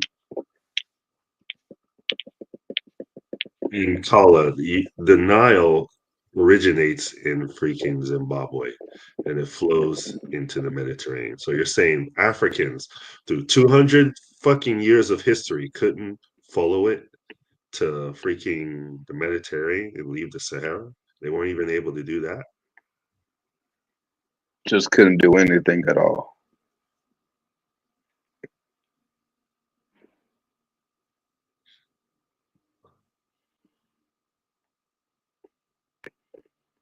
Yeah. Yeah, man. Kala's caught up in propaganda, man. That's why I was saying that it's a danger of perspective. I think J.A. Jao, he dropped down, but it's a danger when you have like a negative perspective, or you allow people to shape a negative perspective of you, because it basically when you start to think, and you especially what the title of the show is, he's talking about becoming a man, da da da da da, manhood, da da da da da. You can't stand on your 2 feet if you believe you're inferior, because basically you accept inferiority. And when he's showing the maps that prove opposite of what he's talking about. He's showing maps that prove migration and trade patterns throughout ancient Africa, but he in his own mind he's saying something contradictory to what the maps are saying. No, It's I'm not crazy. saying contradict. I'm saying, look, I'm saying everything. I'm not gonna look. What you guys want me to do is go along with it. If I really believe what you're saying and whatnot, because I used to believe in all that shit before whatnot. Yeah, man, Negroes built the friggin' this. Negroes did this whatnot. I'm willing to accept. Well, I'm proud of West Africa. I know that was a Black African civilization. You know, I know 100%. I study it whatnot. You know. I know that's what it is, right? That's what I'm proud of, you know. But I basically, if I don't think that my race did something, I'm not going to claim it. As simple as that. That's now. I wish I had better news for you, but that's just the way I feel. Now, but hold on. If it makes you feel better and you want to believe Egyptians were black, hey, look, white people believe shit that Egyptians were white. They make themselves feel better, right? Go ahead and believe Egyptians were black. I'm saying just don't ask me to do it.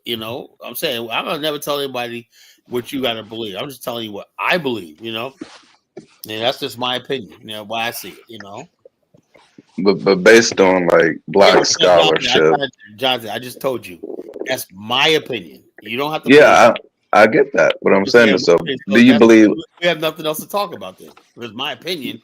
That's it, man. I'm not questioning your opinion, but I'm questioning. There's nothing else to talk about. Let me finish the question. Let me finish the question. You're never going to get that shit. Kyle, I'm pretty certain as a black nationalist, you have watched plenty of debates between Akala Muhammad and a white person, John Henry Clark and a white person, Amos Wilson and a white person, and every single one of those debates, for every reason. Let me finish the question. Very proud of them, but do you think they were all liars? I just think people are not misinformed. I think we are. I think we are misinformed.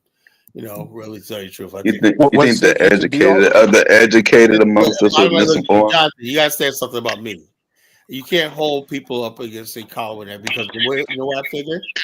I figure if anybody was anything right, I wouldn't be here right now. I'd be out living my life, and these people would have solved all the problems that I think we're going through right now.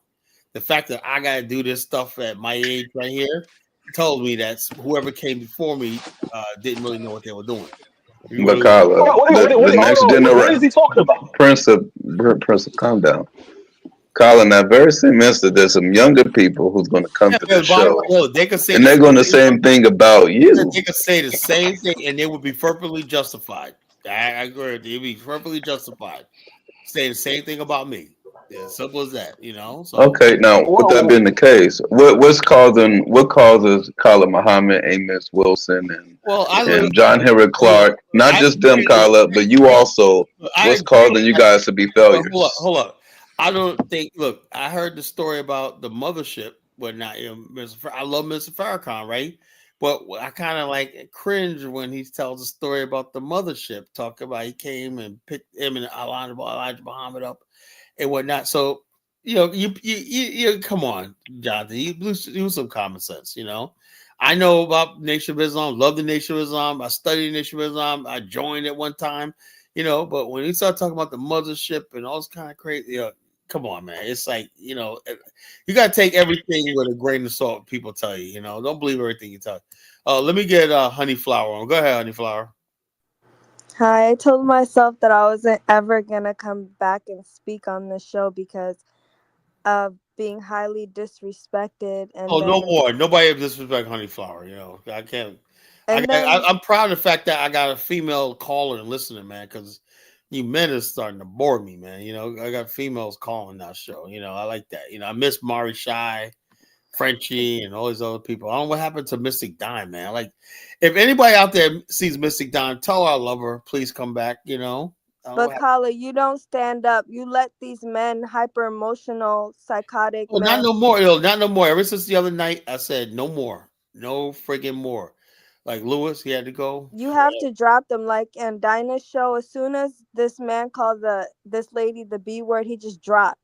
He didn't like. Somebody called somebody the B word? Yeah, and he dropped them. And there was so much cursing and yelling. Like I said, I'm not going to. Now on going forward, I'm not going to have that. It's like I can't do that because I'll go back and listen to these shows and whatnot. I'm saying to myself, what I'm doing. When people are going. People are acting degenerate. I always think people are going to catch themselves and so then when they keep doing it, and I'm like, shit, man. Black people are hyper emotional. They're very hyper emotional, and it's like that video where they were cussing each other out. I clicked on other videos from Dynas, and I saw that most of his videos have ads, but that particular one was not monetized.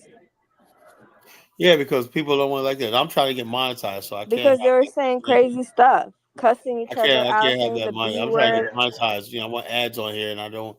I want people like when channel grows, if people want to put ads up here and shit like that, like this. So, Because Kala, I don't like arguing with men because some men are actually not mentally okay, and they're actually. what do you think about this topic? An appeal to No, black I men. just want to say real quick, like they're not mentally okay. They seem like they're okay in the mind, but they're actually cuckoo. And so that's why I don't spend my time arguing with people because I don't know what may be psychologically wrong with them. But I wanted to make a comment about the whole Egyptian thing because when they say, "Oh, we built the pyramids," okay. Now, it's one thing if someone like me says that because I am nihilistic. I can say, okay, my people may have built the pyramids, but someone who's like Nigerian or Bantu saying that, it's just, there's no linkage to that at all to claim it. So And now that's you're my not point. black. So now you're not black either. No, I am black, but Well, nihilism. according to Kala said that a lot of people are not black. Well, he's No, I right said you're about not Ethiopians sub-Saharan being African mixed. black. He's right about that. That's a fact. Ethiopians are mixed, but Ethiopians we're not still nomadic. Africans. To be fair, I've been to Ethiopia. Not all Ethiopians are mixed. Yeah, that's what I'm saying. You got some Not all, Ethiopians but that are black, and you got some even the There's a dark, whole even lot of the them that dark ain't mixed ones. to hell. And they look just or like every other Ramos, African. Ramos, whatever. But I'm saying, but when you think when people think of my Ethiopian girl, you know what they're thinking about. Yeah, the one that's advertised all the time, but that's not. Long hair. That's it. Racial ambiguous. They're thinking of somebody racial ambiguous.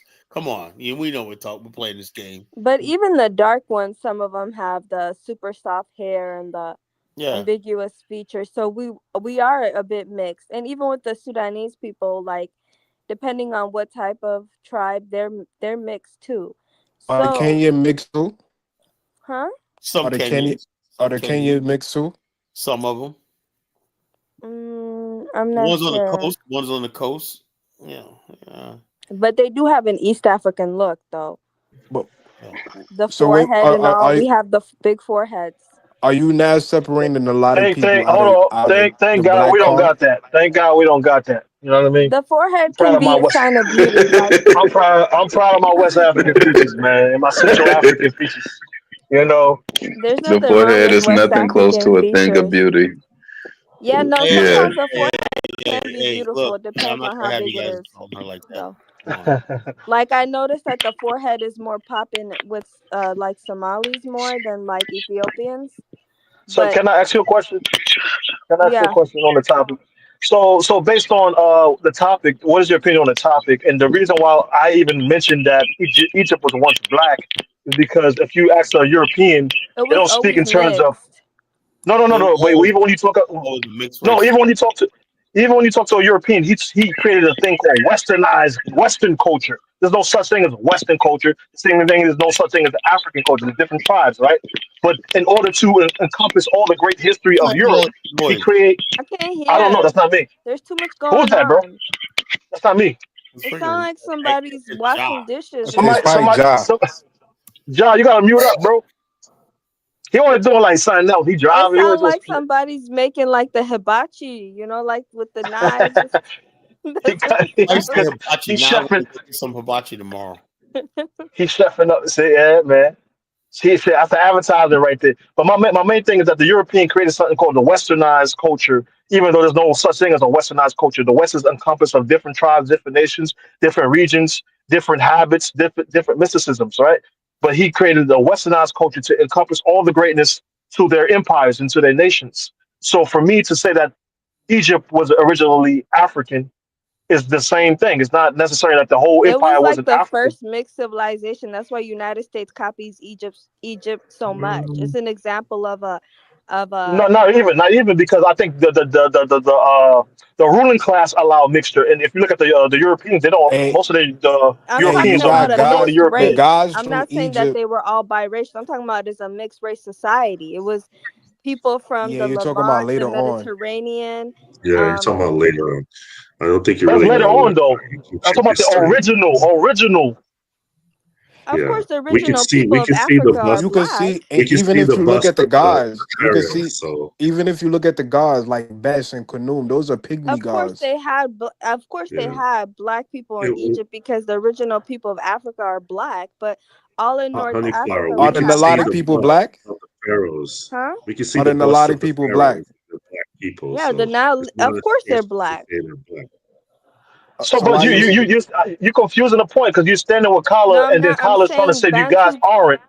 I people, never like, said for they weren't example, black. I'm African saying, like she just Americans. said. Oh, African look, Americans bottom are line, not hold up. nihilotic. If she says Okay, that's true. the people who built pyramids come from like people that look like her and her lineage, Nihilotic, East Africa, like where she is right here. Sudanese and stuff. Yeah, I'm saying, Nubians. but they don't come from people who look like. Nobody's denying that. Nobody ever said Exactly. Bantu people built the pyramids. Yeah, but But that's what when We're you you're not say, saying implying. You said okay, we're saying black people. We're not saying yeah, are but hold we on. If they don't, actually hold descend on. from. Like I said, I make a You're distinction taking it too between. literal. I like a but distinction between. there is a What you're doing. distinction, though. Hold up, DK. What You you're have to doing be is historically you're accurate. becoming the white man. The white man does that, right? It's like an Irishman in Ireland never create anything. Talk Kala, about we speaking look, a white man language, so we got to talk Hold on. colloquially. They'll say, "What a white man? If a white racist from Scotland says something like, yeah, man, look at our civilization. We built the Roman Colosseum.' No, you didn't build the Roman because the Romans built the Colosseum. Just because you Kala, got you sounding pro tribe right now. You want to be more specific, so you're talking Yeah, It's about called tribe. and I'm historical saying, no, Yeah, I'm not accuracy. going to take credit for something I we're know not. my we're blood. not. Kala knows his ancestors didn't build We're the Nobody on not this taking panel pyramids. said credit. that He we We're knows just his built saying pyramids. black ancestors didn't people build the did it. That's pyramids. all. You know, Maybe We just my we're said not black saying ancestors people. her We did. lineage just said did it. we just say Egypt was a black Well, civilization. well, well, This well, is well. mixed. Hold on a second, because we have to be What you honest mean here. mix? Kyla, your DNA, you also have white in your DNA.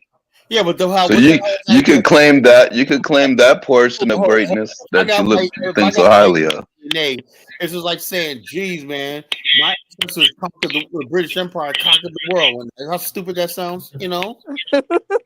Hell, come on, man. Still your That ancestors, though, right? Pakistan You know, white bottom that line, you no, but I'm have. not gonna claim it, you know, because I know I'll be like this. It's always like the odds maker, like it's always by default, whatever. Like this. Look, I know that 85 to 88% of my DNA come from Black Africa beneath What the part? Sahara Desert, and my ancestors came from the Congo Angola region right here 400 years ago. I've been getting my ass kicked. Wait, Kyla. What? Congo and Angola is not Are West Bantu the Africa. only You've black been people in talking West Africa? Africa the whole time. Look. And When I say, say West Africa, I mean the whole coastline of West Africa. oh, see, now, so you generalize on West Africa, but you don't want to generalize. So, But why do you My guys focus ancestors on also come Egypt, from though? Your Eastern ancestors I Nigeria. didn't did not. focus. You need to We talking focus about on where boats. your We talking. Hold on, ancestors came no. My from. No, Listen. it's We're not talking that. about The boat problem making. You is said that that boats. when one Let race me go. goes against another race, no one's dividing things up by particular ethnic groups. There are a whole bunch of ethnic groups in Europe that ain't done a damn thing, But honey flower, this is a but they Bantu. This is a all Bantu claim channel. one big white race. Yeah, And if but you're going to be a black race going up against people who claim a whole white race, you got to claim the whole damn thing too. Don't try to be like, I'm Right. African American and we did this can a against a whole race of people. That's not Yeah, but intelligent. we say the ancient Egyptians were black. You say, well, you don't What I'm descend getting from that. from You're a it, Bantu. It's like, what basically, the fuck, Bantu are the man? only You black can't be people. The proud to say Nilotite black people people did that. ain't black. The Kushites ain't black. The Oromo and all these other people ain't black, according to Kala and Honeyflower. Exactly, man. You get it now, right? They are I heard black. you They're said just mixed a the little Mali bit. They're Empire So was why are black. you black. telling I us heard to you say only that. focus on West Africa when this is a Pan Because that's African where your channel? ancestors come from. Nope. You know, But this is a But Pan. Carla, hold on. Kyla, your ancestors didn't all come from West Africa. You my just said ancestors that when came. you Most of my ancestors came from the African continent. So what about Central but Africa? not None West of our Africa. ancestors came from Yeah, Central hold on. Africa. My ancestors come from Eastern Nigeria, Mali, and Cameroon, and Angola, Congo. That's my Yeah. ancestors. Those last three in West Africa. That's not the Yeah, so sub-Saharan. I got ancestors in all those He places. has no connection to the pyramids. I have no connection to the. You know that. What does that got to do with speaking on Pan Africanism? Well, I have no connection to the pyramid, so I don't know. Your ancestors didn't build the pyramids. That's We the know point. that. We not. Nobody said our answers. Hold on, honey flower. When you speak about the Europeans, you attribute the whole European as success, which is a false No, I concept. don't. Because No, what you no. do, you said Look, that you say No, blacks I in general. don't. You're I'll only tell speaking Irish. blacks in general. I'll tell you. Look, Principe. I told Yeah, go Irish ahead. Germans. I told Irish Germans, y'all didn't do shit. Y'all was slaves. Yeah, the Italians and shit, they didn't really do much until Even the Italians the that you other see whites today came weren't the here. Romans. Yeah. Well, you usually speak in generalizations, and even when you talk about African history, you talk about when I Somebody asked you in the about, comments said the Congolese are the original Irish and the I don't know original about that. Welsh. Yeah, see, this is what I'm I talking don't know about. about This is the Christian. He must be a student This of is the we Johnson was Miller and kings. Principe. We was kings. We So was this is the kings. That thing. white supremacist talking. It's In not this true. I even heard that fucking the original Vikings were black. in I've heard The the original samurai samurais. were black. Listening to I've heard you Buddha was listening to black. Hebrew Israelites. You Negroes. never heard nobody from Pan-Africanism talk about the Vikings or these people is black. I've heard it all, bro. I've heard it too. I've heard Yeah. that. You never I've heard heard the nobody with an original RBG flag. samurais were Dude, I black. heard you crazy Negroes say the shit I heard. That's what made me get on this thing right here, like I'm talking about. I've heard the most crazy shit over the last 15 years, man. I said You're talking about Hebrew Israelites and Moors no, and I'm people heard like about that. all y'all I even Negroes, heard man. the aliens are black. Yeah, man, mothership and whatnot. Sun, moon, and stars. hold Now on. I know Hold that on, Carla. now I Ancient know that the Egypt was Nomadic black. people That's it. all the way That's up the it. Nile is not We black were no talking more. about Vikings, No, they're Chinese. not, man. Always Just said this ancient of Egypt. sub-Saharan Africa. Civilization in Africa is black, and that's a problem for some people. In this conversation, I mostly believe I agree with Carla and stuff like that. His general position and Honey's general Honeyflower. position. So But you I believe could that a lot see of people ain't black either. no, but I can see what you're saying because if you listen to Honeyflower says they are black, right? She just said no. She said they not Bantu. So I'm saying that black is only No, Bantu. but she says they are Bantu. black. They're black. Yes, of course they're black. So this is the thing. What's the problem when we say that Egypt was a black civilization? So this is what I'm saying. Hold up. This if is you what go, I'm saying. I'm just right, if you want me to be technical, I'm gonna just say the Egyptian But you civilization didn't. is Your an alive ancestors didn't build the civilization. pyramids. It's not. It's a lie. We're not talking about. We're not talking about Bantu people. I agree with You have your to position. be accurate. I agree with the brother's position in the sense that you can look to Egypt, right? Say for inspiration. As an African civilization, say, right? Or No different than a Russian or somebody from Nordic Europe. Or it's like a multiracial thing. But at the end of the day, once we get through that whole debate, if you don't learn from the Egyptian successes and failures, regardless of color, if you don't learn from the Roman successes and failures, the British Empire successes and failures, the Chinese successes and failures, Japanese, whatever, no matter where they come from, the Aztecs, if you don't learn from their successes and failures, then you end up with the same result that they had, right? So at the end of the day, that's what's really, really important, because at the end of the day, we're all human beings. Any human being, no matter your color, height, weight, all that, can have kids with another human being on this planet. And that kid can have a kid. So at the end of the day, we're all the same, generally speaking. So that's what's the main I don't goal hate Bantu. Somebody said I hate Bantu. That's Well, crazy. I agree with what you're saying, that if we all don't learn from each other's failures. Now, on the opposite of that, right? What Kala is saying and what the sister is saying is actually a part of the problem that caused us to have all of these failures in the beginning. Because now we're going to wait, Kala. Because now we're going to look at everything from an individual standpoint rather than the whole black unity standpoint, which was the purpose of the Pan-African idea anyway. Unity. When you go to Somalia, they call black Africans hard hair, Jarer, and stuff like that. I guess I saw And they find out they black when, and they find out when they come to America. Like how that little kid from how That's that Somali. just like how that The little one in New York Somali got boy caught. found out he was a nigga on that playground. They found out they just in other words, as black as a you Bantu. are what when white people deem you a nigga, you're a nigga now, right? I'm just saying they claim they not black and then they come to America and then they claim they black when a white man call them niggas. Yeah, so Look the at Minnesota.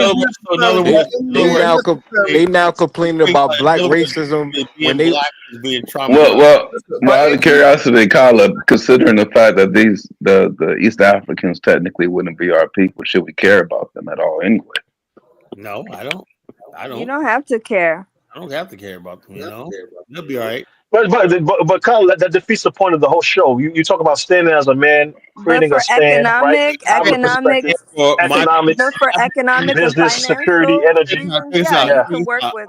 I'm an African American. Why should we work with East Africans if y'all don't care? We should just care about the Bantu people on Africa. I didn't say you should just Who do you think I care. want to You build an shouldn't just African care. at? Who do you think I want to build an African at? Egypt? No, I want to build in the freaking Congo somewhere. I agree. I agree with you.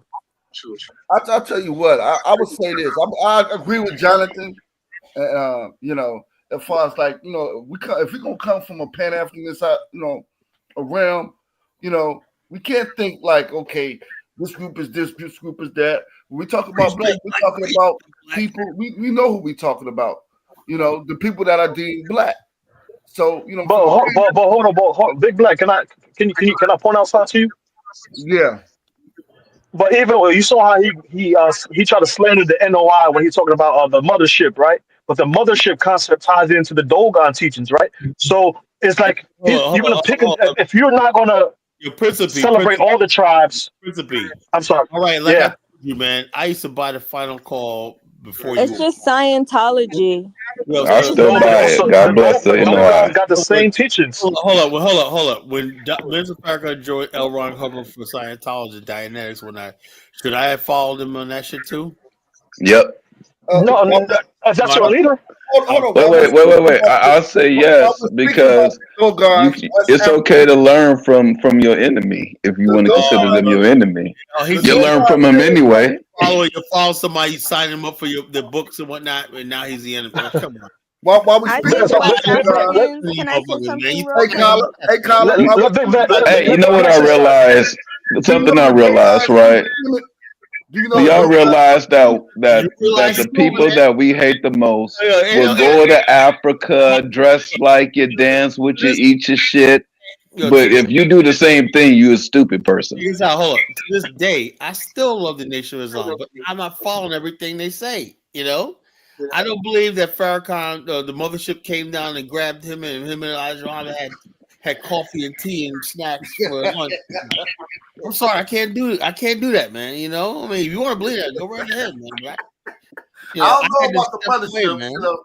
That's called the alien abduction. So yeah, I will say the Dogon. Why did he call? Who the hell's alien abductions? What part? NASA. Why did he call NASA? You know. So in a way, there's a connection. There actually is a connection to West Africa and Kemet. The Dogons come from Kemet. Their ancestors come from Kemet. That's the mythical place called Kemet. Yeah. Wait, where's the Dogon tribe from? West Africa. But when scientists, y'all graduated, they're desert dwelling people. Yo, check us out. I can see y'all graduated from. No, they reside on a cliff. They're not not nomadic. What type of people are they? Are they desert dwellers? Because you know the Nubians and Nilotic people, they're desert dwellers. They ride camels. They have, camels didn't exist in Africa. Let me say this, Wildflower. Yes, it did. What are you talking about? They ride camels in Sudan. Now I'm talking. Now they do. Camels were around in West Africa thousands of years. The Arabs, the people, the desert people use those. Yeah, desert animals. Yeah, exactly. Let me say this real quick. I'm sorry. The distance between the Earth and the Moon.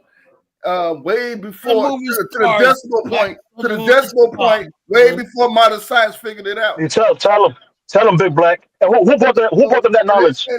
And they said they got that their ancestors from ancient Kemet. The ancestors. Yeah, From a, the white No, the Egyptians took they our Dogon. said, culture. no, The hold white on. The Egyptians Dogon, took our hold on, culture. hold on.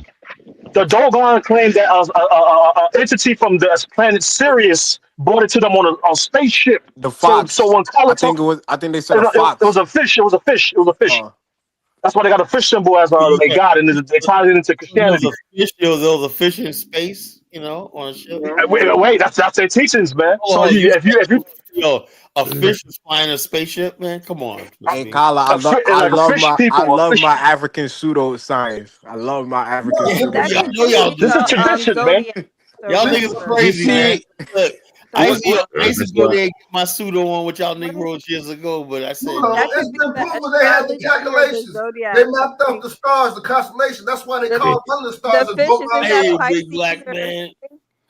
Yeah, But that's but what but that's but what you we can't that's deny what you happens can't when deny that you try to you you can't try to deny get that away. they discovered Sirius C, the hidden stars. Yeah, we know that. We know that. Yeah. The What nebula star. is because they said that somebody Without modern technology. the Dogon, somebody came down from space. The Dogon. That's the only Kala, way. you need to read the comments from an early story. Is this person trolling or is this real? Like, I'm so I know a person that doesn't travel if they don't pay attention to the world's road. What the fuck is he talking about?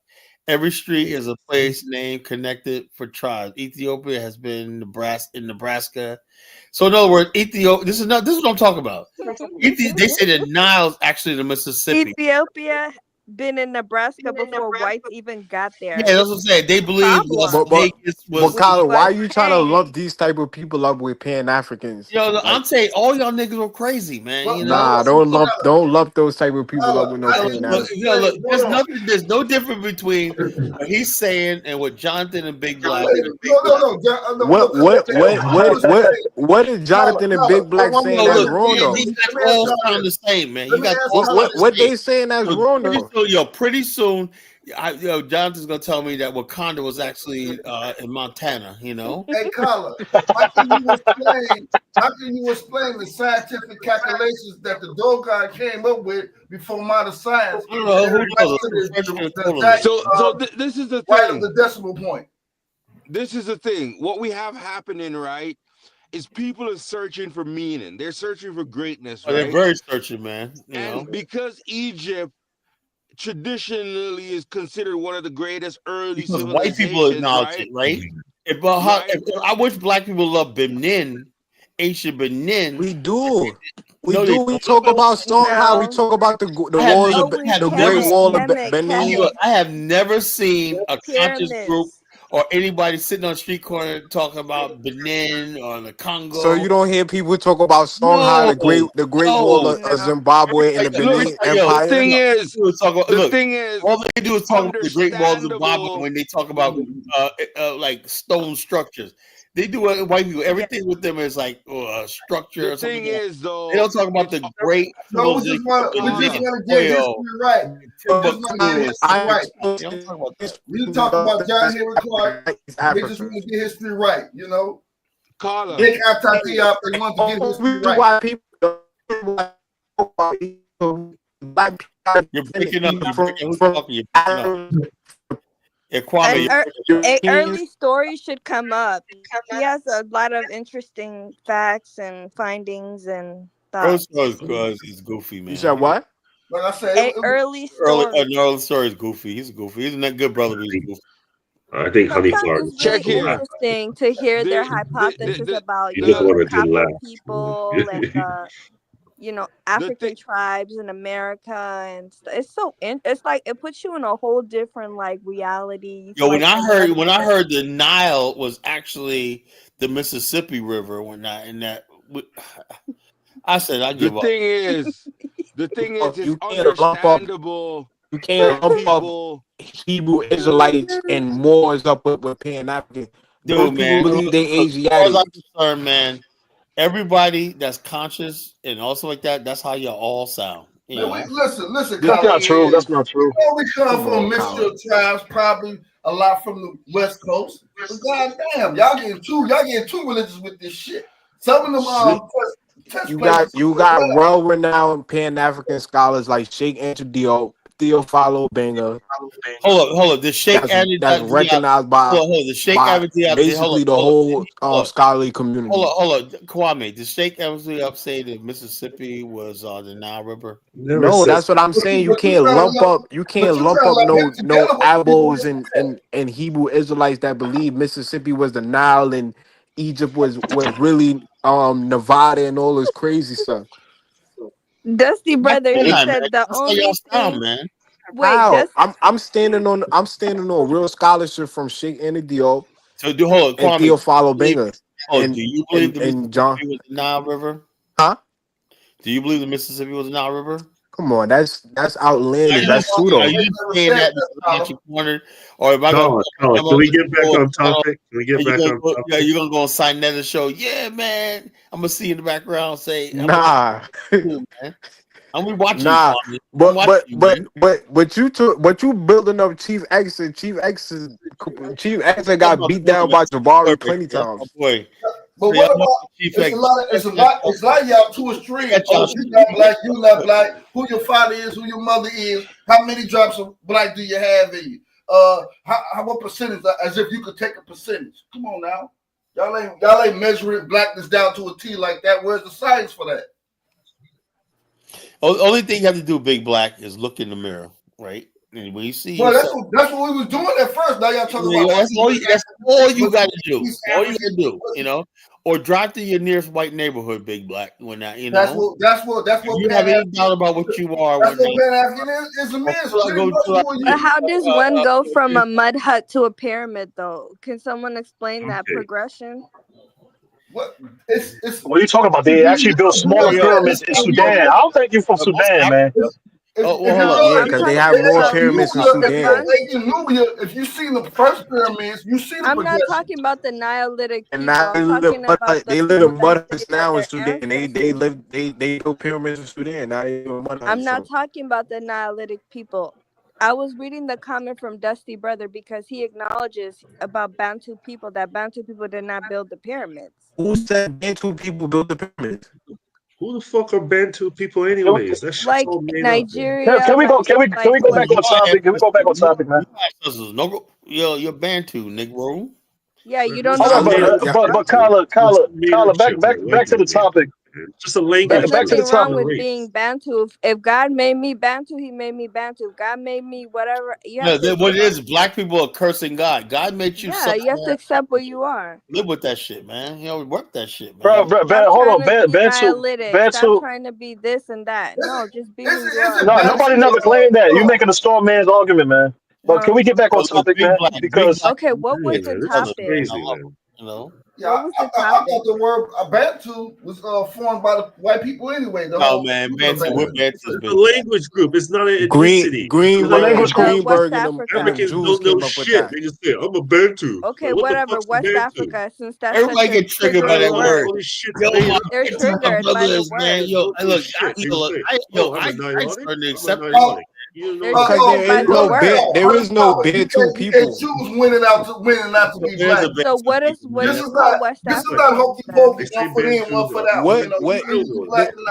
Hold on, one at a time, man. Nobody can hear y'all. One at a time. What do you call West Africans then? Africans, I don't know. West Africans. There's different tribes. They're gonna go by some general term. You call like Niger Congo. Niger Congo is just a region. It's not a real thing. There's thousands of different tribes. That's what I'm saying. It's just generalizations. Mud is the most primitive form of building. The people you build in stone, limestone and stone, the seal stone. That's why structures of stone last thousands of years. Mud got to be changed every year because of rain. But hold on, there's storms. There's all types of situations. There's tornadoes. So the stone. Hold on, Principe, you are definitely a Bantu, my brother, man, because Bantus love mud, man. There's nothing wrong with it, bro. We could build more homes if we combine traditional and modern techniques to solve our problems. I don't see no problem with that. Timbuktu is a mud. It was built out of mud too. They was actually brick, mud brick. Y'all claiming all this stuff. White man came and made all these goddamn boundaries anyway. There's nothing wrong with your history and with your people. Just have pride in who you are. There's nothing wrong with it. If you want to be honest, I got pride wherever if you really want to be honest, West Africa is the best part of Africa. We're the best side, bro. We're the best side. We got the most beautiful women. Yeah. And West Africa is the only place the most that three popping culture. empires exist at the same time. It's okay. I have That's some not true. Senegal. That's I not have true. Somali in me, a little bit percentage. I mean, I do too, but we reject you. We reject you though. We reject you. Why do you Too much reject me? slander. I don't reject my You do a black lot. people. Nah, you're not black no You more. You're black. You Nalotic. black. You black. you're You black. Nalotic. You black. You're Nalotic. You black. I'm not saying that you're not black. I'm just trying to say that you do a lot of slandering of black people in general. You even sour Yeah, collar because to black say that. people need to change. Like, No, but hold on. But the title of the show even is my people need to, man, they need to develop their countries. The whole poop house comment I made that triggered Lewis was about Colin, Ethiopia. go ahead and make her Lewis co-host. slipped out, man. It was They got about Lewis let her finish. Ethiopia. My Let her mom finish. Let her told me finish. that. Mad about My that. mom She told earned me the in co-host. Let her Ethiopia they built finish. houses out of poop. Lewis got so Yeah, triggered. exactly. There's nothing wrong with that. There's nothing wrong with that. Yeah, so I threw my own people under the bus. I wasn't talking about West Africa. I don't even know enough about West Africa to say No, that they but the built same houses out of poop. the But same they didn't Lewis build have no houses out of problem. mud. Yeah, but we embrace techniques that you manure over food as hygienic because the European agrees with it. It's not hygienic. It's please talk about your disgusting. haters, man. Yeah, we're not. Hey, Like, there's no Use manure as There's no compost best. as a compost to help the earth. Yeah, cow dung. I like exactly. So we embrace that. Pals, if you guys would think like that, please go back to the third world. You know. Wait, so Sudan, Sudan eat cow dung cookies too, like the Indians? We don't eat cow poop. I don't like this. Hey, Carla, I don't have a problem with the South Africans saying, "Hey, we black people created the almanac." I don't have a problem with that. That's fake. That's not true. That No scholar would support. No scholar support. That's pseudoscience. No, I said we black people, meaning we as a race. But we then what? The Olmecs? We have nothing to do with that. The almanac. The almanac. Well, let's put it in thing. Let me say, what is that? Right. That's like a flower. They give you general information, and it tells you it's like it tells you the general information about a certain time period. Spirituality. Yeah, that's true. No. Oh, okay. Yeah, but there's no even best. If we go with talking about best, that's where you're going to fail, because if you start thinking the best of this and the best of that. My name Al Zargali created the almanac. This says, now it was rumored that Benjamin Banneker did. So here's it says right here: did Benjamin Banneker invent the almanac? All right, no. Benjamin Banneker did not invent the almanac. He did create publish one of the first almanacs in America. Almanacs were already a common form of knowledge dissemination through his time, containing weather, data, astronomical events, and other useful information. Okay, Banneker's almanac was particularly notable because he was one of the first African Americans to gain recognition of scientific mathematical abilities. You know, so basically, okay, Carla. I wouldn't mind if a South African said, "We black people." Yeah, hold on. What you're saying is this: we didn't create the almanac, Big Black. Okay. So I would be mad if a South African said, "We black people created the stoplight." Okay, you gonna go with the stoplight? Let's see. Did we actually create the stoplight? There's no really create the stoplight. There's no best. You know what I mean? Like, there's no. What? I think an African American created the stop. There's some African American inventions. A lot of African inventions. Yeah. I'm just messing with Big Black. Yeah, African American created the stoplight, but I wouldn't mind if it wouldn't bother me if a South African said, "We black people." Hold up. Garrett Morgan, African American. You know, wow, man. Like I said, Can you guys hear me? Yeah, I'm proud. An African would not say that they created the stoplight. That's how you not every African. You're not every African. What I'm saying is, if a South African said, "We black we black people, we the black race create the stoplight. I wouldn't get mad about that. Yo, hold. How about this, Big Black? Let me ask you a question. This is for Big Black. They wouldn't say we. They would say a black man. You're not everybody. It's over a million you're black not. people. We're talking about the black race. Hold up, Big Black only. There was a lot of people who came here that I've said, Michael Olawale, a few of them like this, said we basically take all the inventions of our ancestors back in the days, but we don't associate that with you guys. You know, in other words, basically, although they'll say, yeah, I embrace Garrett Morgan, I embrace Benjamin back with that, but I don't accept Black Americans. I accept their ancestors mine because they did something great. Are you cool with that? Some of them do, some of them don't. What I'm saying Well, but you think that's right that somebody could come in and basically embrace achievement of Black America without embracing Black America? Well, that's on a personal level. Yeah, but that's what it's confusing because the bottom line is the same as I could be. I know for a fact. Although I'm basically proud of the Black people who participated in the building of Egypt and Ethiopia and that, I'm not going to sit there and claim that because that's not my heritage. We've been exactly. That's not your heritage. Recently, because of the recent climate of what's been going on, you know, in America, right? Yeah, like but I wouldn't say my ancestors created the stoplight. No, that's crazy. I'm not African American. But just like I said, from South African American created that's you, honey. That's you. But if that's you. That's but the if truth. A South that's African, the truth. You have to tell the truth. If a South African said that we as Black people create the stoplight, I wouldn't have a problem with that. You talking to pan-Africanism, but you don't know what. But you don't understand. Honeyflower, are you a pan-African? Are you a pan-Africanist? What pan-Africanism is? You don't. No, because I'm not a pan-Africanism because you know why? Because I realize basically that it's not real. It's no, not real. West Africa, it's not real. So why you? So what do you believe? Along with each other. What do you subscribe to then? Tell them what y'all want to be. You anti-pan-Africanist. I'm not anti-Pan-African. I wish it was real, but it's not. I'm sorry. So what do you subscribe to? Sweetheart? She aligns with Kala, bro. She aligns with Kala. Kala, this is Kala's baby girl. This is Kala Nation's first lady. That's the princess of Kala Nation right here. Oh, okay. Can I speak? Let Honeyflower speak. Let's play about you're speaking over. So, in my mind, when I see a Black person, no matter where they're from, no matter their tribe, I know that they're Black. I don't have no confusion in my mind, right? But I don't believe in Pan-Africanism because I noticed that within West Africa, there's division. Within East Africa, there's division. Within South Africa, there's division.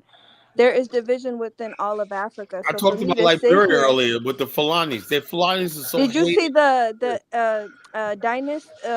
How the people were fighting on there, the Nigerians and the Liberians. I was like, whoa. What was this? I gotta hear. There was hate. It was like they were getting at this Liberian guy saying, "Oh, your country." It was Ola. Yeah, they're like Liberia ain't shit. He was telling. Wow, they came after Liberians. I should have been in to protect. It was Liberian. It was one Liberian. I said that in the chat. Nigerian. What day? What show was this? I got today. Today he had show today. It was the last one. Yeah, the last. No, yesterday's show. It was yesterday. Well, so can you guys hear me? People sounded like they wanted to beat each other up.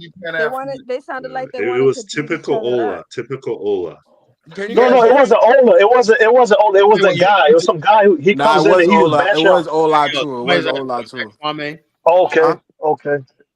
Would you say? So the hatred that they have amongst each other, it's like I cannot trust Africans to ever come together. Well, but Honeyflower, is that unique? Honeyflower, is that unique to us? Because all I know is Black race. Neighbor. Can you guys hear me? If some of these people were in a room with knives and guns, people would be dead. You know. Oh man. Yes, it would. Yeah, people would be dead. Nonsense, man. So, Honeyflower, you're not a Pan-African, but you just support the idea.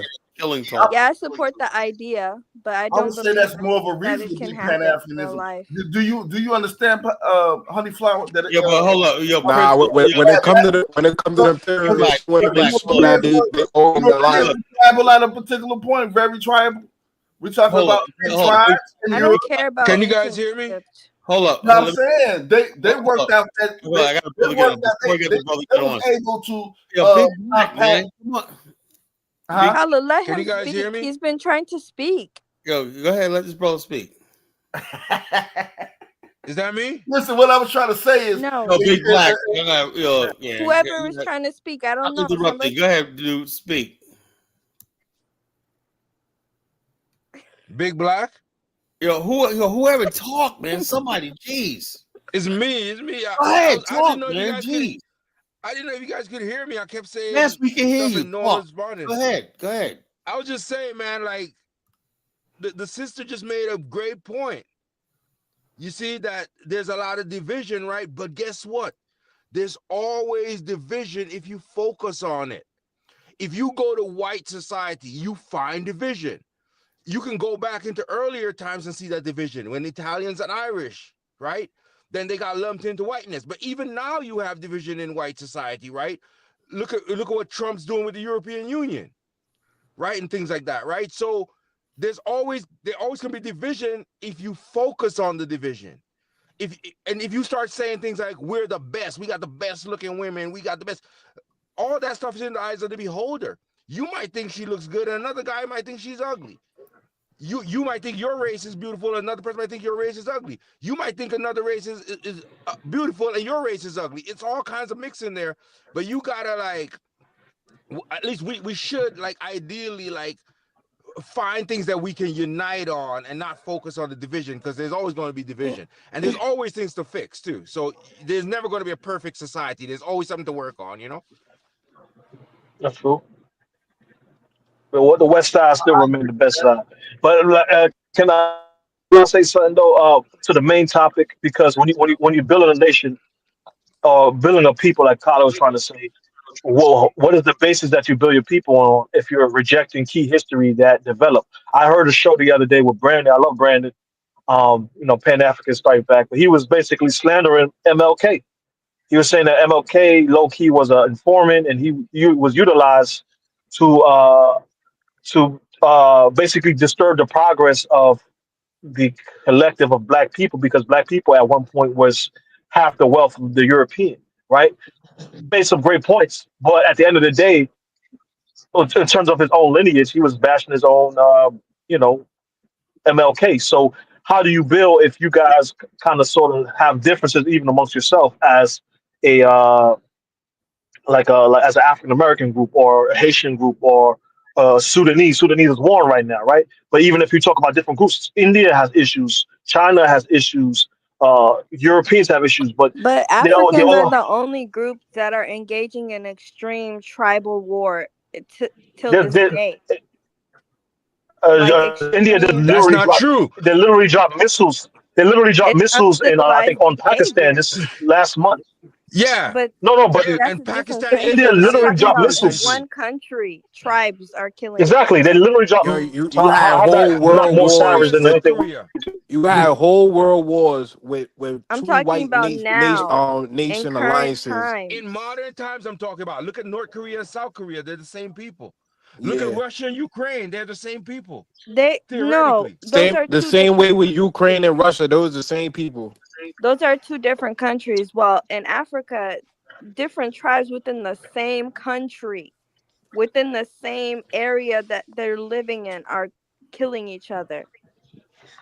Listen, Yeah, Just look look at up the with Sudan. the English and the Irish. English and the Irish. English and the don't just try English and the Irish, they're killing each other fictional now? I don't think Western so. so honey flower. culture for the There's Yeah, West, and recently when we they talk were about because united as a general African so honey concept, flower. you guys want to bash it. Hold on, I can't So, hear. Honey Flower, what do you have any solutions for the people in Sudan that's killing each other? No, because that's what I'm saying. The black race has so much hatred for one another. This is why I'm not a pan-Africanist. I feel like whenever black people come together, there's always something that it's so easy to divide them. It's so easy to cause them to hate one another, whether it's skin complexion, religion, anything, tribal affiliation, like they're just gonna find a reason to kill one another or hate one another. Like when you like Kala talks about Liberia, just look at that case. Like African Americans went there, they established a community, they added so much to the country, and all it did was make the Liberians jealous and vengeful. So, I mean, this honey is the flower. black race. So you This is the saying we black should race for I you. mean, This is what you see to with me, people. Kyle kind of romanticized Liberia. No, I'm not romanticizing Liberia. I do not romanticize Liberia. I tell the good, the bad, and whatever. How do you listen to me? I don't romanticize. There's nothing to romanticize about it, So But when it honey really comes flower. down to it, You really basically make it seem like the indigenous people were just hating and they were. That's all it was. They were jealous. That's all Yes, it was. Elvis got triggered. He's talking about post the link. Like I said, the things happen to the Fulani people right now in Liberia. They are successful businessmen doing well. They're shining. They go out. Fuller guys go out to the club. They're all looking good and whatnot. And motherfuckers just hating these Fulanis, man. It ain't bother nobody, So hey, y'all hear me? Y'all hear me? Yeah. Okay, so honey flower. So after you said all that, so we should just let things be and just go, just start picking. I mean, look in the United States, Bloods versus Crip. Is black man killing black man? Like, this is the black race for you. So what do we do? Just let it be and hey, Kala, no, we need for the link. Honest. We man, need to I don't feel like hearing Elvis tonight. I'm having a good night tonight, man. I mean, I'm about to play some of Dynas's show. Yeah, you guys want to hear that? Yeah. You them cussing each other out. You guys want to have some play it, man. Play it. So we should just let systematic racism just I need run some of wild. Dynas's people on this show, man. Live, you guys are boring me. You don't have I agree with Honeyflower. She's right. We are a bunch of tribal people, man. Can you find the European? Yo, DK, hold up, bro. Listen to this. Could I just say something? Could I just say something about Can you see that your country is nothing. Your country is 2 million population. You can never be a Nigerian. You don't mind you, they're all West Africans. Listen, on behalf of West Africa. You're telling me I'm bleaching. You know me before. What are you doing in the United States? Do you know me before that I'm bleaching? Shame on you. Your country doesn't have a market. There's no market in your country. Mr. City. You're actually scared of a Nigerian. Mr. City, if I can just say, listen to me. Listen. Calling me bleaching, that is rude. No, because you don't want to think I'm being respectful to you. You don't want to you are a fool. You're not well brought up. You're not a man. Mr. City. There's nothing in this country. There's nothing in this country. Nigeria, listen. Nigeria and the Dangote just invested 160 million in a sugar factory in Ghana. 160 million in a sugar factory in Ghana, giving people employment, making the investment we need in West Africa. You gotta balance your views, my brother. That's not important. When you look at it is important. 160 million in the Ghana economy is very important. Okay, that's people being employed. Economy is better than Liberia economy. My street economy. You see, y'all were trying to blame Ola, but there was some goofy guy like Kala basically bashing Nigeria. You see what I'm saying? He wasn't bashing. He was actually giving criticism, and they couldn't handle it. They got offended by He said that their president was old as hell. That's true.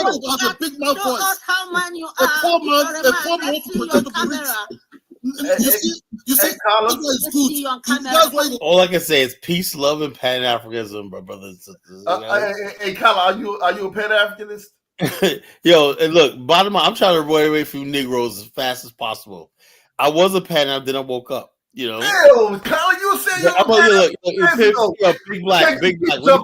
Wait, so Africans saying about people. Hold on. You guys gonna let me talk? You gonna let me talk? What? Look, you asked me a question, right? I am a black nationalist of the Collar Nation, right? Who believes in black unity, African American family, and endgame of African diaspora nation state. I do not fucking believe in pan-Africanism, right? Because I know I don't believe in pan. I'm sorry, I don't. Every week. Yo, look, I don't No, believe. he I said never he told was you. a Kyler, you black definitely said you was a nationalist many Pan-African. times. He said that many times. I said that many times. I never Yeah, said. he said he was a Pan-African many times too. No, I never said I was a pan. I said, look, No, he's not. He claimed he don't mess with Pan Africanism for certain check us reasons. out. Hold on, check us out. Let me give you an example. O'Shea Duke Jackson is a so-called pan. Do you think me and O'Shea Duke Jackson are the same person? No. Hell yeah. Afro Think Tank's a so-called pan-African. Are we the same? Okay. No. Brandon. Colin, Are we the same? No. You're not bipolar. Yeah. You don't gain much from being a Pan-Africanist as a I'm black. You actually do. Hold on. Kala is a breathing breath of Pan-Africanism. The same like But you Knock-Neezy. don't Have you ever seen gain the much Knock-Neezy? like from being. Knock-Neezy He's gained a black knowledge. He gained a cultural stage. He gave mentorship, all that from There's Pan-Africanism. a difference between College Genesis and all these other people like that because I basically put what I say into practice. You know, But A there's lot of always a Pan-Africanists difference, go though. to Africa. My wife's an African woman. I travel to the African continent. I want to build in an African country. That's all I am. I am never going to label. I don't like these Pan-Africans that sit in America, do absolutely nothing and whatnot. There's always a difference, though, Carla. There's always a difference because Brandon goes to Africa. Brandon says Well, he that's spends money in Brandon, but Africa, Brandon builds is stuff in also Africa. hold up. Brandon is Brandon is married to also a black woman. Brandon is also Same a thing with MAGA Afro guy. Think Tank. Brandon is basically has nothing good to say about Ibram Traore, even though he has no evidence against him. Whatnot. Brandon loves Donald Trump. You know, so the bottom line, what the hell are we talking about here? Hey, The Kala, same thing with Afro there's Think different. Tank. Afro Think Tank does all that. There's The only different difference between him and ideologies. It's Brandon. different ideology within Pan-Africanism. You got Some of the WD. differences between Think Tank Dan, can and I talk? Brandon. Can I just reply real all- quick? Let him talk, bro. Just like you have W.D. Du Bois, who's a self-proclaimed Pan-Africanist. You got Marcus Garvey. You got different types of Pan-Africanists. You can't just. It's not just one ideology. There's different goals and different ways to I attain the told goal. O'Shea, you're a Pan-African. When Carlos says you're a Pan-Africanist, right? Right now, I don't consider none of these people Pan. When I say But Pan, this is what I'm you're a saying. black nationalist. That's what I mean. I mean a black nationalist. You can. If you also, you got to be black conscious before you can be anything. You got to be a black conscious. A lot of these guys don't have a black consciousness. You know. And If don't you have you a black need political power or something? Like, what are you gonna do with just your thoughts and dreams? But you need to have an actual ability to go to Africa and build something and actually. You don't have to be a Pan. You don't have to go to Africa to be a Pan-Africanist. Yeah, you do. No, you don't. Yeah, you do. Everybody has to be. You are a legitimate Pan-African, so you fucking. No, you don't. Garvey didn't go to Africa. Yeah, you have to go to Africa. Garvey was Garvey never said he was a Pan-Africanist, but he was a Pan-Africanist in theory. Hold on. Show me Big Black anywhere teaches where he said no. He never said he was Big Black. Big Black. Let me educate you, right? I know he never said he was a Martin Delaney didn't either. Let me. Paul Cuffey didn't either. Garvey was about African redemption. He didn't say nothing about Pan. He's about African redemption. But he was African liberation. But he was. He followed. African liberation and Pan-African are two different things. That's true. That's very true. Very true. That's under the umbrella of Pan-Africanism, right? Black I don't know. You might matter of fact, Pan-Africanism is under pro-black is under the umbrella of Pan-Africanism. You can't be Pan-African without being pro-black. Black nationalism. Hold on, yo, a lot of Pan-Africanists. A lot of Pan-Africans don't believe in black liberation. For example, Edward Wilmot Blythe. That's not true. That's not true. That's not true. Nah, come on, Kyla. He wanted all of West Africa to be under the British Empire, you know? That's crazy. That was him. That's an individual. But you talking about like even like Marcus Garvey. He was who Garvey studied. But why? Why does he? Yeah, but hold on. That doesn't make sense. Can you explain Marcus Garvey looked down on Africans. He believed that they needed to be redeemed, and some of them were savages. Come on, so you that's not you just admitted that he wasn't. He believed that Africans need to be civilized. They were backwards, and they need exactly. So the bottom line, and you believe the same. You believe the same. No, let me tell you something. Let me tell you about the ugly side of Pan-African. Pan-African really was something born in the West, right? It's really Black American imperialism towards Africans. Like I was trying to tell Dollar. Let me tell you something. When you go to I agree. you tell them forget about your tribe and blah, blah, blah. What you're doing is dismissing their identity because they take their tribe and their identity very seriously, right? And you tell them we're all black, we like this. They're like, no. You know, right.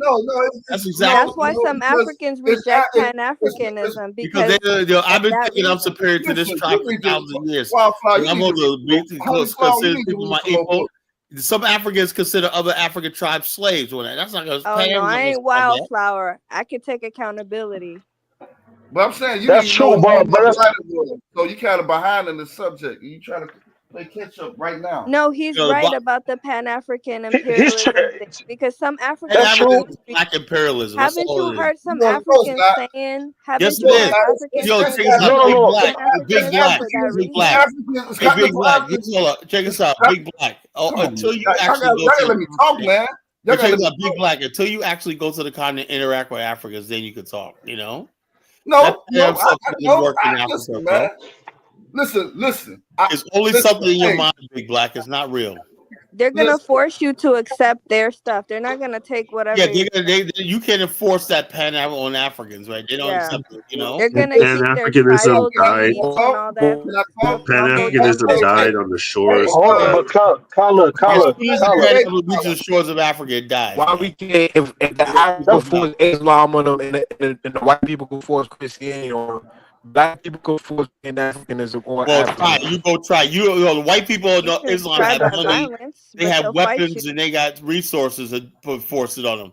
You want to force a Pan-Africans, you better come correct with money, power, and everything else that goes with it. Yeah. But Kala, Pan-Africanism exists in Africa, but it's a different form.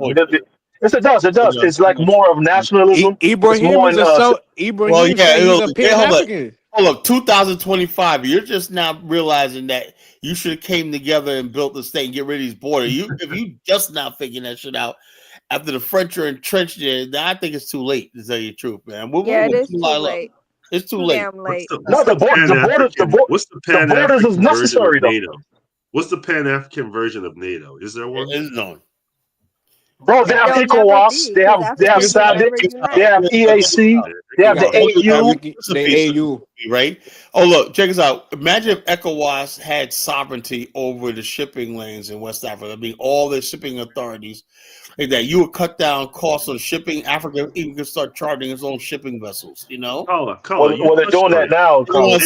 And no African country wants to secede sovereignty to a neutral body. You know, none.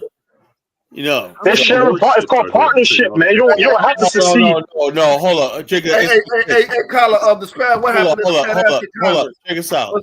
They're allergic to working together. African American imperialism. This is how Europeans come together, right? The EU create their own currency. They seceded their currency to a centralized monetary system. You know, Africans still to this day have never done that because there is no unity in the continent. You know? Never have, never will. So how they created the African Union? The African Union is called the African Union. It's a joke, you know. Who created the Pan-African Congress? Look, let me tell you something. All these things that y'all been listening to all the years, I'm here to tell you. They're so ineffective. Joke. What did they do? You got to go study this. They're a fucking joke. The African Union is nothing but a dictator's club, and the bottom line is they Western countries finance it. And they tell African countries what to do. So Kwame Nkrumah and Haile Selassie. Let me tell you something, right? They created a cool monument in Liberia where the OAU was formed in Senequelle. Right? I got a picture of me there, right? At the founding of the OAU was founded right there. The OAU was supposed to be because the OAU was actually founded by African Americans living in Liberia, in Ghana, you know? They got Kwame Nkrumah, Tubman, and Sekou Touré together. And they met in Liberia, right? Came across the Guinea border, met in Liberia and Senequelle. And these three great men, one African-American descent, two African men, met together. And after hugging and laughing and crying, and they came together and said, we're a family, we're brothers, we're going to pull our entire race. You know, and the OAU also basically said they wanted to integrate Black America and the diaspora into African society fully. You know, now what you have right now in the African Union, right? when Liberia fell in 1980, right? The OAU was supposed to be the preemptive government. It was supposed to be the United States of Africa eventually. They will have one military, one currency, one everything, one shipping a port authority, one everything for the continent. The West got in there. First, they took out Kwame Nkrumah, and then a few years later, they took out William Tolbert of Liberia. You know, they did it methodically. You know, and they took out Haile Selassie. You know, the African Union did that? No, the CIA did. And then after that collapse, after the OAU collapsed, right? And then the West began creating this thing called the African Union, which is tethered to the European Union. You know, the original African Union, OAU, was a radical thing that was going to preempt all the governments. There was not going to be any more Francophone nations. There were not going to be any more Anglophone nations and everything. The OAU was going to be the preemptive organization for the whole entire African continent. In other words, basically, there wasn't going to be no British Commonwealth of Nations. You weren't going to be, right? Zimbabwe is part of the Commonwealth. So is South Africa, and Namibia. They're all Commonwealth members. Kenya's a Commonwealth member. The OAU was going to preempt that. So to say, okay, now we got the continent. We don't freaking need to be part of the French Union or the Commonwealth of Nations, right? Since the OAU was destroyed in 1980, and also the African Development Bank, that was supposed to be in Monrovia, but they ended up moving into Abidjan. You know, African guy said exactly, Kala preach. So many people know that. People say get up here and they want to debate me. I know my history. I know what's going on. I know more. I forgot more than you people ever know. Break down how the Pan-African Congress, right, was African American black imperialism. Well, the Pan-African Congress, hold on, but the Pan-African Congress started forth the decolonization of Africa. Oh yeah, but the thing is, this was sad part about this was, like I said, Big Black. I said on a show a week ago. I said the politics of knowing why. That's the thing. Do you see that word why, right? When the African Americans and the Pan-Africanists came to Africa, right, they knew why. The Native Africans to this day, 2005, don't understand why.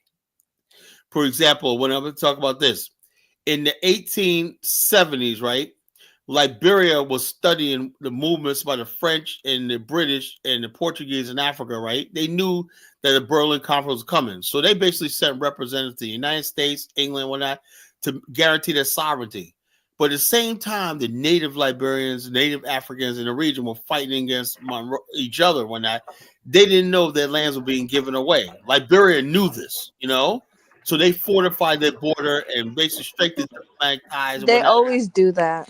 Yeah, so they tribal wars Africans and fighting take each their other. land and resources. They understand. Also, in Liberia, why is it that in the Constitution, white people can't settle their own land? They knew what would happen if you let them white people in. They knew what happened in Southern Africa, and Kenya and stuff like that. They said it's not going to happen here. So they understood why. You know, Liberia is the first Pan-African state. The rest of Africa, they don't understand why. They still this day don't understand why. Now they're starting to get a glimpse, but it's too late. You know. I'm trying to see the connection to imperialism, the African American imperialism. The bottom line, look, Africans will call it imperialism. Why do you think? Even though I'm a black nationalist, I mean the best for Africa, America, and I get called a colonizer. Why is that? Because I sound like I'm coming. See, anytime you talk about going there and changing their way of doing things, they call you a colonizer. They call me. They get threatened and stuff. Yeah. Maybe they call me the colonizer. But Carter, you still haven't answered my question about the I just told you. I said they call me a colonizer because Africans don't want to change, bro. Look, let me give you an example. They think it's perfectly fine for a 70-year-old white man to be in a village sleeping with like 2 or 3 African girls in a village. You're talking about Liberia, Carla. I'm talking about. I'm just telling you what it is. I'm just telling you what it is. And the bottom line is Africans will basically tell you it's our way, our tradition. We say, no, we don't do that. We have racial lines and whatnot. Part of Pan-Africanism is being sort of like a racist big block. So the Pan-African Congress was an example of true Pan-Africanism. Well, the Pan-African Congress got rejected by things like Inkatha and stuff like that. And also, you had a white population that was formidable, right? The idea of the Pan-African Congress was to build a black nation. They didn't want any interested in a multi-racial society. They want the white man to pack up and leave and get the hell out of South Africa. That's what they wanted, you know. Yeah. They split from the ANC because they were really radical, you know. But what I'm saying, the Pan-African Congress was basically founded by African Americans in South Africa, you know. But there's a saying. Man, this guy, you guys started every. Come on. No, it's a truth. Principe, it's a truth. You know, the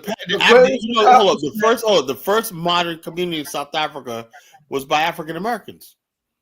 But listen, what I'm saying is, as far as the Pan-African Congress, the greatest one of the greatest accomplishments was the rolling of the ball of the decolonization of Africa. They started that. Well, actually, to tell you the truth, bro, let me say this, bro. When you say decolonization, do you know when the U.S. said they're going to get? It's only because they were weakened by World War II. Had World War II never happened, they would still have Africa, right? By any means necessary. Check this out. The Pan-African Congress had nothing to do with that. Nothing to do with that. The decolonization happened because I'm trying to tell Big Black the other day. The Europeans hold on. They did a strategic withdrawal, but actually, to be honest with you, they got more entrenched in Africa after independence. They were more entrenched in Africa, right? You think you're going through what they're going through the South? Nah. That's not true, man. Kwame Nkrumah was part of the Pan-African Congress, right? You think, the Pan-African Congress came along and they said this.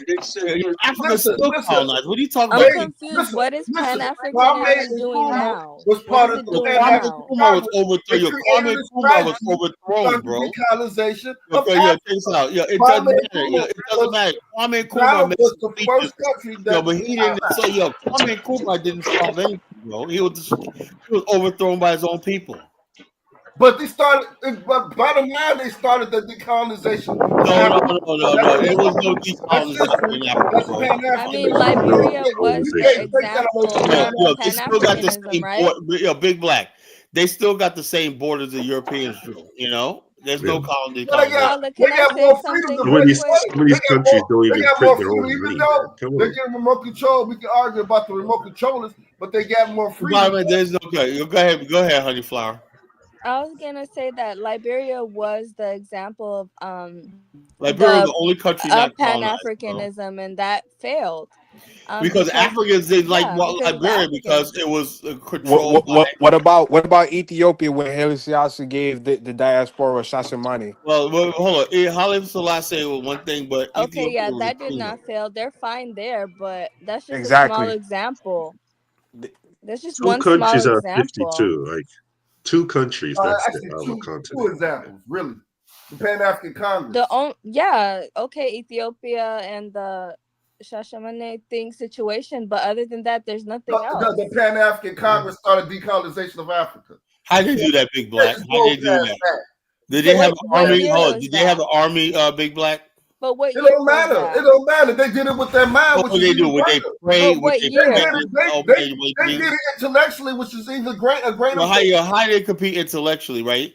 The which we call Amilcar Cabral. They was at war with the Portuguese in the 1970s. What are you talking about? There's no Pan-Africanism today. It's China building a. There was already movements. You guys don't speak the Portuguese. Don't speak French. There was movements of. Hold on. No. But hold on. This stuff started long before you guys are talking about. Even if you go to France, there were anti-decolonization movements in France. All these nations that you've seen, they belong.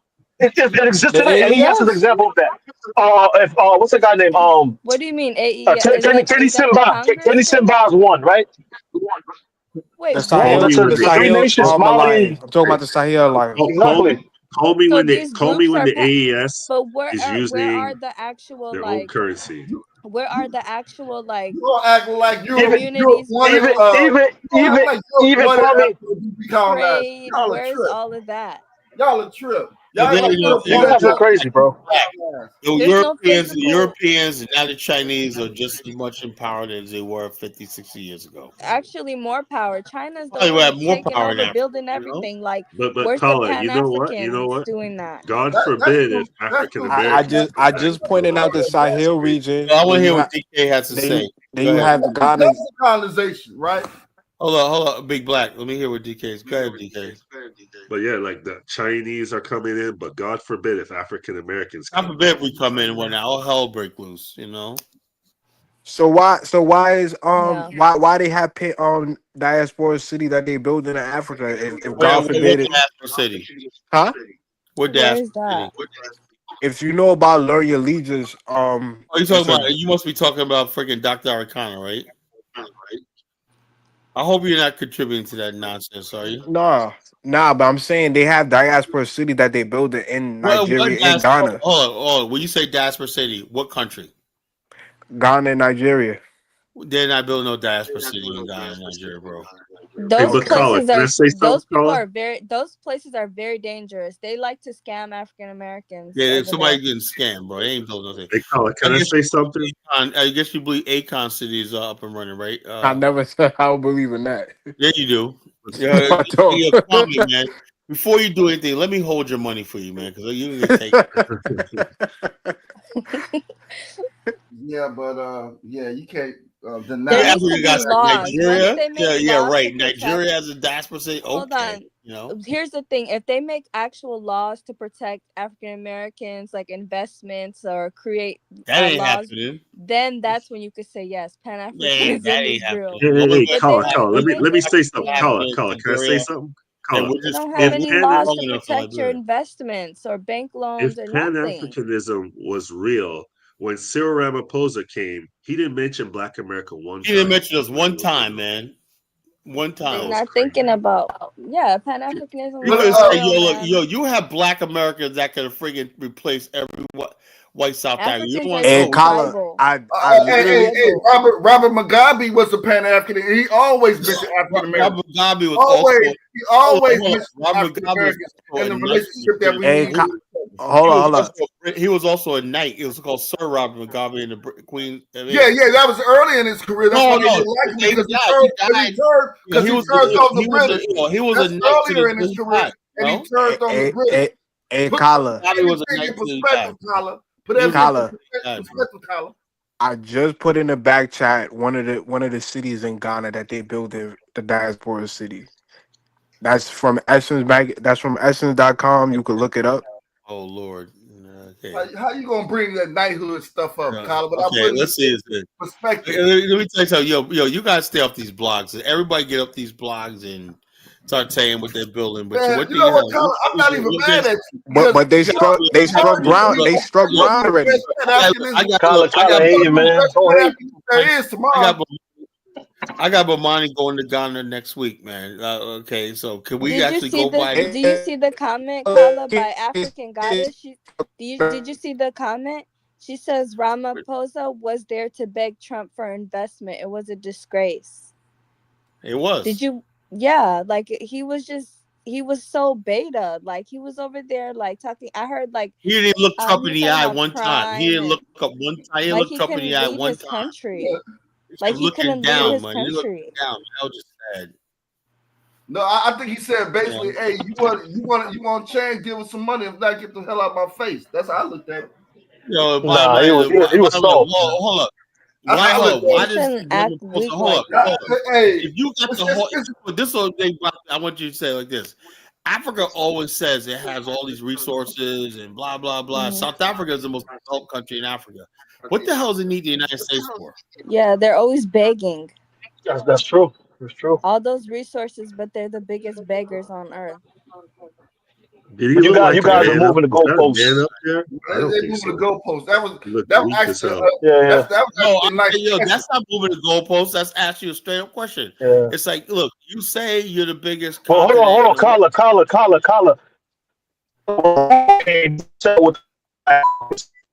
If you want to go to Ramaphosa, something's going on. You have the Obama phone.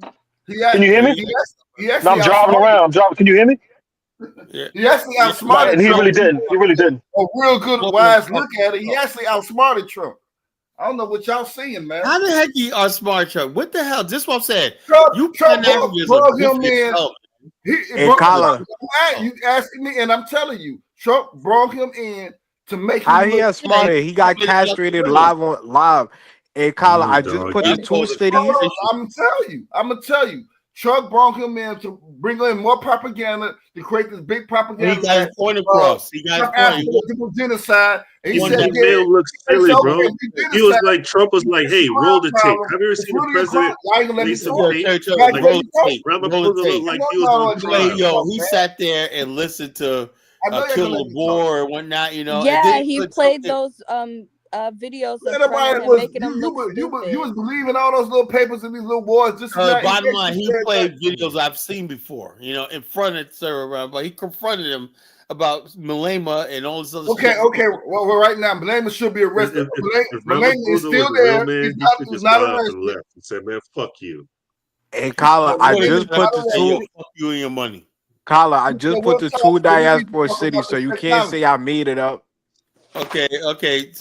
Let's see what Kwame's talk about. Another city, diaspora city, attracting foreign investments. Yeah, okay. Yeah, I can make one of these up too, man. It's not a scam. It really looked like he said, "F you, pay me." Nigeria, are you kidding me, bro? Ghana. Zawa newsletter. That's what he said to Trump in so many words. He dressed it up, but he said, "F you, pay me." How are they building this diaspora city if they can't fix the Makoko? And also, they can't fix Echo Atlantic. They built Echo Atlantic. Hey, America builds cities every day, and they got poor. Yeah, but that's America, bro. Yeah, come on. They don't have a Makoko though. Yeah, they got like. Oh my God! Imagine if Ola or something heard what I was saying. He probably get on here and cuss me out. But Zawa is a credible source too. S is a credible source. Okay, this is Zawa. Anybody heard of Zawa? Okay, this is Nigeria set to develop diaspora to attract foreign investment. Okay. Is that a real picture? Or is that like highlighting plans to do like 2030? Federal government has launched a Motherland Africa 2000 Carnival to position Nigeria as everybody's trying to build it. Ever since we came up with the African thing, everybody's come up with these so-called diaspora cities and whatnot. You know, Kala, you do know that that's not a new concept. Ethiopia had one, Ghana, had one. Oh, please, no. Every independence of each nation, they always welcome diaspora back. You do know that, right? Of an African American invited Africans. How did they get the money to build it though? Did the Nigerian government give them money? So Mondays, Wednesdays, and Fridays, you're not Pan-African? That's what you need to research. No, you need to research things Big like Black. where they Let me get their tell you funding. I'm in a class by myself, man. Like I said, let me say I'm beyond. I've risen above Pan-Africanism. Maybe that's it. You know, I'm above Pan-Africanism. You know. Okay, let's see. I'm gonna look at this. Earn your leisure, Bashar Bilal and try to growing their wealth building vision with a green community in Ghana. That's a green. It's not a city. It's a green community. We got plenty of those in Ghana. Green communities. I remember I've seen these guys before. Yeah, they are. They're actually pretty good builders. You know, they're really good guys. You know, those brothers from America, they already start. But it's not. Look, let me tell you something. The only people that could probably live there is retirement people and people with money. Yeah, people with money retired that could like if you got to work, or average working person, you ain't going there. Yeah, you won't be able to afford it. One thing I don't hear is the most important thing what I do for a living is the healthcare infrastructure. That's the most important thing you'll build. I have not heard anybody talk about. You said they won't be able to afford it? No, you can afford it. The houses that they're building are expensive. You use the regular thing how you build healthcare. I mean, there's rich people in into it. You have to have everybody pay into it, whether they're healthy or not, right? And that spreads risk. See, I just want to do for a living. Are they going to maintain it too? That's what I worry about. Do Africans maintain all about Pan-Africanism and Ubuntu. I'm with Dollar Bill. Ubuntu. Africans don't maintain things. They let things crumble and deteriorate and rot away. That's another thing. Honeyflower, why are you so pessimistic about African developing and building great cities like the ones that? I'm not pessimistic. I'm that's just baby collar. That's baby collar. Ethiopia is like there's a lot of infrastructure in Ethiopia because Chinese are building everything. Ethiopia is building that dam on the Nile, right? They got that dam opening up. Yeah. Egypt's gonna stop that shit somehow. They're trying to. They're not gonna win. Yeah. And those brothers from Learning Leisure, Egypt those is are not gonna win against Ethiopia. Period. What about Earning Leisure? Those are some black brothers from America that they do a lot of entrepreneurship. So they are now in a continent. They teach entrepreneurship and all throughout Africa. I Let think me tell you they something, starting a bro. tour. You don't have to go to Africa to teach entrepreneurship. Those motherfuckers. You ever went there? Africans before like hustling and getting shit done. Africans, man, they are no joke. They're way ahead of us on that shit. You know, they just don't have no opportunity. That's all that is. But you come to Africa, you got to come with job, money and though. opportunity for them. They you are know? doing a good job with the stuff that they're building in Africa. Yeah, so you know about Learning Leisure. Oh, you know about the I brother. watch some of those videos sometimes. I watched some of the videos. I've seen them before. They what you call it, where they can make a 300-acre thing come through to a standard, whatever, like that's fine. You know, I mean, you could build a community over there on a vacant It's just land. the people can't afford those homes. Like the people that Yeah, actually I live said, there. what are you gonna look? Let me ask you a question. People talk about, oh, I'm gonna build these homes. Even a brother that Dollar Bill talking about, they got this sustainable community in Ghana. Thing is, though, if you're in the middle of nowhere, you're like miles from the city and whatnot. Okay, you're gonna build a house. How the fuck do you make a living? Exactly. There's no jobs. It's I'm just saying crazy. if you create a community that could house all those type of people, of course Yeah, you're gonna but they create different. don't have no place to work. There was a healthcare. Where's the jobs? How they live their life? You know, it's just You not think organized at but those all. brothers, they're not attracting the bums off the corner. They're attracting millionaires and people. even the people with money, right? Let's say unless I don't see. Look, let me tell you something, brother. They're Be not gonna honest with you, stay right? there for long. The people with money, they're just gonna vacation there and Yeah, they'll then come there leave. for a month or something like that. That's it. You know, it's about living there. You have to build and help a real infrastructure. You got a real investment there and stuff like that. That's one thing they don't talk about. You know, they'll talk. You need a healthcare system. Because the People like, government is so Hey, freaking terrible. it's called delayed gratification. This is what the people It's they're the working on government. infrastructure to no, build. delayed gratification would be they should have spent the first 20 years of investment building the infrastructure, building roads, Exactly. the power systems, the water systems, the sewer systems, and everything like that, Yes. and develop the From the healthcare ground up. system. Then people will naturally come in, build industrial parks where businesses can invest in whatnot. You know, that's what you build first. That's what I want to do. I want to build that first, and then naturally people are like, oh, I can get a job over there without that. Now you got people there, and it's like putting somebody in a township where there's no jobs on it. They're gonna kill each other. You know. So you think that you think that community or the city that they building, you think is not going to create any opportunities? No, the opportunities that be there. It's You just don't a create opportunities building. there. It's a home. I mean, that's it. They need schools, I mean, if you're restaurants. They need if you're building if you're working on construction, that's already creating jobs. Just like in New Well, York hold when on, they hold build. on, hold on. This is like you need an construction works. economy. Hold on, this is like construction works. You have a contractor, builder, and he has laborers, right? Yeah. No, look, most black people are not going to go to Africa and become laborers. Most of the laborers are going to be local. Yeah. So what's that got to do with anybody else? So in other words, if you go over there, how will you, Kwame, make a living? You need at least a few $1,000s. Exactly. Yeah. No, But let him answer that. Let him answer that. So what job are you gonna do in small, Africa? we could create small businesses. See, that's what I can tell you. What business? Like What business? What do you specialize in? You could create small business around the community. I'm talking about the Learning What Leisure. business? Hold Like on. You're what? talking in vague. What are you talking about? I'm talking about the community that they create. I'm talking about fruit to goats and whatnot. What the heck are you gonna sell? I'm talking about the community that they creating right now. Like what? What are you? Yeah, what kind of you know who businesses? they do build a supermarket. You know who's gonna build it there? The Lebanese, because they got the expertise. Yeah, they can import and export. and they got all the expertise. You know. Why you guys so pessimistic? Like everything Well, just we're just going being pear? realistic, man. Because This Kyler this is mini me, why the man. Kyler Pan-Africanism mini me. don't work, because somebody basically, like, what I want people to do is when they listen Yo, to me. I'm starting to think Honey Flower's anti-Bantu. That's why. Check this out. This No, is what I'm I'm doing. not. Hold up. Kwame, this is what I do. Ethiopia has issues too. Sudan is a failed state. What do you mean? Like, I'm not anti-Bantu. Hey, Africa let me as a say whole something, man. is say something. He It's the just like same Kyler. thing. It's the same thing Yeah. with Ethiopia. What am I gonna So, do if so, I go so, there? That's What so not true. now, nationality am I? according to Kyla Ethiopia. and you, the brothers from Early Leach is gonna fail on a project because they're not gonna create no opportunities for I don't. It's to not grow fail. I wealth. don't think it's gonna go. First off, I'm just, Kyler, Let me say the government can guide them on the needs of the community, such The as government sucks. The problem is waste the management, government.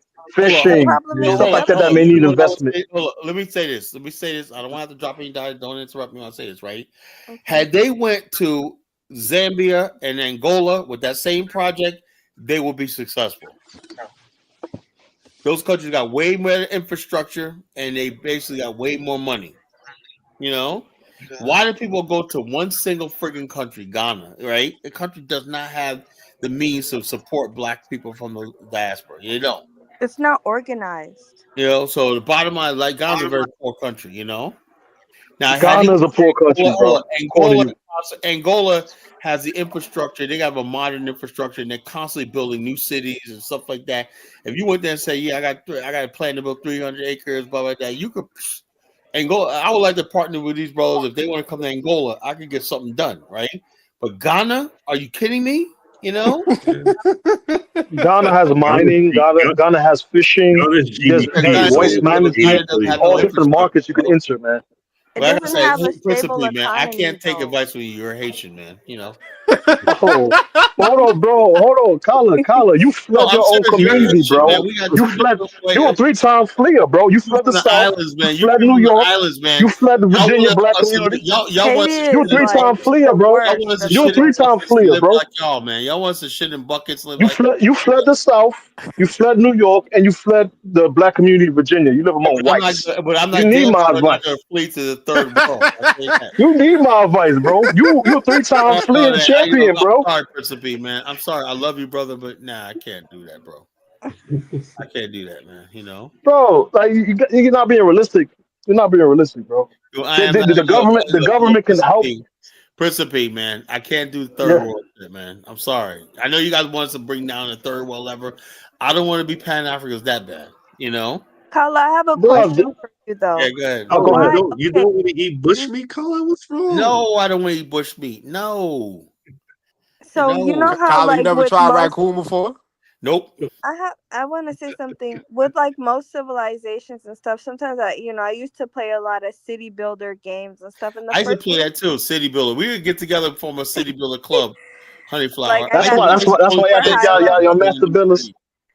Yeah, so the first thing that you do when you build a city is You you build a create the sewer system. Yeah, yeah where the and shit the goes. road, First thing is where the shit goes. the sewer They Hey, learn system, from video hey, games and hey, YouTube. hey, Kyla, you see what Philly just wrote? Use shit buckets and and whatnot, you know? Hey, sidewalks. Kyla, you see what Philly just wrote? Who? What he says. Philly. Who's Gonna Philly? have potential Oh, roaming it's that called built living off grid. Yeah, Philly overnight. must be a friggin' he must be a third world type too. Live off the grid. No, I'm sorry, I don't live off the grid, you know? Sorry. I need electricity.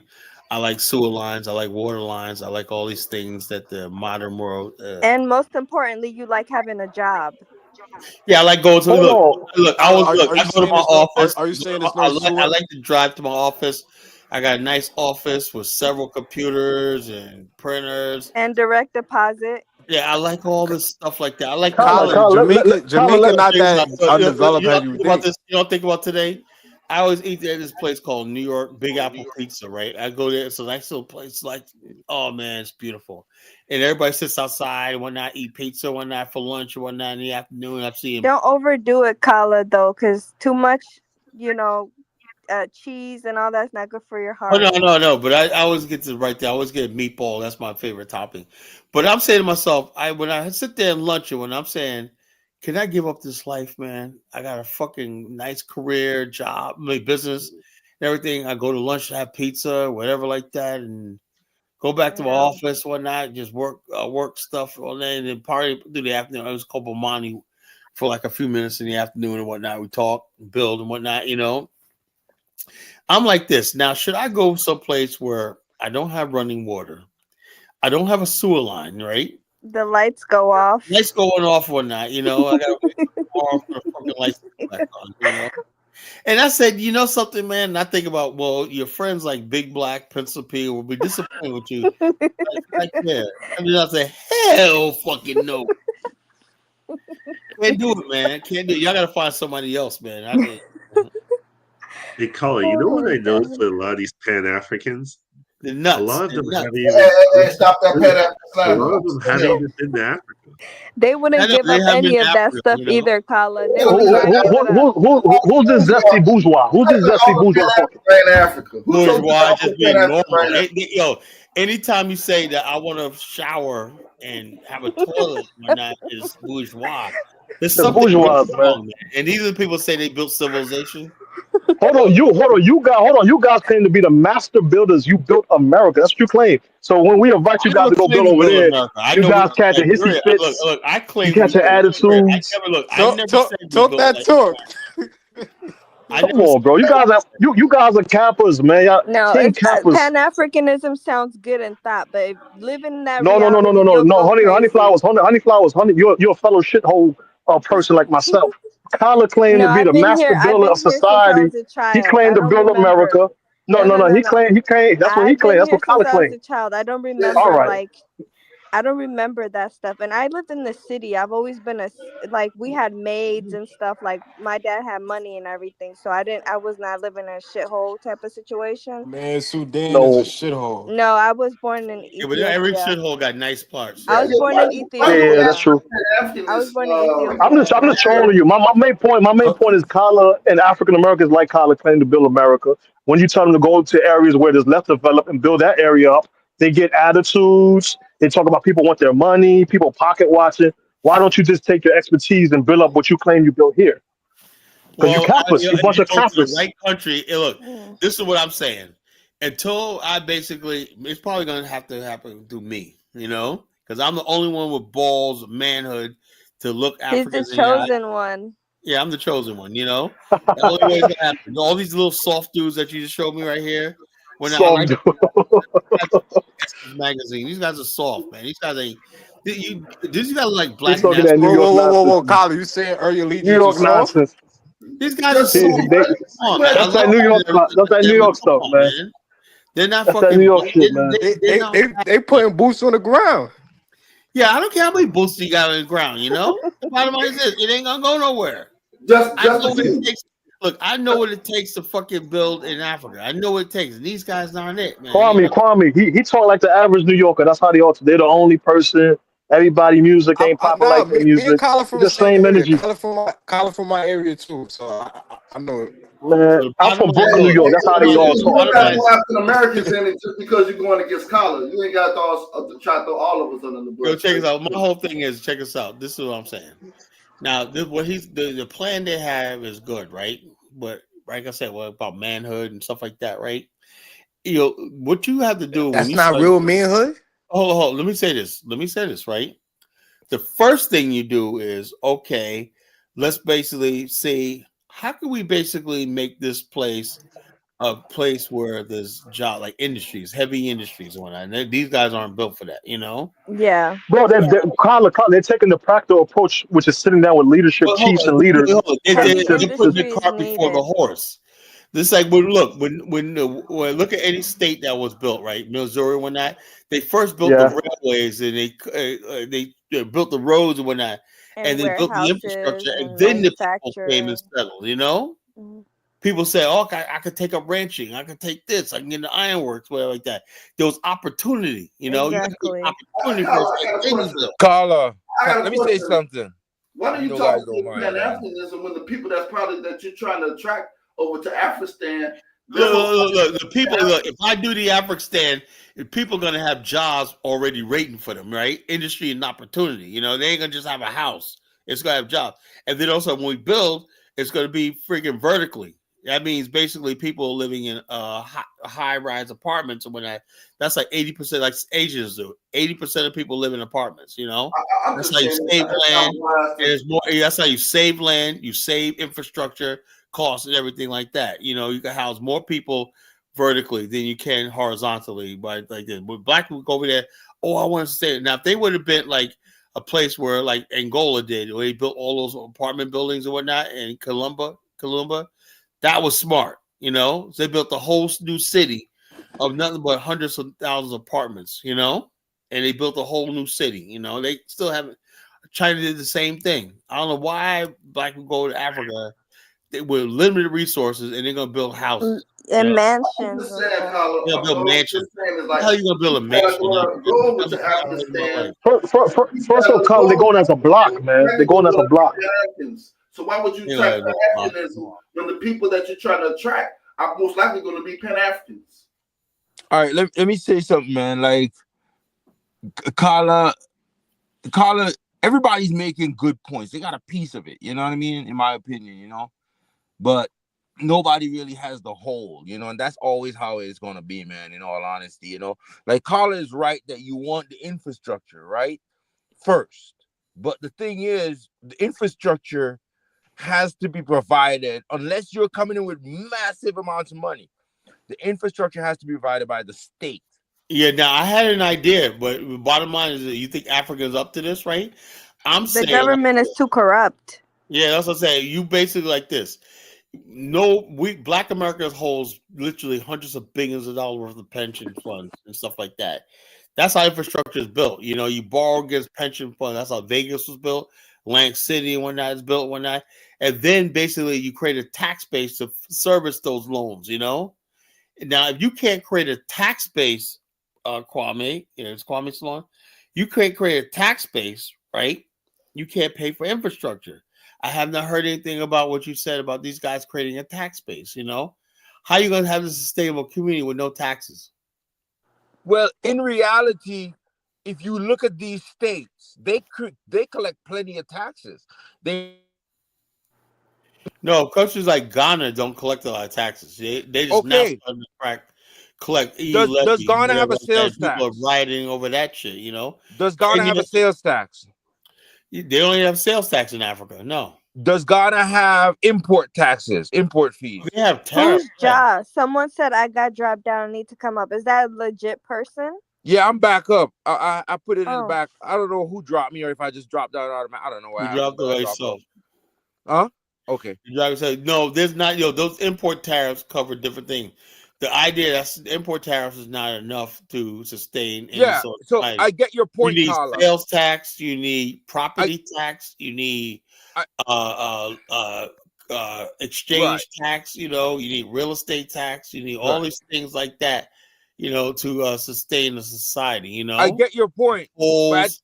Tolls and fines, all that stuff like that raises money for the state. You know, right? And I get your point. But the thing is, regardless of how you get the money, the state has to provide security. Yeah, the state, infrastructure, what the state does all is that, this. the rules of the game, everything like that. To the state, if you could, the thing is, these countries, Ghana went to the IMF 20. They pocket the money.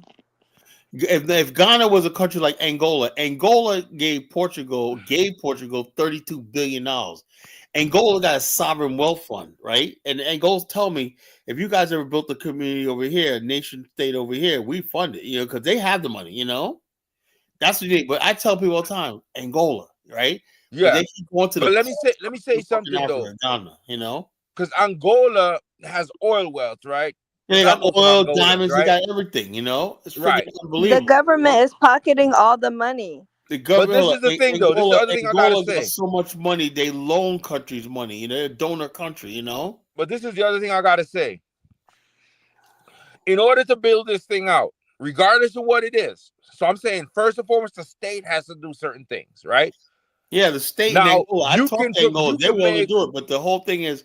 But my problem was I could not get black people from America. Yeah, but Carla, what I'm saying, that's what I'm getting to. Just hold on a second, if you don't mind. The first thing, state has to build it out. Okay, we got that. Boom. Now you can make plenty of money in these places doing all kinds of businesses because you're coming with capital from the United States of America. Yeah, but you also have to have customers, a large consumption base. But when you touch down in these places, essentially you have a ton of money relative to the people there. Yeah, but I know, but the bottom line, let me tell you something. Money goes fast in Africa, bro. The first thing you do, I'll tell you right now, all you people going to Africa, within 5 months, you better have your own vehicle. Because transportation alone your bank account will disappear. You know? Right. But the point of the matter is that there's opportunity there and there's customers there, all that, right? But I'll be like this. I'll be honest on my I have to say on my platform, I am not telling you there's opportunity in Africa. I'm not telling you that. Like people want to believe that, I don't believe it, you know?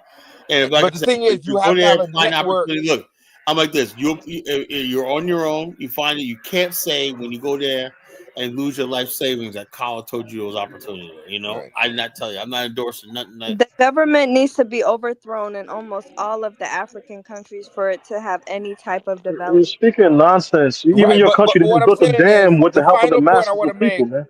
The final point I want to make is that too corrupt. You have to have a network there to provide, because if the state's not going to provide that security to the level you need, then you need that's people there. That's why I say from the get-go we build an African, you know, where we can have. So, Carla, that's my final point. That's my final point. The bottom line, everything goes to the African. All the questions will solve. That's my final point, Carla. But you see, we need our own municipal center. Where it'd be like our own government, we can raise our own taxes. That's my final point, Carla. And stuff like that. Until we get to that point, that's my final point. I don't buy all these communities and stuff like that. That's my final point. I don't think that the African, it's a great idea. It's a good novel. But the reality of it, particularly how I even listen to you and I will articulate the African. I didn't about the African, right? You didn't finish. You gotta go back. You gotta go back. You didn't finish. The idea. You faded out. Hold on, one second. Let me finish, Carla. It's doable if we want it. Carla, let me finish if you don't mind. Speaking. Yeah, he faded out. What I'm saying is, the African, it's a great idea. Most of these conversations we have, right, it's like someone says, hey, if you got $1 million right now, what would you do? And we're like, rattle off all these things. What's the reality, though? Do you have $1 million? No. And so what I'm saying, the African is a great idea. Great idea. But it's sorry, my phone keeps cutting the screen. Anyway, it's very implausible. Now, is it impossible? No. But in order for it to even happen, people have to believe it can happen. If you start saying, I want to build the African, but you're too pessimistic, no, people are not going to follow you. I'm cautious. You know why? Because over the years, right, when I first came up with the African idea publicly in 2016, right, here comes fucking Dr. Arcana a year later. Here comes Akon, all these other people. You feel like they stole your idea? Yeah, I was the first one to publicly come up with an idea. But they say diaspora. I said specifically African Americans, right? With the diaspora, just like think of Harlem, right? Harlem was African American, and then they've had other people mixed in with our culture. I believe the African will be majority African American. That's what I believe, you know? No, but Carla, we all know you were full like Ramaphosa in front of Trump. So Dr. Arcana was helping you, bro. Evidently, you don't know me very well. First of all, I would not sit down with this guy in the first place, right? And I tell him, I would just say he cut off your visa to come back. First of all, you don't know me, right? Because the bottom line, what the fuck does Donald Trump have that I want? Nothing, you know? I'm not gonna go there begging. Like this guy made himself like a complete fool, you know? You'll say you saying you're head of South Africa. And the bottom line is, you'll say something different between me and these fucking black South Africans and Africans in general are weak. You know? Yeah, very weak. They're fucking weak. Oh my God. Strong. We're strong. Weak, you know? You were like hold on. 3 weeks ago he was bonding with Lozy. You talking about I how great wasn't South bonding with Africa Lord. I was? let him talk, man. I wasn't bonding Come with Lord. on, I was saying the status bro. quo. Hold up, bonding with Lord. Look, Africans, look, South Africans are weak. Why? Because in their mind, I know how it is, right? They really do think that South Africa would die or they will become Zimbabwe if the whites left. They really believe that, you know? With Black America, if you really look at Black America, our history has always been about independence, right? We're the only ones that was able to go to Liberia, a country, and form it Carla, and I build this a don't is what country. think I'm they're saying. weak. Carla, I let me think say right one now thing. they're catching up. Let me say. No, Can I say Africans, one big thing black to? Africans Can I are say They're one catching weak. up. thing? Africans are weak. I Can think I they're say catching one up thing? to the information Can and I? No, see. no, no, no. Yo, Africans big, are big, They're big black, very you echoing, selfish. you Look at echoing. how the government is like the Big number black, you one echoing. hater of their people. The government is the number one biggest hater You know, of the government's African people. Africa, they're not there to serve the people. Like Trump, Yeah, when he's they're serving haters. America, They they're don't want there what's to best for their own basically people look good, position and whatnot. You know, if they can have some development, that's fine, but that's not their priority. You know, because Let, they they give a hate let me damn. say. Look, Let me you, say they you'll one see thing. firsthand when themselves. you go to Africa, they don't give a damn about the people. You know, Let me people. say No, one thing. no.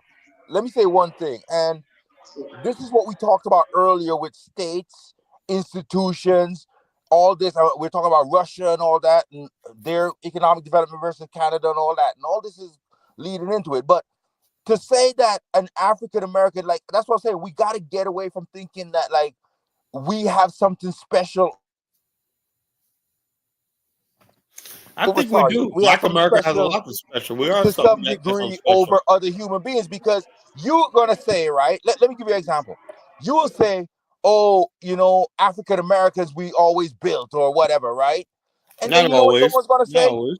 You know what someone's gonna say, whether white or black or whatever? They're gonna say, oh, look at what happened to Detroit. Look at what happened to Yeah, Gary, look, Indiana. I'll tell you that in a minute. Look, let me tell you something. And my retort to that is, had basically black people been really in charge of Detroit, really in charge, they weren't in charge of Detroit, never were.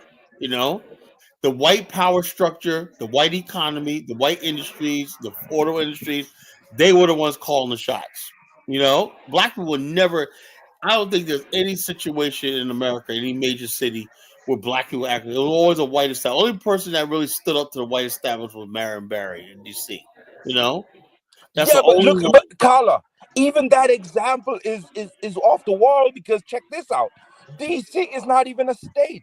DC is Yeah, but controlled by the hold on. federal But government. DC, well, look, Marion Barry ran DC to the point where people had jobs. They had a standard of living and stuff like that. He did well for the people. And Government jobs, no different than South But Africa though, DC Colin. yeah, You is asked that. controlled by the but the federal Hold on. bottom line government. is There's no governor, there's no bottom line is senator, those none of that. government jobs built a wealthy middle class. You know. But Yeah, it's but hold on, controlled South by the Africa. federal Hold on, government. hold on, It's hold on, hold funded on, by the bro. You federal gotta pass the government. mic. You gotta pass the mic. Hold on, because South Africa actually have a 30% tax in which they use that money to redistribute wealth in South Africa. They Well, actually have different programs whatever that they actually allow the expansion of they, wealth in South they Africa. do what they need to do. I don't really care about what South Africa does. You know, that's their business. All I know is all their taxes when that the average person, black person in South Africa's life hasn't improved one bit. You can't say that they grew the middle class in South Africa. If Well, you compare South the Africa people who to benefit, 40 years ago when the whites ran it, there's there's some more wealthy black people today. who benefit, whatever like that, but the vast majority of them live in those townships and stuff like that. Uh, It's about to boil over. You know. Bro, it's 60 million people there. So if they grew the middle class by 20 million people, that's a big You number still got compared to millions when the of whites people ran living it, in and poverty, these and that's people living in shacks.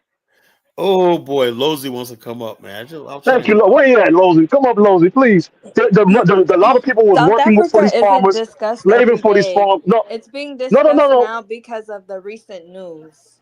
That's why. Yeah, recent no. news. But you got they actually, but the fictitious narrative. Lozy got to talk about his president, man. He made all black people look stupid.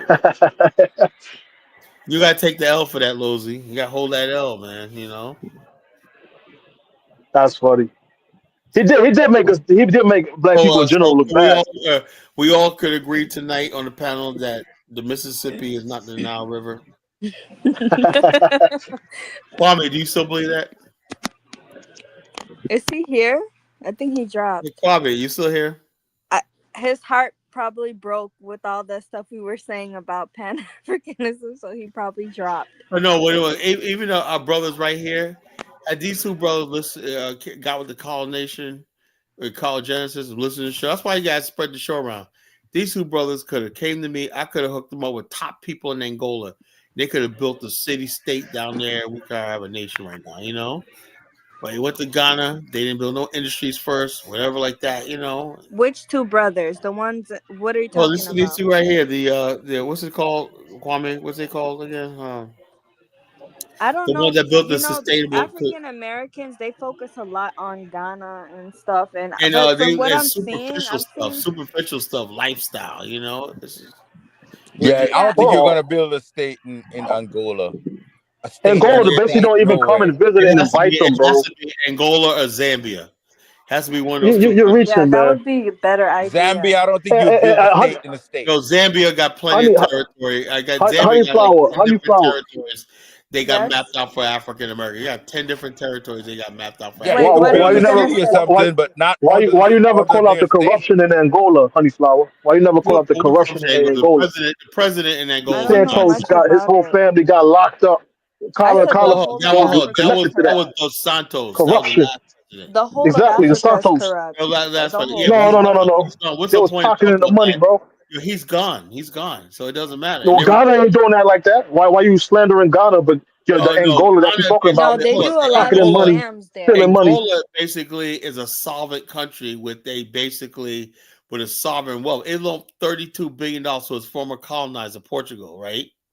And but Ghana had just went back to the IMF for the 28th time. They're in serious And financial. all they offer is those slave museums and scams. Yeah, I'm like, I can't deal with that, you know. Go ahead, Lozy. What's up, Kala? What's going on, Lozy? You know, Kala, you're one of the most ignorant adults in spaces, man. I must say that, man. You're very ignorant. What did I say now? What did I do now, man? Come on, man. No, man, you're not representing Black Americans very well on the space. So what am I saying? What did I do now? What did I do wrong now? I must say, you guys are overrated, man. I really thought you guys are educated about things. You're not, you know.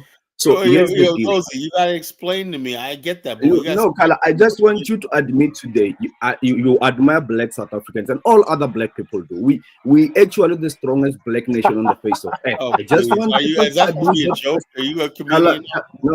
Kala, allow me to speak. You guys speak every day about us. No South African on the panel. Give me a time to speak. You will get my point. You know, when you realize that on your panel will be full of bunch of other Africans and they will have something to say about South Africa. You notice that every time I come on your panel, Kala, I don't say anything about James. No, Kala. Let me say this, Kala. You notice that when I come on your panel, I have nothing much to say about other African countries. I'm not too opinionated about their countries.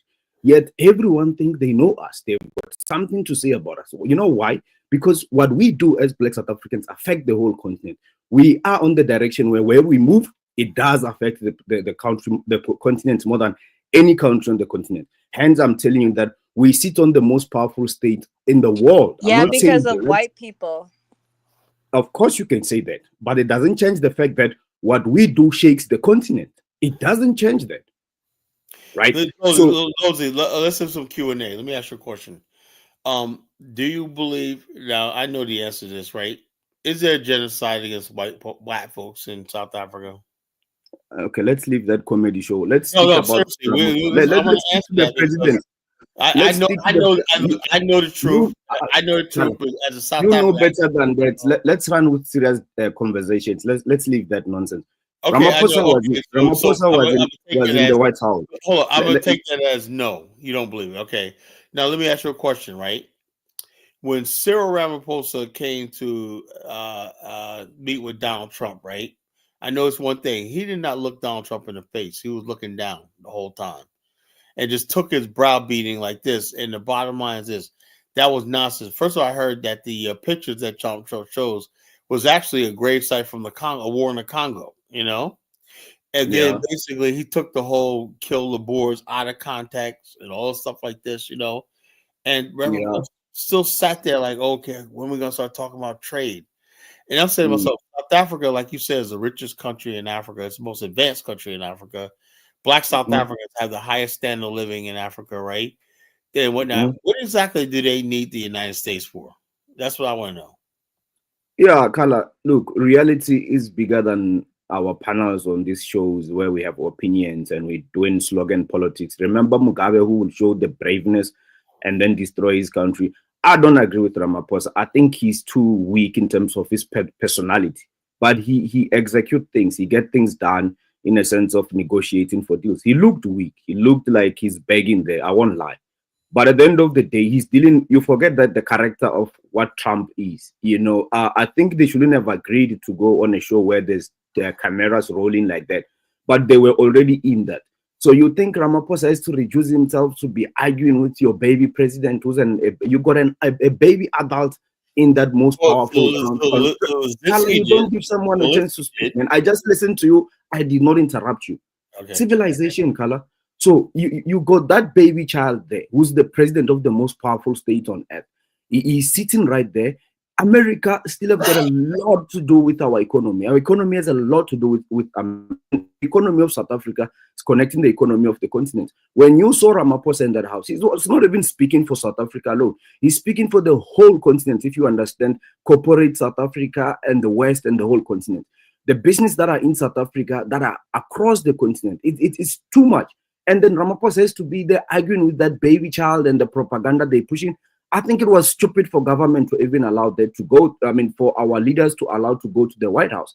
But I wouldn't know why did they have to go. I guess they went there to save the businesses that they have here in South Africa. At the end of the day, reality is America is our second biggest trading partner after China. And in terms of the businesses, America's got more business in South Africa, more than any nation on earth.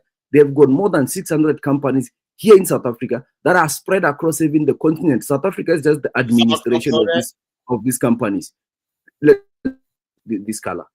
What would you have done if you were Ramaphosa? Argue with that baby child and just make things worse? No, I would say like this. This is, like I said, maybe my naivety when not, but this is what I would say, right? I would have said, first of all, I don't think the South African people, government, right, have done a good job at explaining, because they allowed something like Afroform to metastasize. Those guys, look, let me tell you something. If it was the other way around and it was white people in control and you went overseas and started talking against the government like that, you remember what they did to the ANC, right? You know, back in those days, right? You guys should have basically clamped down on Afroform and all these other people and charge them with insurrection and freaking treason, you know? That just charge them, right?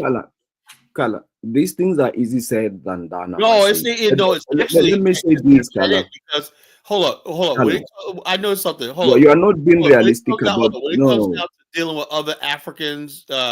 They had no problem sending troops into the Congo, DR Congo. You have got this ability to simplify most complex things.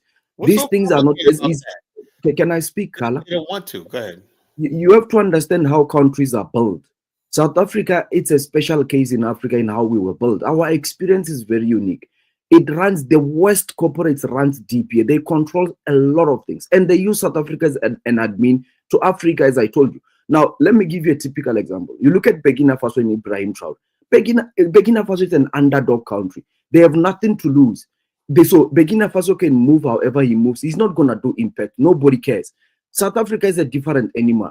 Whatever we do here, there's a lot of investments that are here, not only from the Western foreign entities, Asia, South America, everywhere.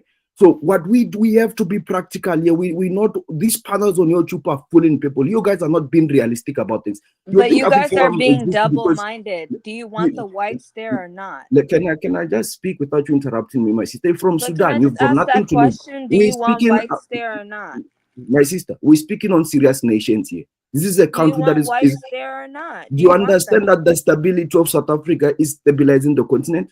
I don't think you fit to have this conversation. Now, Kala, let me say this, Kala. Can I not be interrupted? What I'm trying to show you, Kala, is that white people have power here. They build a base here. But that power is bigger than what you think. You guys like to boil this conversation as if white people in South Africa are just existing here by accident and they've got power by themselves. No, these people are an extension entity of the Western Empire, just like the Jewish in the Middle East. Which country in Middle East now is touching those Israelis and what they do in Gaza? It's very similar to this. These people are backed up by a serious empire. Anything can happen. So things like AfriForum, I understand why they exist, because they are backed up by serious empires that are investing in them and harming them. Now, you think you have got black people in these panels who can barely control their black leaders who are so weak from their countries, they'll rather flee away from them. And you think black South Africans are going to challenge the Western Empire alone? You guys need to start being practical, man. You like to feel good about, you know what is happening, Kala? It's as if talking about black South Africans and beating on our people makes bunch of these losers from failed countries feel good. It's not gonna make you feel good. Nobody said At the end of the day, look, Kala, I can say a lot about Sudan. I can choose to say a lot about Burkina Faso and be ignorant. The reality is, people in Burkina Faso are faced with a different challenge compared to where I come from in South Africa. Oh, no one's saying that he has to be. That's the point here, Kala. No one said that. What I'm saying is this, though. Now, to put it on one place, somebody did a speech. I don't know if it was AI generated or what, but they took Traore's basic words. They sound like he's probably in the West, fled from his country, but he's saying I sound weak. Most of these people don't even live in their countries. You have to ask them. I wonder why they barely live in their countries. Go ahead. Let me say this. Now, Cyril Ramaphosa, right? When this is how. When Trump said that about white genocide, he said, America has a history of genocide, right? What? He should have said the Native Americans. Kala, there's no point to prove anything there, Kala. Come on, Kala. Like, no, because the bottom is you guys looking more at money than you are. It's power dynamics, Kala. Trump knows he's lying. Everybody knows, but it doesn't matter. If you're gonna sit back and somebody's lying, it's like you sitting in court. And if somebody got a charge on you, right? It doesn't matter. You're gonna prove what to a child who doesn't. Trump doesn't follow facts. If you don't have a defense, if you don't defend yourself, Kala, that person you're gonna get convicted. Kala, corporate South Africa is bigger than Trump. South African business America, we do business with other business people in America. Trump is a president child. What you gonna prove to him? He doesn't follow facts. He doesn't believe in it. Let me ask you a question. Kala, how much opinions you had to say about South Africa? Can I just have 2 seconds of speaking on your panel without you interrupting me?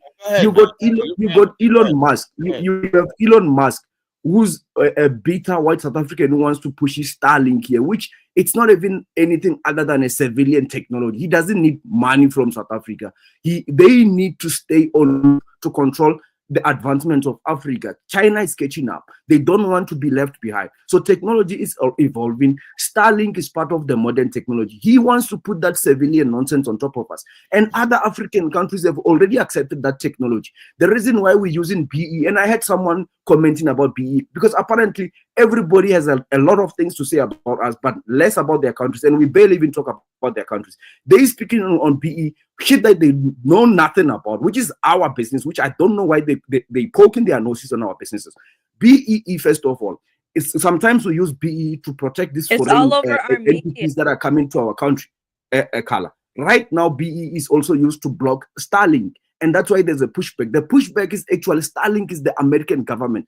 Forget about Elon Musk. They want to continue surveilling us. Starlink is bigger than just profit and incorporate. It's all about control. That nonsense technology, we the people of South Africa, we don't want it, but they're pushing our government to the edge now, because now the government is going to sign up to that Starlink. You gotta give me a chance to talk.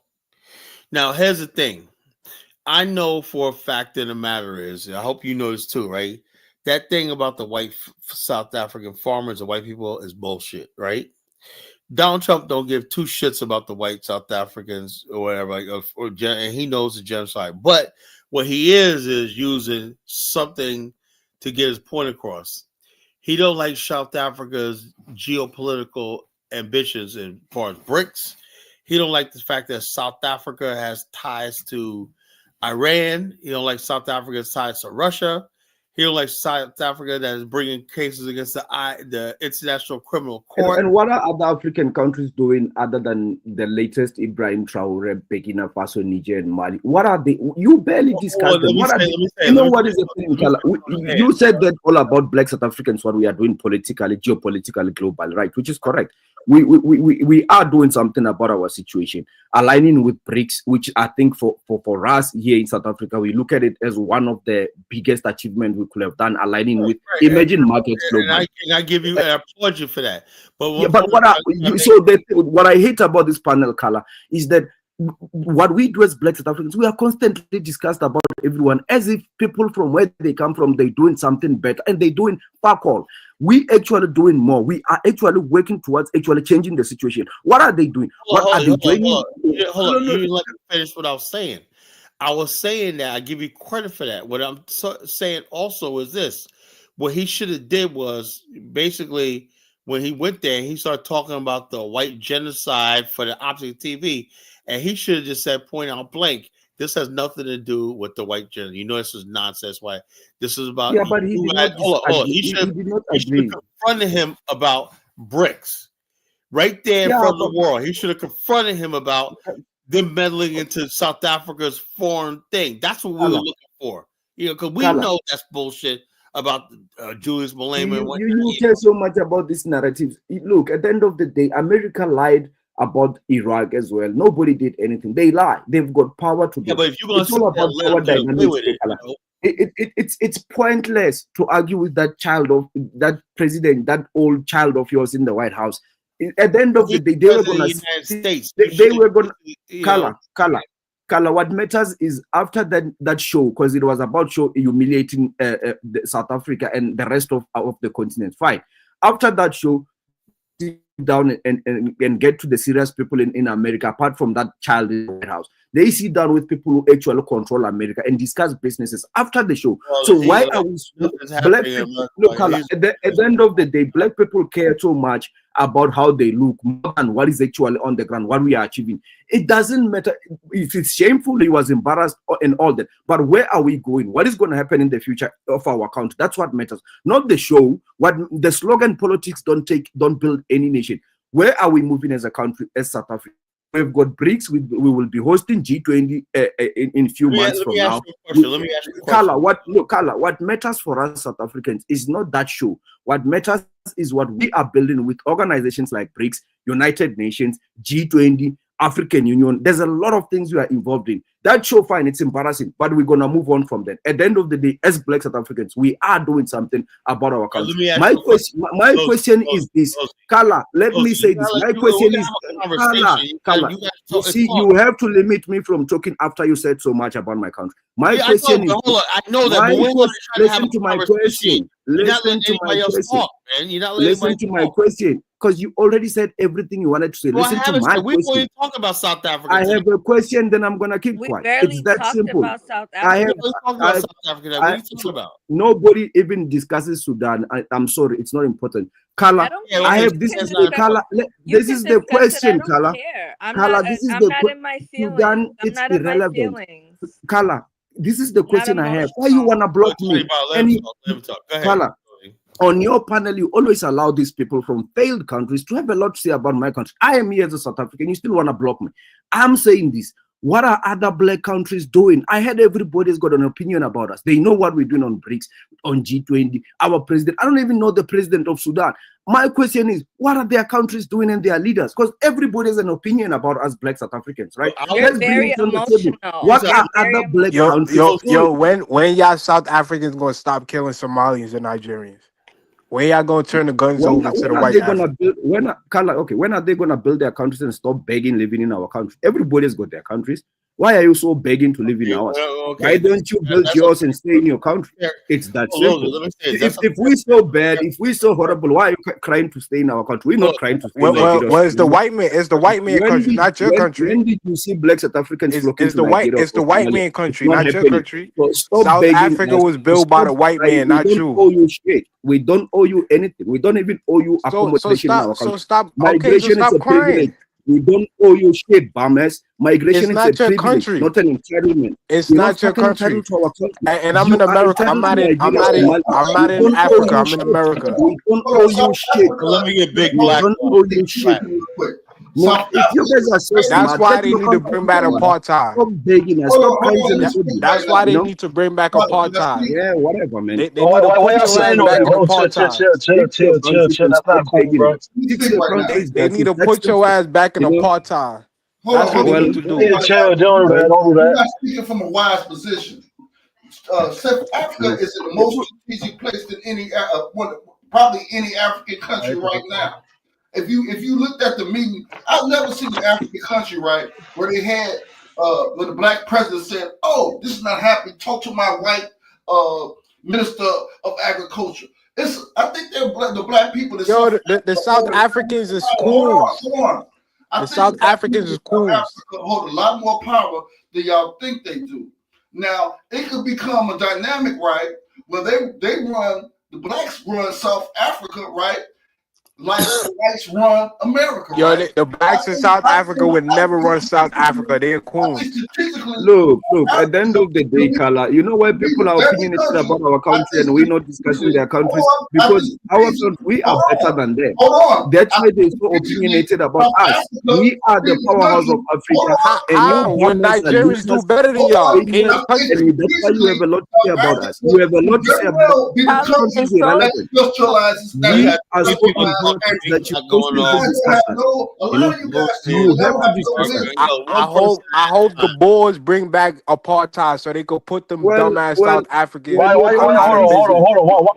Why you saying all that, bro? Huh? Your Yo, country is Big Black, your mic is messed It's up, man. jealous, bro. You sound It's echoing. jealous. We can't hear you, bro. Jealous. It's just jealous. You said Prince, jealous. why? You said You why I are a said that? loser. Your country's failed. No, so Your hold on. country's failed. It's just South Africa. jealous. Can you hear me better now? Okay, DRC. South Africa is one of the actual African nations that actually I ain't attempt to help. talking. I ain't talking 30 So minutes. I don't really Can I bash talk? South I ain't Africa. talking 30 minutes. Can I just talk for 2 minutes? Go ahead. Us, it's just jealousy. You Okay, even can wish I better speak? on us because we have got better country than you. Yo, can the black boys? Man. Can the black boys You shut hate up? Can us let me for what? talk? Can the black boys shut up? Let me talk. Because we've got a better country than you and we Can don't the want you in our black country. boys shut You up? wish Can I apartheid talk? on us. Man, get yourself Can together. the Fix black your boys shut up? Can I us, man. talk? It doesn't make sense. When am I gonna talk? When am I gonna time? The No, reason you why I need to say talk about your the country, man. reason Fix why. your country. Okay. That's cool. The reason why I said that they need to bring back apartheid because these people are ungrateful.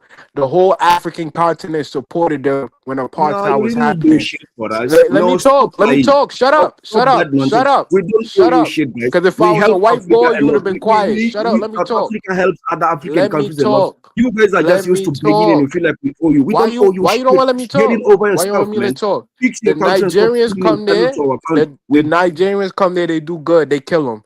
The Somalians come there. They start their little business. They come there. They kill them. So the white South Africans need to bring back apartheid and put these people back in their shithole place. That's what they need to do. They are ungrateful and they think they're very arrogant. That's why they need to bring. You know what? I'm proud of Trump pointing out that this white genocide going on in South Africa. So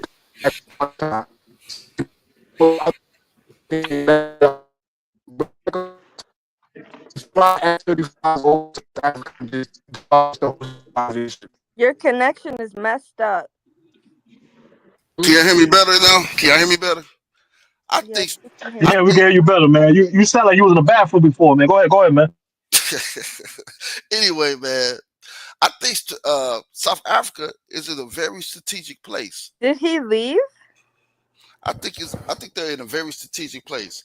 First of all, I've never seen a black president that that basically came to talk to another president and said, okay, this is not happening. Talk to my white minister of agriculture. That displays a lot of power.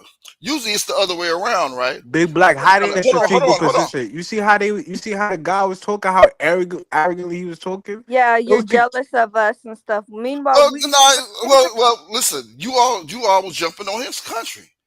But no, we weren't. Hold on. He had no problem. He was had trying to stomp out South Yo, Africa. Big Black, he had no problem when I South Africa. But let me say this real quick. go ahead. Now they're in a strategic position. I think they can mess around and have a wrestle power where they have a dynamic as far as their country to whites, as whites have a dynamic in America, you know, as far as like the black and white dynamic in America, right? But the reversal, right? I think they're in the position, right? If they play their cards right, well, they could be the ones that kick off the industrialization of the whole of Africa. Because not only do they have not only do they know how to make the infrastructure, right? They can train more and more people into making infrastructure and can replace the Chinese with creating infrastructure in Africa and kick off industrialization. They're in a very strategic position right now. So I think you all need to back off of them a little bit. Big Black, that would never happen. You see how arrogant that guy is? He had no problem when I said that they're killing Nigerians and Somalians. He had no problem with that. Nothing at all. He didn't give no pushback. He didn't say nothing. So I think the white people need to bring back apartheid. Why did they stay? Everyone though, they can't take in everyone. It wasn't that bad. Now listen, do you know that a lot of when I was talking to Lozy a while back, I noticed that why they can't take everybody in. One thing with the African Americans. Hold on. Ain't you Jamaican? It's not a good idea to take in everybody. They don't have to. These people have their own country. This guy Kwame is Jamaican. Right now, there's Haitians trying to go to Jamaica, right? You guys ain't gonna allow all those Haitians to go to your country. Am I correct? Can't take everyone in. Why the hell you want South Africa to do the same thing? You guys are being fake, man. Your internet is bad. Yeah.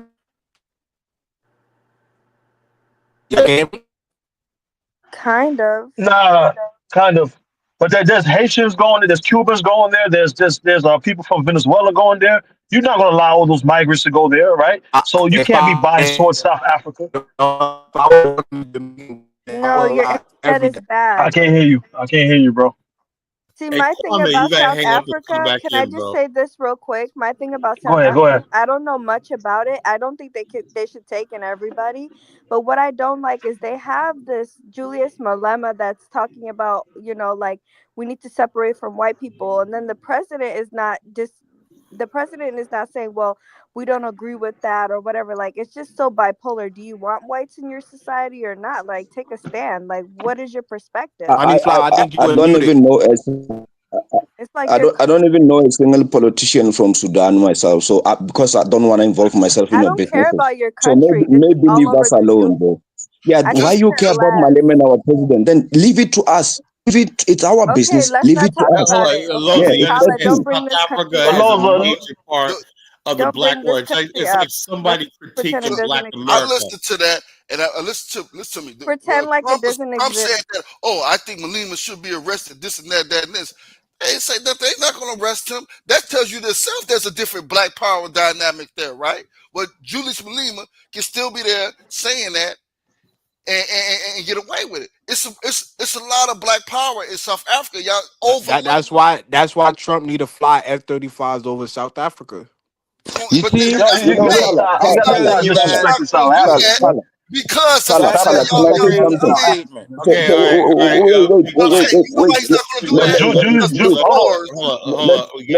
Let's get at the bottom of this. Kala,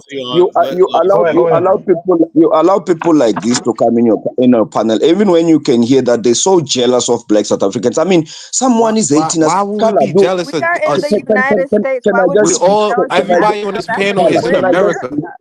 Everybody on this panel is in I disagree with you talking about need to fly F-15. I disagree with that fully.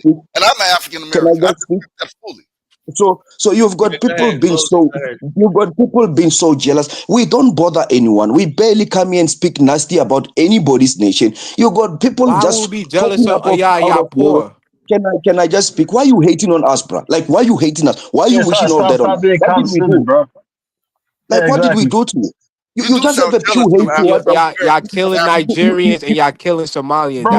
Bro, that's not your business.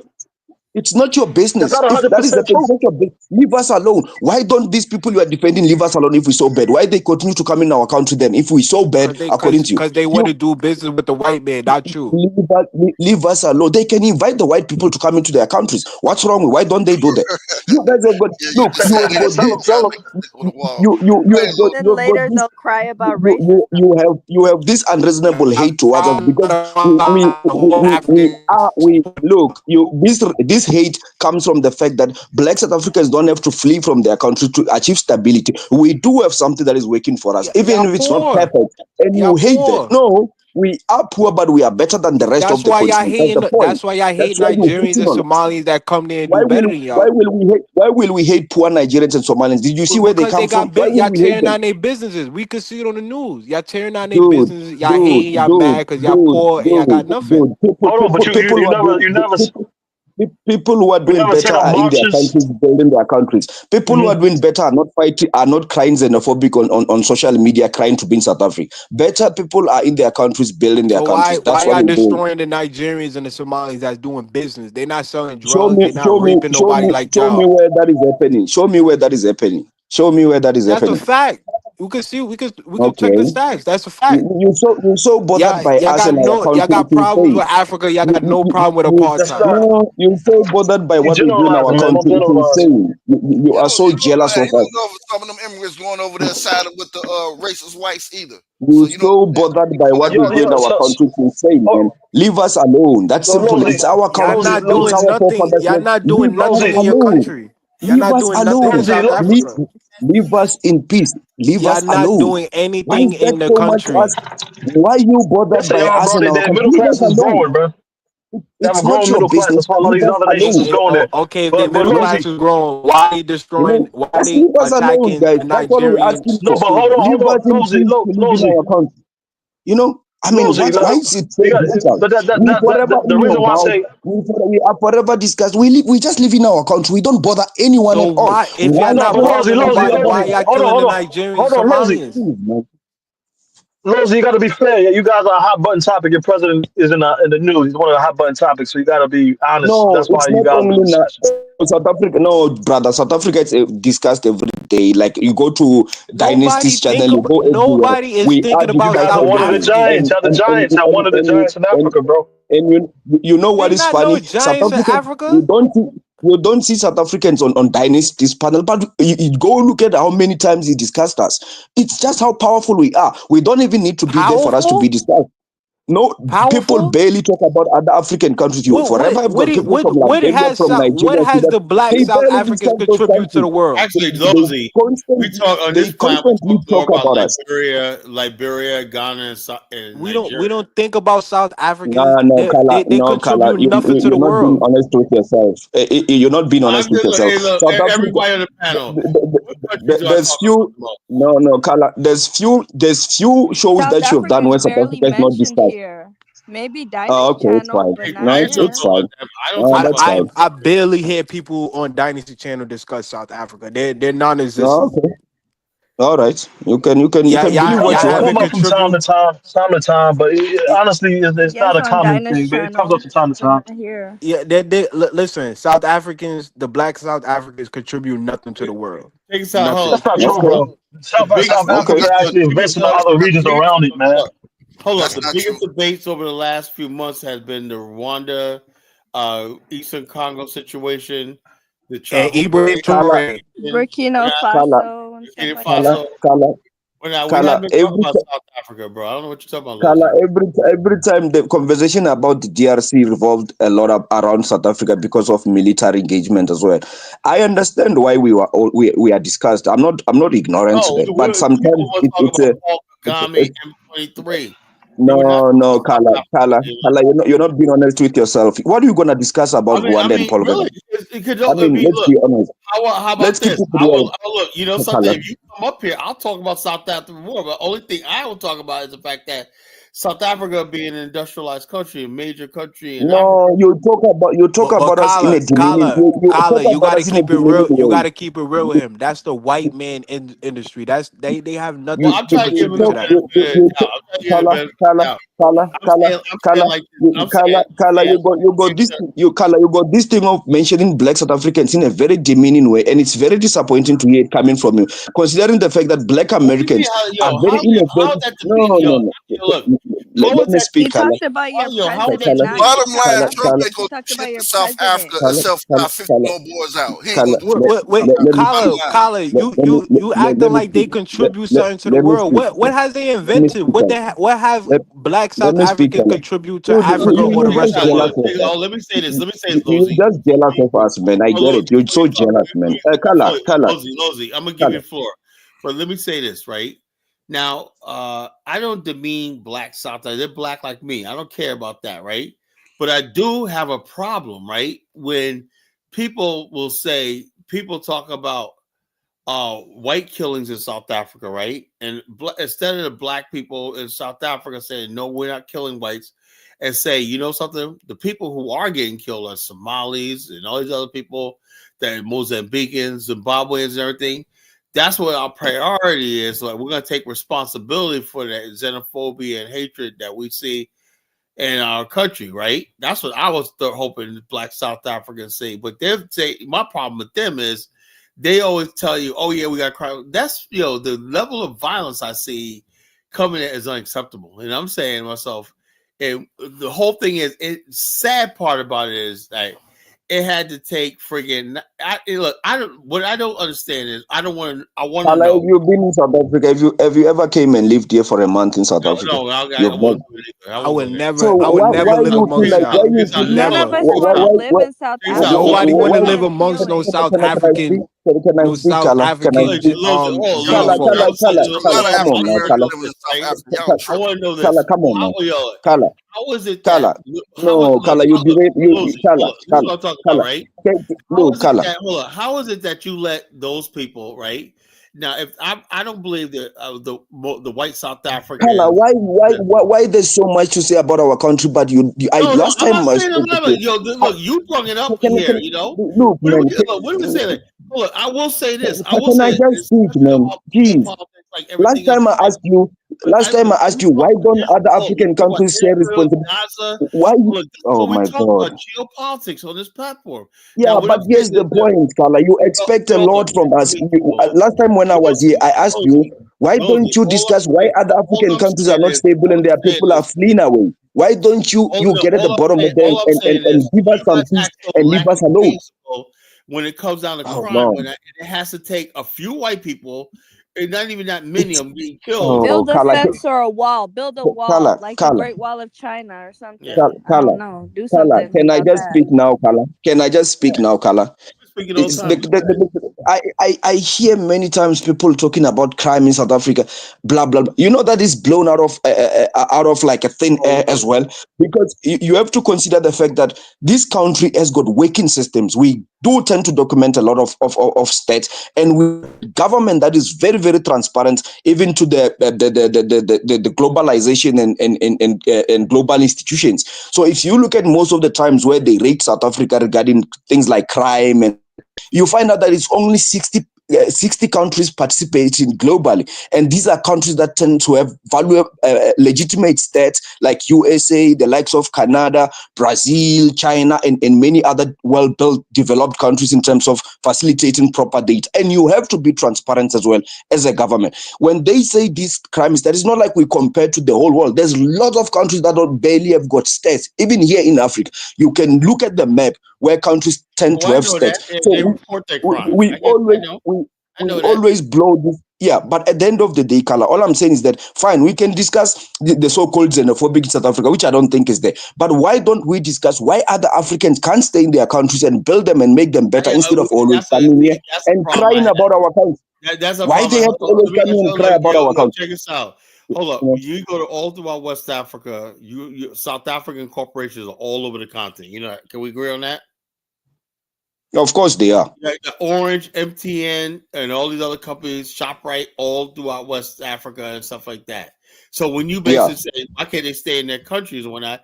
South Africa mining companies are basically Shanty Gold, we're now owned by South Africans and whatnot. You know, and I'm saying to myself, they're all over the continent. They're even moving into the Congo. They're moving into Now, even some South Africa even talked to me about, oh, we're coming to Liberia, Carl. I said, my dead body you are, you know? So they got full access to the whole entire continent, out of the spirit of pan-Africanism and brotherhood, right? The trade-off is the fact that is there's going to be people that come to your borders. Now, would you guys like the wealth? Don't move from that because I have something to say. No, stick to that topic. I have something to say. Okay, don't move from that. Check this out. The whites in South Africa benefited from having access to the whole entire continent, which they provide you with a high standard of living. The trade-off from that is you're going to get a lot of their migrants. You know, that's what it is. They see you in their country when not doing business, and then they come to your country looking for work and whatnot, you know. And that's what it is. Okay. Let me push back on that. What you said, it does make sense if depending on how you want to look at it. Now, South Africa is home to more than 600 USA companies. There's no African country that has got more than 200 South African companies. You got the likes of Nigeria, which has got 120 South African companies, and that's the most African country. That's still a lot. Yeah, but can I just speak, Kala? Because I allowed you to speak. That's the country with the most South African companies. I think Ghana has got about 56. Ivory Coast. I know our companies and where they are. I don't want to just dwell on these stats and numbers. It's not the point. Now, why don't we see South Africans flocking in numbers to USA saying, because USA has got 600 companies in South Africa, let's go there, be illegal and be doing nonsense in the name of these companies. You know what those investment of USA do in South Africa and these companies? They create jobs which benefit South Africans. Do you know what our companies are doing across Africa? They foster development. They create jobs. They keep stability in those countries. That's the payment they get. That's doing business. There's no doing business in saying, okay, I'm giving you investment. I'm building up your country, and all I get in return is poor people flocking to my country to create chaos. If this is African unity and pan-African, that's bullshit, and this is not what we're signing up for. We accept. No, listen to me, Kana. We accept investment from places like Nigeria, Kenya, Zimbabwe. We never stop the investment coming there. The billionaire in Zimbabwe, Museiwa, is investing in building an AI company in South Africa worth millions, probably to billions. We welcome that. There's Dangote Refinery Cement in South Africa. There's Dangote Sugarcane Company. There's Access Bank just came to South Africa from Nigeria. There's Safaricom from Kenya, failed in South Africa, but it did come. We are open for business. If Africans cannot compete and beat us in corporate, that's not our fault. Just because we're doing business across Africa, y'all not running the business. It's the white people. Can I just speak? Why you butthead? Just because, no, Carla, can I just land? Why every time I have to say something good about ourselves, someone get butthead on this panel? Here's the point, Carla. Just because we're doing business with the continent doesn't mean we get to inherit their problems. Each country needs to solve their issues. Pan-African. The most Pan-African idea is for y'all didn't even solve your own issues. The white people did. You know, fix your countries, man. Y'all didn't solve no issues. The white people did. Y'all was in apartheid 30 years ago. What? You just they actually got a 30% system, which they you have to have a 30% South African business owner, which means that they're redistribute the black wealth back into the nation. Jamaica doesn't even have something like that. The African American community doesn't even have something like that. So these guys are thinking practical. They have risen up over millions of people out of understand that, but Jamaicans ain't killing Trinidadians or Haitians or Barbadians in Jamaica. Jamaica is not doing anything. The Jamaican crime rate is high, though, bro. Jamaicans killing Jamaicans, bro. Huh? Jamaican crime rate is high. Yeah, you're right. Jamaica has major problems, but you can't compare what's going on in Jamaica to South Africa when they're killing Nigerians, Zimbabweans, and Somalians. Look, man, if you want to fight for Nigerians, go fix Nigeria, bro. Go fix Zimbabwe and leave us alone, man. Why is it that difficult? Y'all don't Can I ask you a question? Kwame? Nigeria, man. Kwame, have you seen recent incidents of xenophobia recently in South Africa towards those particular different African groups recently? It's happening every year. This is not a one-time thing where they just now killing Somalians. You can't generalize.